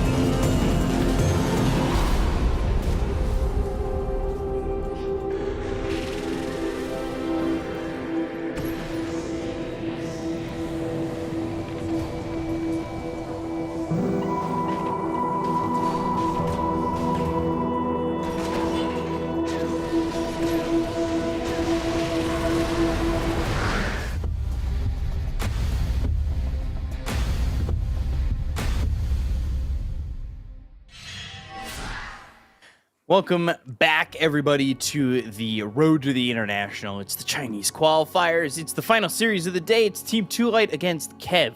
Just Kev. But we're here for game number 2. And Kev definitely put the hurt on in game 1 over Team 2 Light, taking that game very quickly. And I, truthfully, with the way game 1 looked, I wouldn't be surprised if they do it the same again. Most likely, yeah. There wasn't much punching back from 2 Light team. I want to see the heroes that can play Dota. You know, give me some Tusk, give me something strong in the lanes, give me some Clockwork, strong carry that doesn't require 30 minutes of farming so that he can also join. God King being, you know, a pub star. He can play some of these meta heroes for sure, and I want to see some of these heroes that are quite popular right now. Weaver is definitely a hero that I might be getting into the second game, where you can go through the twin gates, gank the enemy carry, just be active on the map, because if you're being static, you're gonna get overrun by Kev, because this team, they have much more experience, they have better players overall, they are more experienced, of course, and just hard to play like that, you know. It's basically an open qualifier team against a real team, so you need to do something differently. You're not going to win against them in a fair 5v5 fight. Yeah, they got to find a way to get some sort of opening here.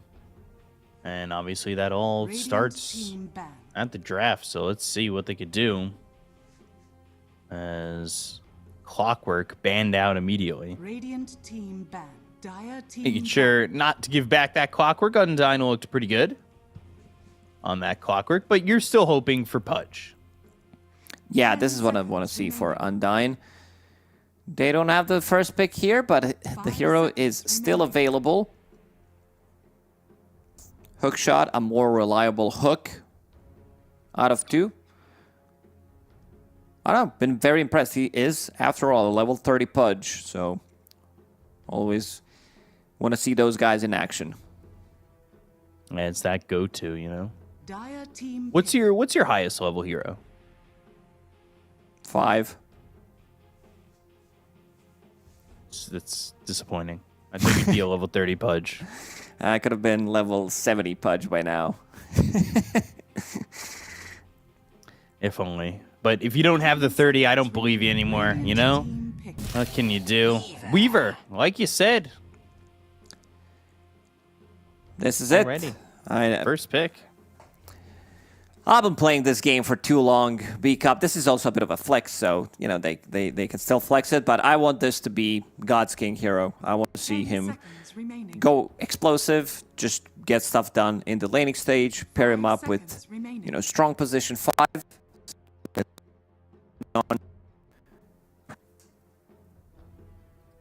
So let's see Dire team ban. what the response is. It's that Dark Willow, so it still gives you an option to get that Pudge.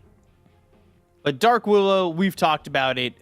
This is a hero that ever since the change to Bedlam has been on the up and up, and having those extra brambles has definitely made it a more viable hero. So Dark Willow seemingly feeling like the best, one of the best, I would say S tier for sure, supports out there. Yeah, this might be the best position for right now. That also can be flexed to position 5, but because it brings so much to the table. It gives you crowd control, gives you team fight, gives you good damage overall, good scaling as well. And like, you don't necessarily, like, you're not playing off your Shadow Realm anymore, but if it comes down to the super late stages of the game, this hero can definitely carry. You're playing more of your Shard, of your Bramble, maxing out your stun, which is almost a 3-second stun, gets even better with the Shard, reduces that delay by 1 second.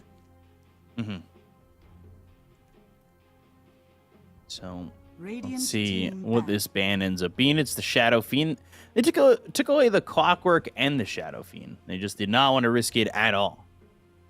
It was probably V's call, who said, guys, I do not want to lane against Shadow Fiend anymore. I don't think they're going to go for Pudge on Kev. It is Weaver, one of the most difficult heroes to hook pretty much in the game. Very elusive. You get the hook. He still gets the time lapse off. But if they want to have fun, definitely down for some Pudge. I definitely agree with you there. So, let's see what this ban ends up being. A lot of time in the reserve tanks still to go for Kev, and not exactly looking too crazed just yet. But they're going to ban that Shadow Demon, and they go to the Windrunner.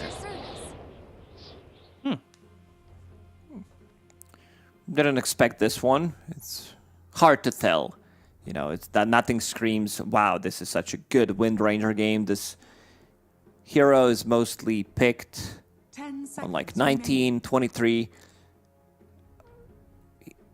5 seconds remaining. Very elusive. Shadow Demon ban makes a lot of sense. Of course, removing the Wind Run, buying a little bit time even early on with the Disruption. What are they going to do to answer this for the side of Team 2, right? Dire team pick. And so they go to the DK. When in doubt, pick DK. Already looking better. Like this draft from 2 Light Team.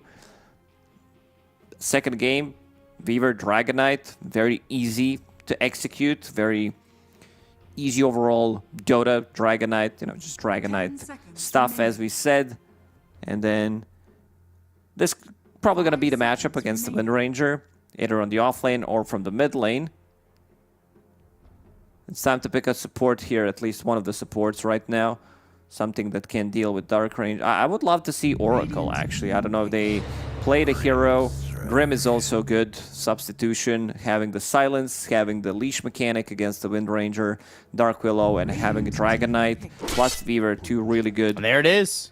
supports, 2 really good heroes who can utilize the Inkswell. And they are getting... This is how they won Game 1 against Azure Ray, OD, and Pudge. So you have a hook set up with the Astral Imprisonment, Undyne, Position 5 Pudge, Night Stalker as a response to OD, Dark Willow, Wind Ranger. 2 Light, they are cooking with this draft. It's going to come down to execution. Well, they definitely are. So we'll see what the final picks are going to be after these bans, but I'm sure you're happy with this, Pudge, already. I am. I really am. It's Pudge. It's Night Stalker. I don't think I can ask for anything better than this one. So pretty easy to execute again for 2 Light Team.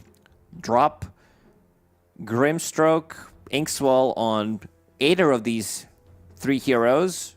Any of these heroes. They run in. Night Stalker, Silence. Pretty difficult to fight against it. So they will need to be using ODs. Astral, Hook, people out of trouble. But there is also a lot of like random stuff that can hit you. It's like some vision from Weaver, Dragonite also in terms of damage that they have early on. Hook is insane amount of damage if you with the Flare's hook. If you use it on the max range, so that's pure damage. OD's Orb is pure damage. Wind Ranger with the Focus Fire. Team Kev, they're not gonna lack the damage early on, but I want to see how they're going to execute the draft, because drafts are looking... If I've seen these 2 drafts with no team names, I would favor 2 Light so far. Even with the level 30 Pudge? I guess if you didn't know the names, you wouldn't know that it was a level 30 Undyne Pudge, potentially. Lifestealer banned out, and Naga Siren banned as well in this final phase. I just 5 seconds remaining. hope this Weaver's for God King, but setting up your 5 as your last pick is interesting. This is something that other teams did. Was it the Dark Horse? Yeah, it was Dark Horse when they played against LGD Gaming, saving position 5 for the last pick, which I didn't really like, and also they didn't like it after seeing it, so they made some improvements for the next series. Weaver can still be played as 4, and they can pick a different carry. Seeing that they banned Lifestealer CK, these heroes are really good against Pudge in the lane. So they can still have this potentially a flex open if they want to run it as a core and pick a different position for. Because Wind Ranger 10 can be seconds carry, remaining. can be even off lane with Pudge, with Dark 5 Willow. seconds It remaining. works well. God King has moved the mic a little bit closer this time around. Telling everybody what he has in mind. Getting nervous he's going to pull out like a Terrorblade or something. Terrorblade with Midas? Maybe. I hope not. I think it's still a good Beaver game. Dark Willow can cause some of the issues because you are so speedy, hard to navigate through Bramble. 10 seconds remaining. But if you get a BKB in this game, you should be pretty safe. There is Dismember, 5 seconds but remaining. it does feel nice. Let's see. Seems like Azrael is talking, so might pick a hero for him. Could be the case, yeah. It's definitely going to be interesting to see the input here from God King and what they want. And looks like he's coming set with it because he gave in that lean in. But it definitely is a lot of pressure on this final pick coming out of game one the way it went.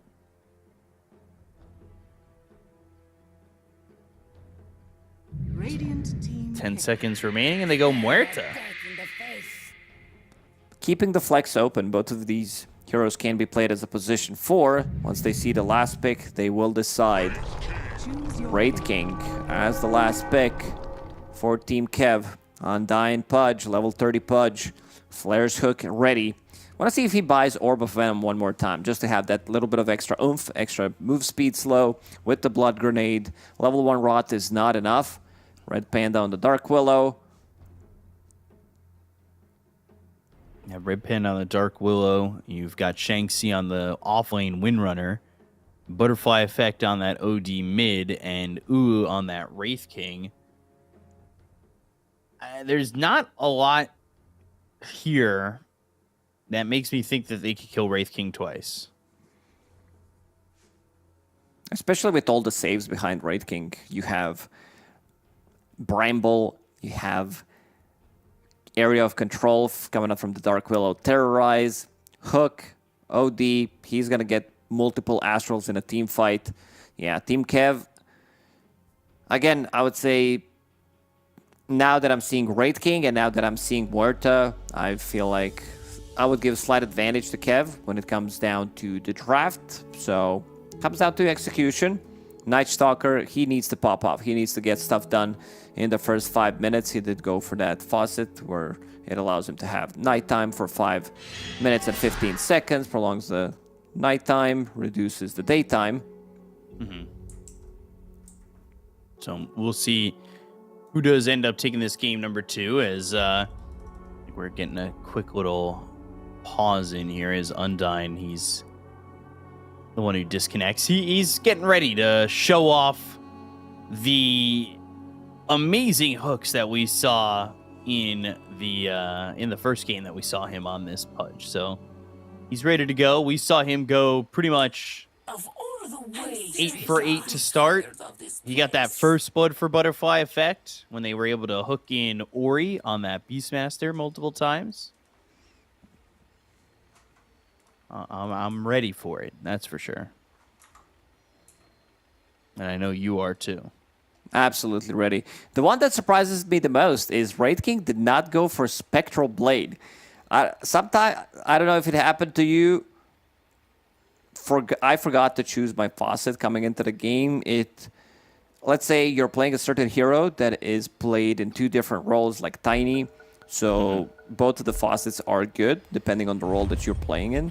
And then you end up choosing the wrong faucet. So Spectral Blade, definitely a better one out of the 2 for Wraith King. He did go for Bone Guard, which is the old summon the skeletons. But maybe he thinks, okay, I want to have some extra damage, extra tower damage, because right now they have none whatsoever. It's not that easy in terms of their tower damage, and Undying gonna look for the hook and hits it. He's 1 for 1, 100%, and that will be first blood. For Ulu. Yep. I mean, this is a level 30 Pudge. I expect the first 10 hooks to hit. There's no way. This is just too high. Calm down, Benjamin. It's 10 out of 10 hooks. 10 out of 10. I'm here for it. I'm ready. And I'm ready to show up my scorings as a judge and say 10 out of 10. Keep an eye on it. I'll do my best. Also, because it gets much more difficult to hit the hooks. You do have Flare's hook, which means that you want to use it on the max range, so those are easier to dodge. Nighttime, Blood Grenade available. They might go for him. There it is. Blood Grenade gets into the trees for a second. Some body blocks, Undyne. Will he get any help here? No. He'll just get run down easy peasy as he falls. So this time around, the OD playing aggressively. This time played by Butterfly Effect, but it's not like you're really going to get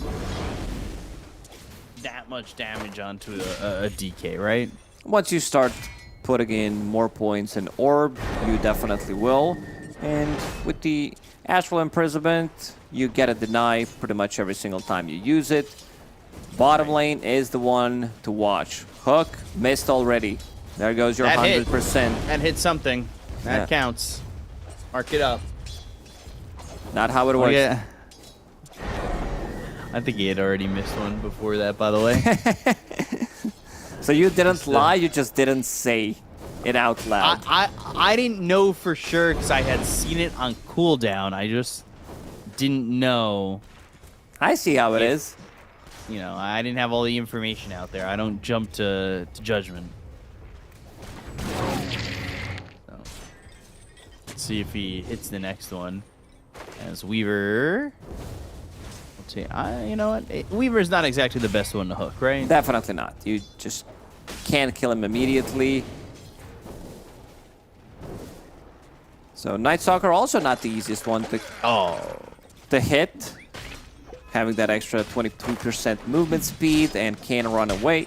Even with Rot level 1 with Orb of Venom, he should be able to run away from it because you are pretty slow as Pudge. Top lane, Shang-Chi and Ren Panda playing together, but Undyne here in trouble. The Scaly Bros, look at them go. Again with the Swarm, hook under tower. No stun to keep him there. Hits the hook, ups the percentages, but also ups his death count too. Doesn't deal that much damage on a short range, it really is. Lackluster, only 80 pure damage. Level 1. Yeah, once you get to that level 4, you're just starting to feel it on the hooks if you can land them. But let me ask you this as a Pudge player. Do early missed hooks lead you to buy a Rod of Atos? You just don't buy that item ever. It's not an Ever? item. No. Was it? I've seen you know. I'm sure you've seen a lot of stuff in your pubs. It's like when you're training. You put the ball on the tee. You make it a little bit easier for you. No. You need to play the Pudge, the hard mode. Ether Lens does help. Ether Lens was not an item to buy in pubs, yes. In professional Dota, not as much. Now it does feel an okay item to buy because of your shard, of course, the saving capability tools, and the Flare's hook. You deal more damage, and it gets pretty ridiculous with tier 2 neutral item. I have the Vizier, Psychic Headband, tier 3 neutral item, so you can save people or hook people from the screen and a half away, pretty much. Right now, just dying. Ooh, the calling and into the Shadow Realm. But will not die here. Also passed over a Tango. That's something we see usually. In this top lane, there are 4 range heroes.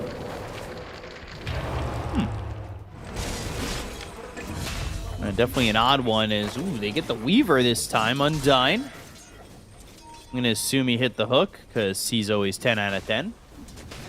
And it was that hook damage. Thank you very much. I love my obs. They're always... Backing you up with your lies. I said he hit the hook, and he did hit the hook. The damage He did was this there. time, yeah. Obs in production are my best friends, and I will keep them that way so they can help me say things that may or may not be true on the screen at the moment. Who knows? So, well, I'm keeping an eye out. Let's just put it that way. Muerta right now, in terms of CS, it ain't amazing. Not But it's doing not too terrible. hot. Also, we didn't talk about her faucet, Dance of the Dead. Heroes killed inside. They refresh the duration, and they create another Revenant. Compared to Ofrenda, which has been buffed in the previous patch, so you can have this little graveyard of your own that you can place where you can respawn. So you can buy back, come into the fight, and with the recent buff, you do have Pierce the Veil. 3-second duration, I believe. Bottom lane. Now, bottom lane, they will get that kill on the Night Stalker. They almost ended up killing the Dark Willow top 2. As that was another meat hook. Just gonna say it right now, that hook hit.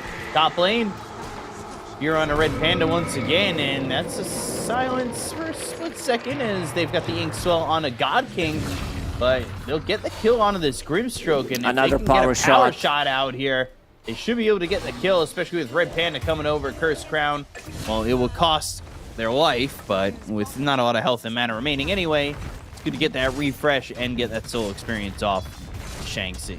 Very good trade for Kevin this one. Shanxi getting solo XP, pushing him closer to level 6, so he will have that available. He might go for a solo kill on Muerta. Hook. Oh, yeah, hook hits. They had the stun. They're going to run at this Night Stalker again, but here comes V. And it won't be enough to save the Night Stalker, but they've also got Weaver. Ooh, on the run. Red Panda here to help. So They end lost the up tower trading. already. Skeletons. While Something- all that fighting's going on. Yeah, Bone Guard. Getting the Skelly Bros, the damage. 43 damage per skeleton. Structures are fortified. Grimstroke.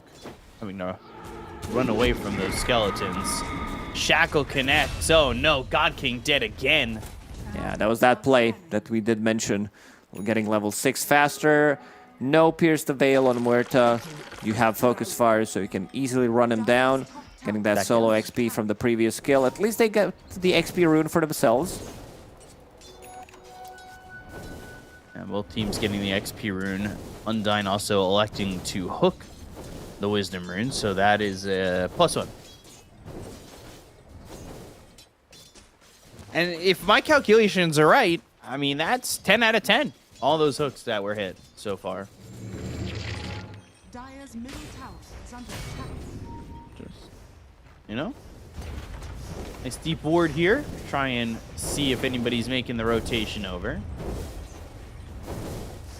They will put the pressure on this tier 1 tower over mid as Undyne trying to stay within the trees and being the trees. Night Stalker is only level 4, so he's gonna stay that level for a long time. No nighttime for him. They need to get some kills. Even if they get this kill, it's still almost no XP shared between 4 heroes.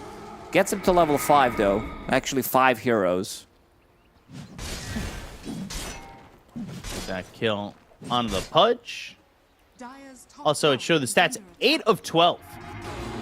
Really impressed with those hook stats, and they're going to go Curse Crown on this Dragon Knight. They really just butterfly effect going onto the tower like that, really pushing the envelope there. Of course, it'll be Maelstrom first for this Wind Ranger. Wouldn't be surprised if it's That what, counts. Maelstrom, That was in between 2 heroes. you're going to mark it as a win? Yeah. That hits? All right. Curse got Crown, it. level 5 on Weaver. Level 5 on Pudge. Another hook in 2 seconds. Blood grenade. And hits it. Not the easiest They still kill to execute get you. here. With the level 6 on Pudge, they would have enough damage, enough control, but where is Muerta? That's the question. God King in the mid lane, still trying to push himself toward that level 6, so at least he can survive through Wind Ranger Focus Fire. 3,000 net worth lead here for Kev. The farming for this team has been top-notch, especially from the offlaner Shang-Chi, who is top of the net worth by a good margin. Undyne starting to track over towards mid again. He's going for the kill 6. top. Top lane, and they've got Red Panda over here. Putting some damage in, but here comes V, here comes the Weaver, the power shot, the Cursed Crown, the damage though, the turnaround on a Red Panda. Let's see if he tries to snipe him or decides to run away. Night Stalker, still level 5, but it is nighttime now. Dire's middle tower is under attack. Amplify damage for Butterfly Effect as this tower gets lower and lower. Tier 2 tower also getting pressured down bottom. The skeletons for Ulu, putting him top of the net worth, helping him farm as he goes into an early Radiance after picking up this armlet. See what the timings end up being for said Radiance. It's Undyne here kind of standing behind Butterfly Effect to potentially help him out, and that's exactly what he'll do. So hook used there to Middle tower has been denied. help the OD. The deny, though, onto the tower. Hook on cooldown for another 4 seconds as the Cursed Crown pops on the Weavers, so no combination there just yet.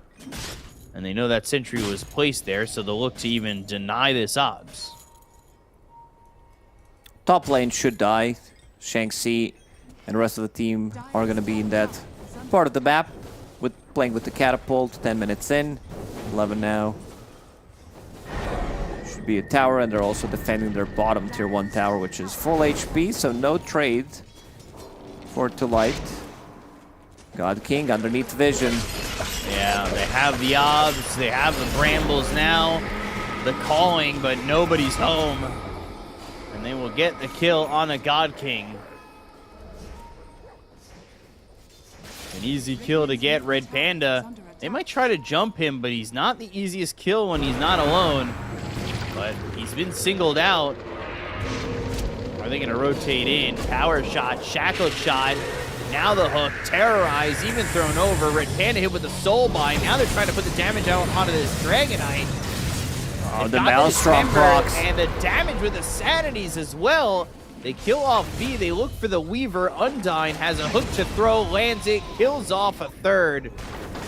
That was such a clutch it is. play from Undyne. Getting the hook gives him enough time to use the terrorize, gets him out, and then focus fire the Maelstrom procs. How much damage was that from Wind Ranger? 3,000 damage, more damage than the whole squad of Dire team did in the previous fight. Dire's top tower is under attack. Tier 2 mid, or Tier 2 top, sorry, is gone. Tier 2 mid is safe for now, and the Tier 2 bottom was taking some damage from those skeletons. But things looking all Kev at the moment. I don't know how you come back into this game. You're down by so much. Your net worths are almost getting doubled on your cores. They will lead Soulbind into Dragon Tail stun, big calling onto 2-3 heroes. Hook in The between. calling again. Calling is a very difficult spell to use properly. I would say, especially with the cast range on it, it's pretty bad. It's less than 600. Uh-oh. He's going for a solo kill. Oh, the hook. Solo kill with the Pudge, okay. A little bit of a help. Yeah. What can you say? You start to try and get a solo kill on the DK, but you get by with a little help from your friends that time, so easy kill. Why not? Pudge making it look easy, going for the Aether Lens. You've got Odie going into the Hurricane Pike. Like we said, Radiance for this Wraith King he's working on. Feels like Too Light want to fight, but I don't know if I would suggest and it. another one. That observer board is cutting things out near the outpost, giving him vision. He lands the hook, and they're also pinging out Muerta. God King is in trouble. Uh-oh. I mean, they just killed a hero there. Yeah, Muerta puts down the calling, but the call is coming from inside. And that will be a kill there for Red Panda again. Dire's middle tower is under attack. This Yep. is Getting tighter. rough. Yeah, for Too Light, there are no plays that they're making right now. Dragonite with the stun available, Blink on top of it. Dire's bottom Let's see if they can execute. Should be paired up with Grim. I would just want to see them do stuff. Night Stalker, nighttime is about to finish, but does have Dark Ascension available for 30 seconds. Nighttime's gonna still be going for 10 extra, 15 extra because of his passive effect, Night Rain. Let's see if they can find something here. Night Stalker stop the TP. They are gonna try and get this Wraith King, but another hook, a Gleipnir on a lot of heroes. Shackle doesn't connect, but it may not have to. Ooh, Armwood toggling his way to surviving. And He the hook got him. hits. It's onto the Weaver. Ooh, looking for a stun. The silence is out. He's still Armwood toggling. The Soulbond connects. They go to the silence. Can they kill off anybody? They finally take out one life from the Wraith King, but they're going to lose two, maybe more. Oh, the Terrorized lands. It's going so poorly for Too Light. It's a full team wipe. All right, they're gonna And call it. GG is I called. was about to say maybe one more fight. If they lose it, they call it. But this time, they're gonna be done. 16-minute game from Too Light. It's just that Kev, a better team against the Open Qualifier team. When you have 4 out of 5 players from your team on Liquipedia having a red name, that's not a good sign. It's not a great sign, that's for sure. Still playing this one out.